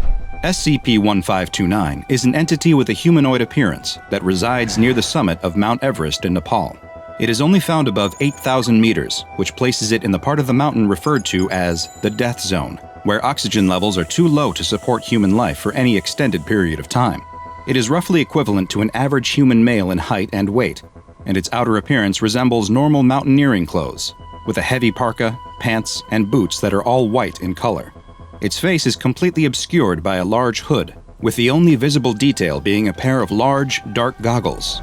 SCP-1529 has never been seen wearing any other outfit, and in fact, it is unknown whether these are articles of clothing at all, or if they are actually a part of its body. The SCP Foundation first became aware of an anomalous entity lurking near the top of Mount Everest in the 1970s, when climbing expeditions to the summit became more commonplace among professional and amateur mountaineers alike. Rumors began to spread and told of a monster that was killing unfortunate climbers. In 1999, the body of George Mallory, who is believed to be the first person to reach the top of Mount Everest, was located, and photographic film found on his body was developed. From those pictures, it is now known that SCP-1529 was present at least as early as his 1924 expedition. When sufficient daylight and a lack of cloud cover allows observation of the peak by telescope, SCP-1529 can be seen sitting or lying on the mountain, apparently motionless in an inactive state. These motionless periods have been seen to last anywhere from 17 minutes to as long as 8 months. When active, though, it can be seen summiting and descending the upper portion of the mountain, though it never uses any climbing tools and will ignore established climbing ropes and ladders that have been installed by other climbers. It has also been observed easily traversing portions of the mountain that are considered too difficult or altogether impossible by experienced climbers. Additionally, SCP-1529 is not impacted by the freezing temperatures, extreme wind speeds, or low oxygen levels at the top of the mountain, and it has never once been seen to stumble, fall, or even lose its grip. It is unknown what prompts SCP-1529 to become active or enter a resting inactive phase, nor has there been any established correlation of these phases to weather, time of year, or traffic on the mountain. Its active periods have been observed to last between mere hours to several days, but the exact amount is hard to know for sure. Nighttime observation of 1529 has so far been impossible, even with thermal imaging cameras, since it produces no heat, with its temperatures being the same as that of the surrounding environment. When in its active phase, if a human climber passes the 8,000-meter mark, then SCP-1529 will begin to make its way towards them. putting itself in the path between the climber and either the summit if they are ascending, or their camp if they are descending. It seems to prefer to go after solo climbers, or those that are significantly ahead or behind their climbing group, but it has been observed targeting climbers in a group when a solo opportunity is not available. Once SCP-1529 is within eyesight of its targeted climber, it will attempt to gain their attention and then lock eyes with them, which produces a hypnotic effect. The climber will find that they are unable to break eye contact with SCP-1529, and will then begin to experience feelings of warmth and euphoria, similar to the effects of hypothermia and hypoxia, also known as altitude sickness. The victim will feel the overwhelming desire to sit down where they are, and once they stop moving, SCP-1529 will quickly close the distance between them. Once SCP-1529 reaches the victim, death is almost a certainty. An examination of bodies has shown the cause to be from hypothermia. Strangely, it's been observed that victims seem to succumb within just 1 to 2 hours after having first made eye contact with SCP-1529, a period of time much shorter than usual for climbers trapped on the summit of Everest. After death, the victims' bodies experience an accelerated rate of decay, and after mere hours or days, the bodies become rotted and mummified at a level comparable to bodies that have been exposed to the wind and cold of the mountain for decades. Many of the over 200 deaths on Mount Everest have been attributed to SCP-1529, and the rare survivor of an encounter is almost always due to the intervention of another mountaineer, who was able to offer assistance to the entranced climber before SCP-1529 was able to reach them. There have been several notable reports from survivors of interactions with SCP-1529. One, known as Incident 1529-1, is also the only documented instance of SCP-1529 descending below the 8,000-meter mark. During the incident, the entity entered Camp 5, located on the northern approach of the mountain at 7,775 meters, which resulted in multiple deaths, including 2 Foundation personnel who were operating the monitoring posts. One climber, who had initially believed to have been killed in the incident, was discovered to still be alive 2 days later when Foundation personnel were conducting investigations at the camp. He was safely removed from the mountain, though he required the amputation of several frostbitten fingers and toes. During an interview with a Foundation agent, they described spotting SCP-1529 just 10 minutes after leaving the summit of the mountain. After locking eyes with the entity, they began to feel happy, comfortable, and relieved, like they were back at home next to a warm fire.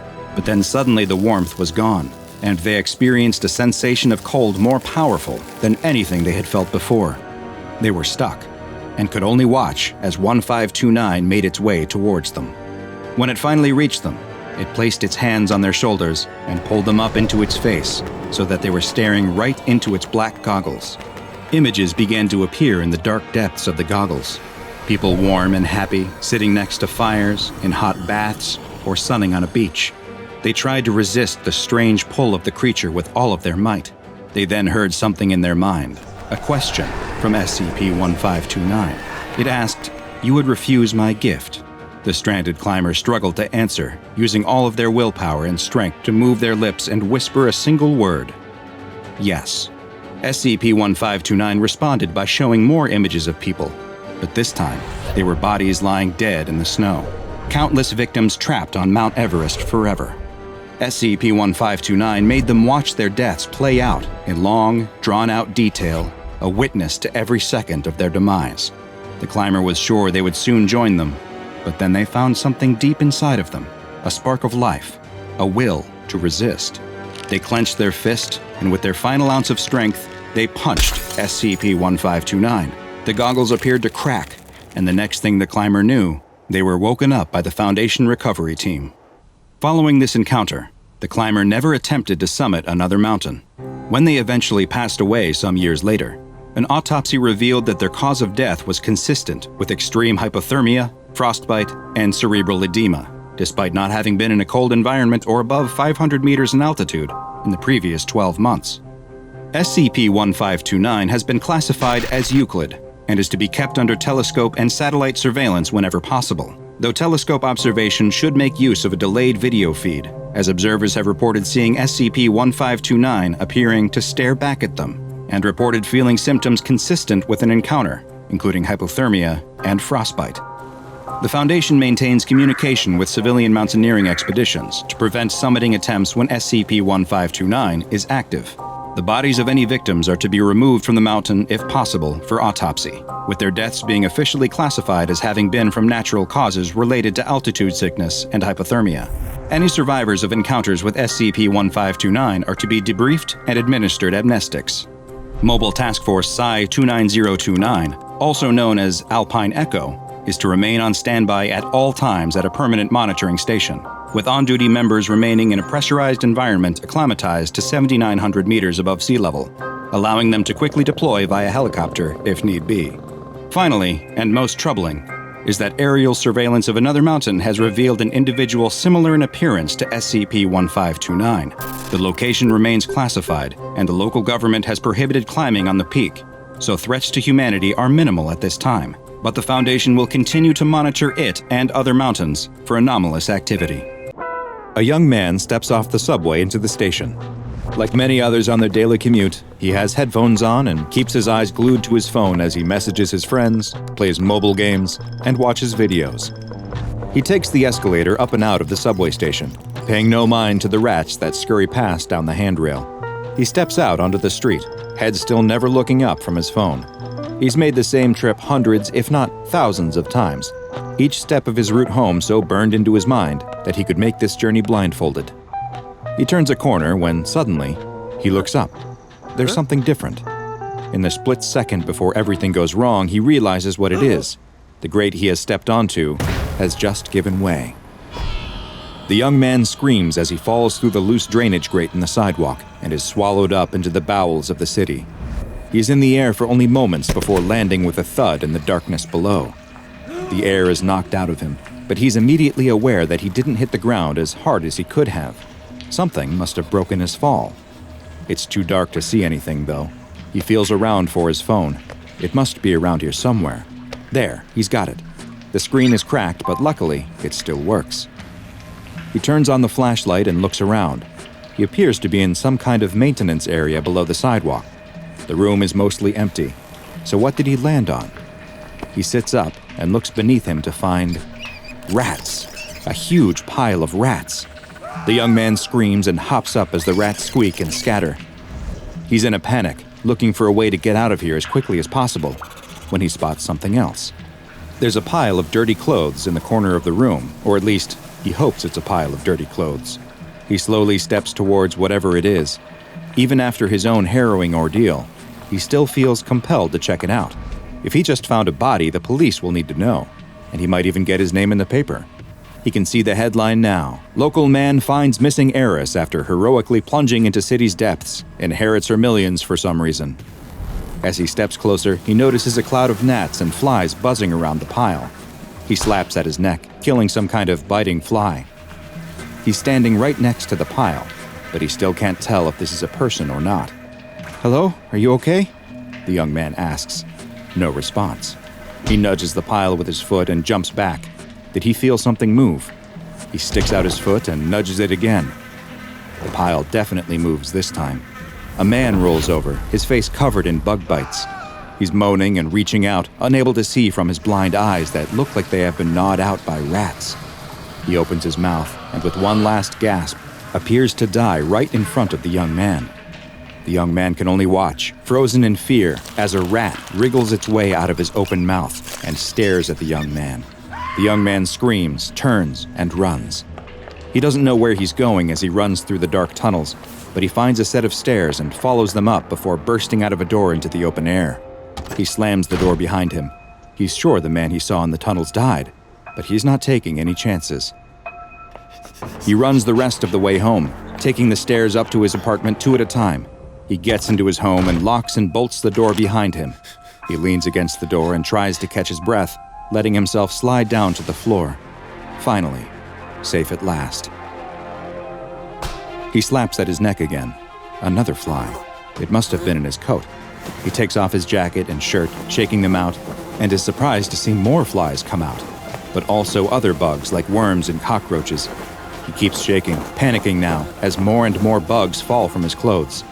He can see in the mirror on the wall that his body is covered in bites, but that's not what really has his attention. He gets close to the mirror, almost in a daze. This can't be right. He must be hallucinating. He looks in the mirror, reaches into his nose, and pulls out a cockroach. Flies crawl out of his mouth as he opens his mouth to scream, while behind him, rats start squeezing in under his door and crawling up his body until he is completely covered in a living, writhing mass of vermin. Many of the anomalies studied by the SCP Foundation are cruel, horrific, and utterly mysterious. And this is one of the rare cases that embodies all three. Because this is SCP-027, also known as the Vermin God. SCP-027 is a phenomenon with strange and frightening properties that seems to affect one human subject at a time. When someone becomes a host to this anomaly, they will find that they are constantly surrounded by swarms of various types of vermin, parasites, and other pests. The human host has no ability to control or command these creatures, and in fact, the animals will often show aggression towards the host, biting and scratching at them as well as any other person who comes near. It is unknown what causes this effect, but once someone has become a host to SCP-027, the effect appears to be permanent. The swarms of vermin that follow the host do not appear instantly, and instead tend to follow the same pattern of showing up in waves. First, swarms of flying insects, including gnats and flies, will begin to form a cloud around the unlucky individual. Next, non-flying creatures such as lice, cockroaches, worms, spiders, and rats will begin to crawl on the host. The more time that passes, the more of all of these that will appear. Should the host try to leave the location, some of the pests will attempt to cling to them or follow behind, but many of the others will disperse. As soon as the host stops again, though, the process will repeat, and they will once again soon be surrounded by bugs and rodents. While there is no way for a host to rid themselves of the SCP-027 anomaly, the phenomenon has been known to be transferred to a new host, but only following the death of the first. It appears that 027 will continue to jump from host to host, and has likely done this many times in the past. Preliminary research into just how long SCP-027 has existed is ongoing, but early signs point to it having existed for potentially hundreds of years. SCP-027 was first identified by the Foundation when, in the 1990s, a male in his late 30s was found in an abandoned warehouse that was completely overrun with rats and insects. The man was filthy, malnourished, and covered in bites and scratches from a variety of pests. He also showed symptoms of deteriorating mental health, likely caused by a combination of heavy substance abuse and sleep deprivation, neither of which were unexpected, given his horrendous circumstances. The anomalous properties of the subject were quickly recognized by field agents, and he was brought to an SCP Foundation site, where he unfortunately died while still under observation. An autopsy later revealed that over 70% of the man's body at the time of death consisted of a colony of rats that had nested in his abdomen and had been living there long enough to produce at least several generations of offspring. Around 6 days after the man's death, a Foundation security officer at the site where the man had been held reported to medical staff that he was experiencing breathing issues. He told them they began after he had been woken up by what he thought was a housefly crawling up his nose, and he did remember the fly coming back out. Later investigations would reveal that this statement was true, and that the fly laid a clutch of eggs in his sinus cavity as well. The security officer was placed under observation, and following the appearance of more types of vermin, he was classified as SCP-02702. The man who died was then reclassified as SCP-02701, and SCP-027 was redefined as an anomalous effect rather than one individual. It is still unknown just how SCP-027 attracts animals, or why it chooses the ones it does to summon to its location. Neither SCP-02701 or 02 have expressed any communication with any kind of entity or the feeling that one was present, and were unable to provide any additional information on the mysterious qualities of the anomaly. In an interview that took place not long after the security officer was identified as a host and placed into containment, he only described feeling dirty and itchy, like he needed a shower. He was deeply frightened by what was happening, and expressed the desire to rid himself of the anomalous effect as soon as possible so that he could rejoin his family. Research into the anomaly continues, but analysis of the current host has been inconclusive at best. The lack of understanding about just what SCP-027 is, how its anomalous effect functions, and how it jumps to a new host has led the SCP Foundation to classify it as Euclid. The current host for the anomaly is being held in a 5x5 meter cell with a raised grated floor that is connected to a strong vacuum system to trap any vermin that appear. Any creatures that are removed from the cell are to be incinerated, except for a small portion which are sent to research teams for analysis, though so far, all animals have appeared to be completely non-anomalous in nature.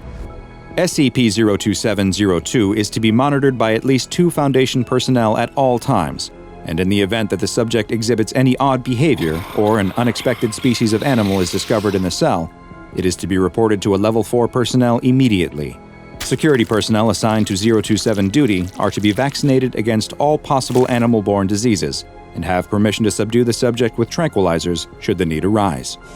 Should the subject appear to be experiencing a serious medical event, all high-value personnel should be moved far away from the current host to lower the chance of them becoming a host to the anomaly.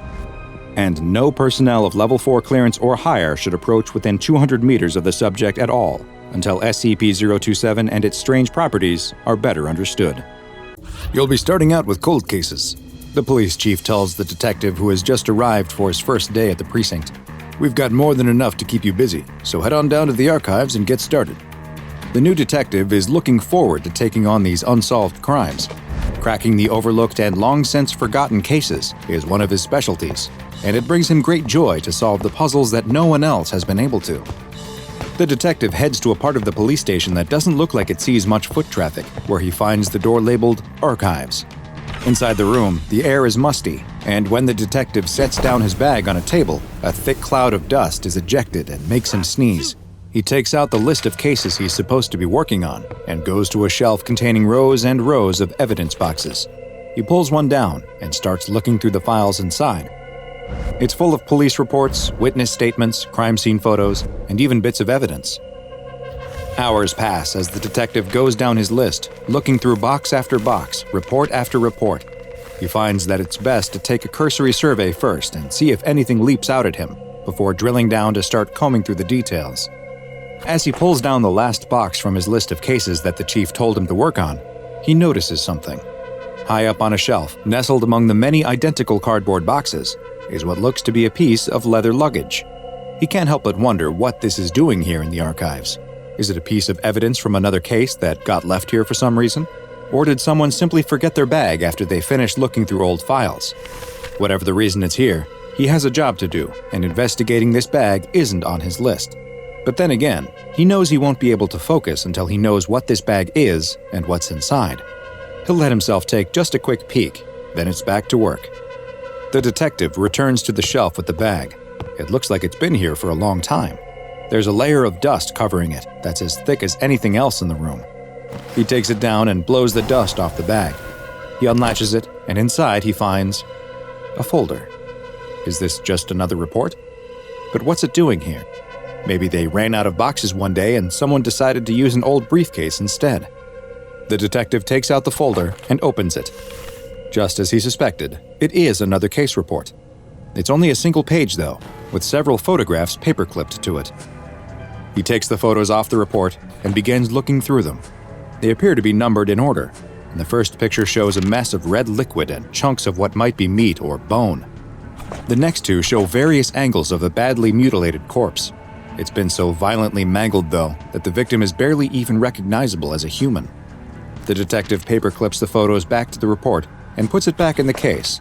If this murder only has one page of evidence to work with, then he is classifying it as a revisit after literally everything else in the room is solved kind of case.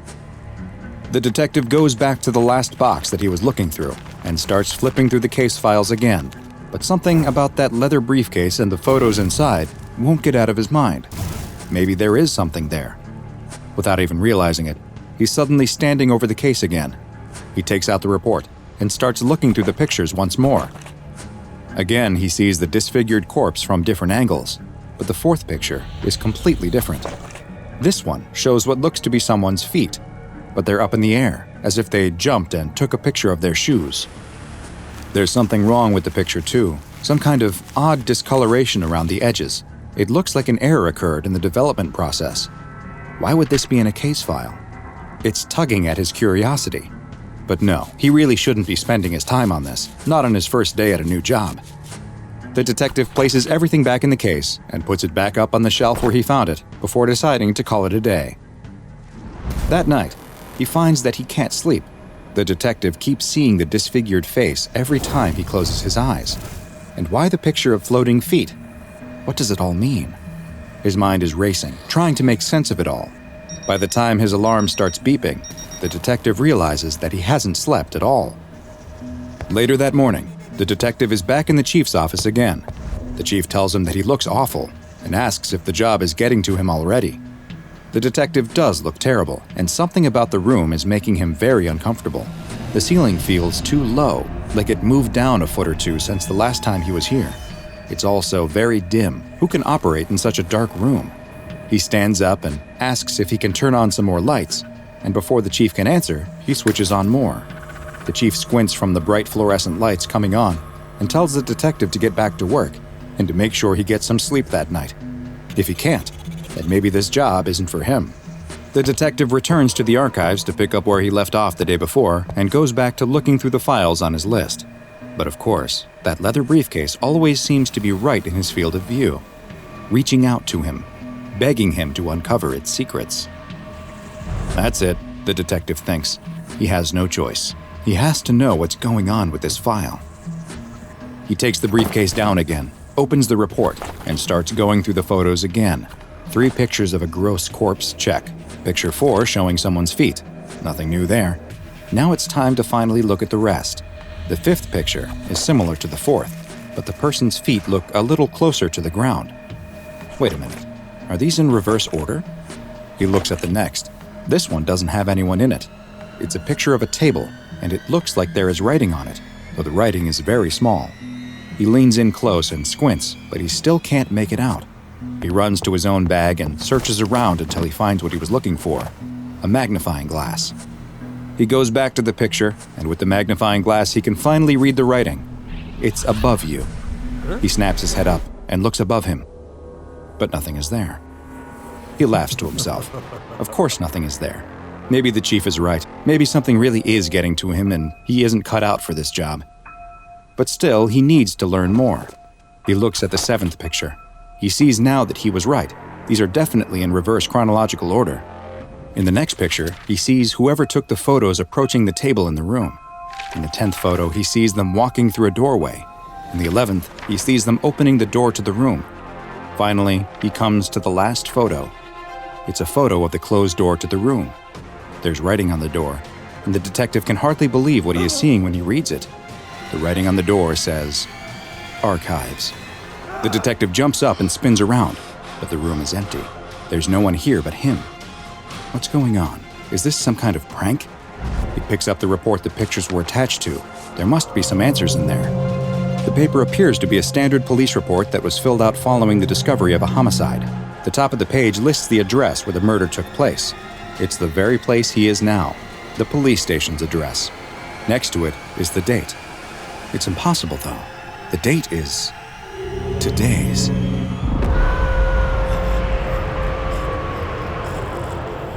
Archives can hold untold secrets, and many of those are often quite dangerous, as anyone familiar with the SCP Foundation is already well aware. Rarely is the file in the archive itself the danger, but that is exactly the case with SCP-767, a deadly series of crime scene photos that are anything but what they seem. SCP-767 is the designation for a series of anomalous objects, which were recovered from a police department's own archives. They include a series of 12 Polaroid photographs, which have been given the designation SCP-767-1 through 12, that appear to be the source of the anomalous properties surrounding the objects. Each photograph is labeled 1 through 12 in the lower left-hand corner, though they appear to be labeled in reverse chronological order. When viewed in reverse, that is, starting with the picture labeled 12, the photos depict a first-person perspective of someone entering a room and examining a table. The table will have writing on it, which alternates between the iterations of SCP-767, and will either read, "It's above you," or "On the ceiling," written with a red substance that appears to be fresh blood. The next photos continue to be from a first-person perspective, and will show the person taking the photos being lifted up into the air above the table, with wisps of black smoke visible around the edges of the frame, that look at first glance like either photo development issues or damage to the picture. The final 3 pictures depict a fresh corpse that has been so heavily mutilated by lacerations that it is completely unrecognizable, while the last picture shows a body that appears to have been virtually liquefied in some way, with gore and viscera spread around the room. The origin of these photos is unknown, and it's unknown if they were ever taken at all or merely manifested in some way. When the photos are taken to a new location and are allowed to remain there for 1 week, they will change to reflect a room within the building where they are being kept, with the individual portrayed in the photos being an image of the last person to experience the photo's frightening effects. More on what those are later. The ability of SCP-767 to change based on the location it is in is also present in SCP-767-13 and 14, which are the police report and the brown leather valise that always accompany the photos.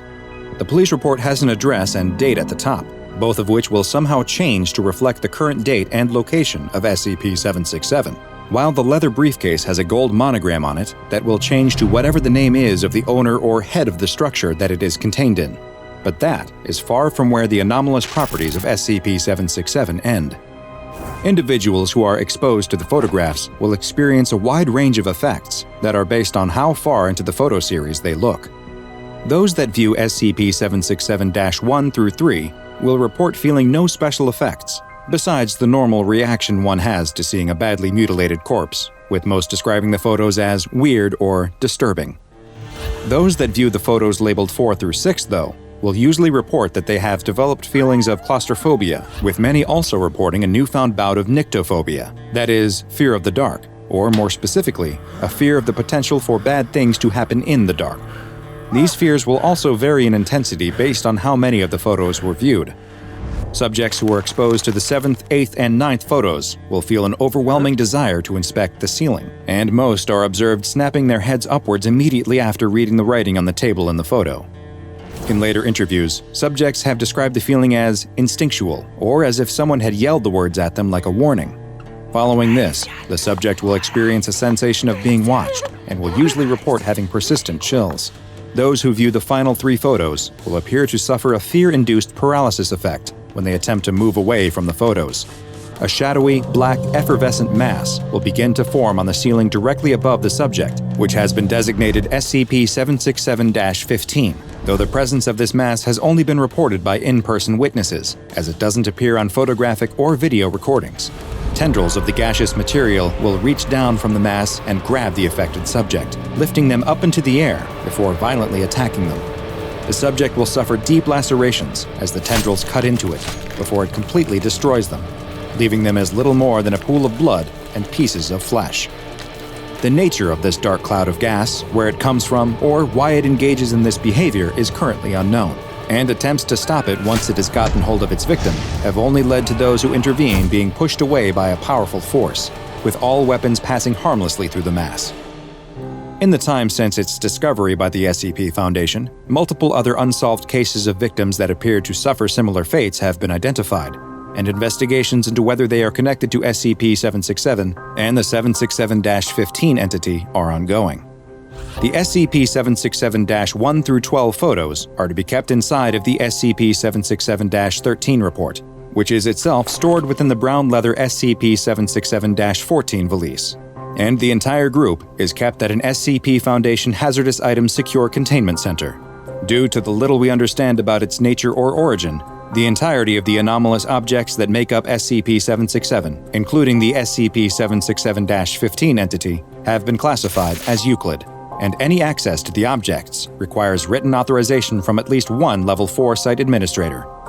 SCP-767 may not be the most dangerous file in the SCP Foundation's archive, but it may just be the most dangerous literal file. There are plenty other surprisingly dangerous objects that can impact you in ways you never expected, though, like SCP-1875, the antique chess automaton that is capable of powerful effects that you have to see to believe. 2 men walk through a hot, dusty tunnel carved right into the rock. Their torches cast just enough light to see that the walls are covered with strange hieroglyphics. They've been in many tombs before, but they've never seen markings like these before. They spot something up ahead, a person slumped against the wall. One of the men rushes over and sees that whoever this was, they've been here a very long time. Nothing is left but bones and a few scraps of cloth. As the man examines the skeleton, his partner calls him over. There's something he has to see. He's looking through a hole in the tunnel wall, and on the other side is an enormous cavern. In the middle of the giant room is the strangest sight either man has ever seen. An enormous upside-down pyramid that stretches down from the roof of the cave. They look at each other in amazement before running down deeper into the tunnel, sure that it will lead them to the pyramid and the incredible treasures it must have inside. They can see through more holes in the tunnel wall that they are getting closer and closer to the pyramid. Finally, they reach an entrance into the uppermost and widest part of the structure. As they enter the upside-down pyramid, they see that the passages are at least twice as high as any they've ever seen, and are covered with more of the strange markings. They start walking through the passageway, and soon realize that there are numerous twists, turns, branching paths, and dead ends. It's a maze. The man turns to tell his friend that they should consider leaving and coming back with others, but he finds that he's all alone. They must have gotten separated at some point. He starts backtracking through the passages, turning this way and that, trying to retrace his steps. He abruptly stops, though, when he hears a strange noise. A metallic grinding sound fills the air. The man watches as the walls themselves start to move, shifting and rearranging themselves. Without warning, the open passage in front of him closes, sealing his path back. The man begins to scream. There's no answer to his cries. Panicked, he runs deeper and deeper into the maze, but try as he might, he can't find his friend, or the exit. How long has he been walking? Hours? Days? He can remember hearing the walls shift at least one other time. Exhausted, he sits down against the wall. He'll just take a little rest. Then it's back to work. He must be able to find his way out. He must escape. Hi, I'm Dr. Bob, and this is SCP-875, also known as War Criminals. SCP-875 is the designation the SCP Foundation has given to a massive underground pyramid whose exact location is a closely guarded secret. As of yet, no record of the pyramid's construction has been found in any historical documents, though there is evidence that suggests SCP-875 is a man-made structure. While the outside of SCP-875 is made of normal sandstone like the pyramids of Egypt, there is an inner layer composed of a metal alloy that is yet to be identified. The first floor of SCP-875 is accessible through a tunnel and contains a number of passageways that appear to have been built for entities much taller than humans. These passages are arranged into a maze-like configuration, complete with double backs and dead ends. Adding to the confusion is that the geography of the maze periodically changes. Mechanisms located within the walls and floor activate automatically every 48 hours, completely changing the layout. While anyone unlucky enough to be trapped within the shifting walls of SCP-875 may find themselves unable to leave by the path they entered, there are a number of hidden pressure plates and levers that can be found throughout the labyrinth that open up sections of the wall, creating new paths and shortcuts. But these switches also cause the release of what the Foundation has designated SCP-875-1. SCP-875-1 are small, flying insect-like creatures, approximately 6 centimeters long, with a mass of roughly 3 grams. They bear no resemblance to any known species of insect on Earth, suggesting that their origin may be extraterrestrial. When released, SCP-875-1s will swarm the nearest person, stinging them mercilessly. Their sting is highly acidic and causes severe damage to nerves and tendons.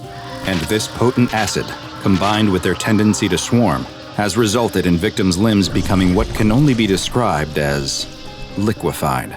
Previous uses of explosives within the pyramid have left openings to a lower second floor that are relatively easy to access, provided that the maze's current configuration allows the breaches to be reached. The main feature of the second floor is 4 large vats, each of which contains a clear liquid similar in appearance to normal water, that has been designated SCP-875-2. When humans are exposed to SCP-875-2, they experience effects similar to an amnestic, but with the added sensation of feeling both happy and satisfied. Following what look like maintenance tunnels on the second floor leads down to a third floor of the pyramid that is home to a large nuclear reactor. The reactor takes up most of the area of this level of the pyramid and appears to be self-cooling, with no evidence of a meltdown or other nuclear disaster having taken place. This reactor seems to be powering the rest of the pyramid, including the maze reorganizing mechanisms on the first floor, as well as what's hidden on the mysterious lowest level of SCP-875. Although there is no direct access to the fourth floor of the pyramid, tunneling through the floor of the third level has revealed something incredible. Inside a small room are what look to be 10 separate cryogenic stasis chambers. The chambers are arranged in a circular formation, and strangest of all, they're all occupied. Inside each pod is a large insectoid creature roughly 3 meters tall and weighing 240 kilograms that have been designated SCP-875-3. 3 of the creatures appear to have died from their stasis chambers failing at some point in the past, and heavy decomposition has set in. Several other of the insectoid creatures are heavily damaged, though it is unknown if this is due to issues with the pods, or if they had sustained injuries prior to entering stasis. While it is not known what exactly these creatures are, where they came from, or if their origin is even terrestrial, examination and analysis of some of the images carved into the walls of SCP-875's first floor have provided interesting information. In one, 2 figures that bear a resemblance to SCP-875-3 are depicted facing each other, with one appearing to be stabbing the other with a spear, implying some kind of violent conflict in the past. In the next, another figure that looks like SCP-875-3 is shown presenting a stone slab to what looks to be a human dressed in the garb of ancient Egypt. The Egyptian is facing away from the insectoid, which might suggest a breakdown in communication or an unwillingness of the Egyptian to listen to the insectoid. The third image, though, shows 2 humanoid figures now bowing to the insectoid figure, next to an image of a chalice with a drop of liquid falling into it.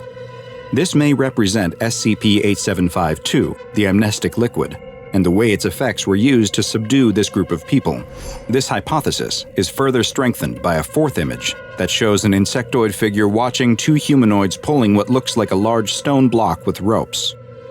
A 5th image shows the insectoid figure standing next to what looks like a dead humanoid, consuming a part of it.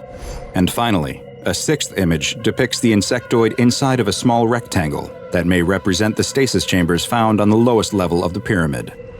Are these entities sleeping inside the stasis chambers the same ones depicted on the walls of the pyramid? Did they arrive on Earth and subjugate a group of humans, forcing them to build a monument that could contain their stasis chambers and keep them in a form of perennial living death? Perhaps this question has been answered by a mysterious transmission that was detected by the Foundation. Coming from an unknown source, the transmission was in English, but the grammar and word choice sounded like it was from someone who had only the most basic understanding of the language. The transmission, in no uncertain terms, demanded the return of the war criminals, and that if they were not returned, that 95% of the species would be made extinct. It then went on to describe a number of offenses perpetrated by these war criminals, including claims of massacres and cannibalism. Were the creatures in the bottom of SCP-875 convicts on the run, war criminals from another planet or even another reality, who had fled to Earth to escape justice? It may never be known for sure, as the message degraded and became unintelligible before it could finish. Due to its stable location and the relative ease with which the public can be kept away from it, SCP-875 has been classified as safe. Its location is marked as a military base on maps, with satellite images altered according to Procedure Watson 24. Civilians who approach the area are to be taken into Foundation custody and administered Class A amnestics. Research personnel are only allowed inside SCP-875 when accompanied by 2 security staff, and 6 maintenance personnel are to monitor the nuclear reactor at all times.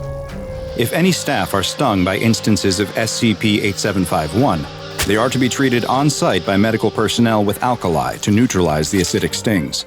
And in extreme cases, amputation of the affected limbs is authorized. In the event that an SCP-8753 specimen becomes active, security personnel are to subdue them in a non-fatal manner if possible, and transport them to a secure site for further research. Now go and watch another entry from the files of DrBob, and make sure you subscribe so you don't miss a thing as we delve further and further into the SCP Foundation's classified archives.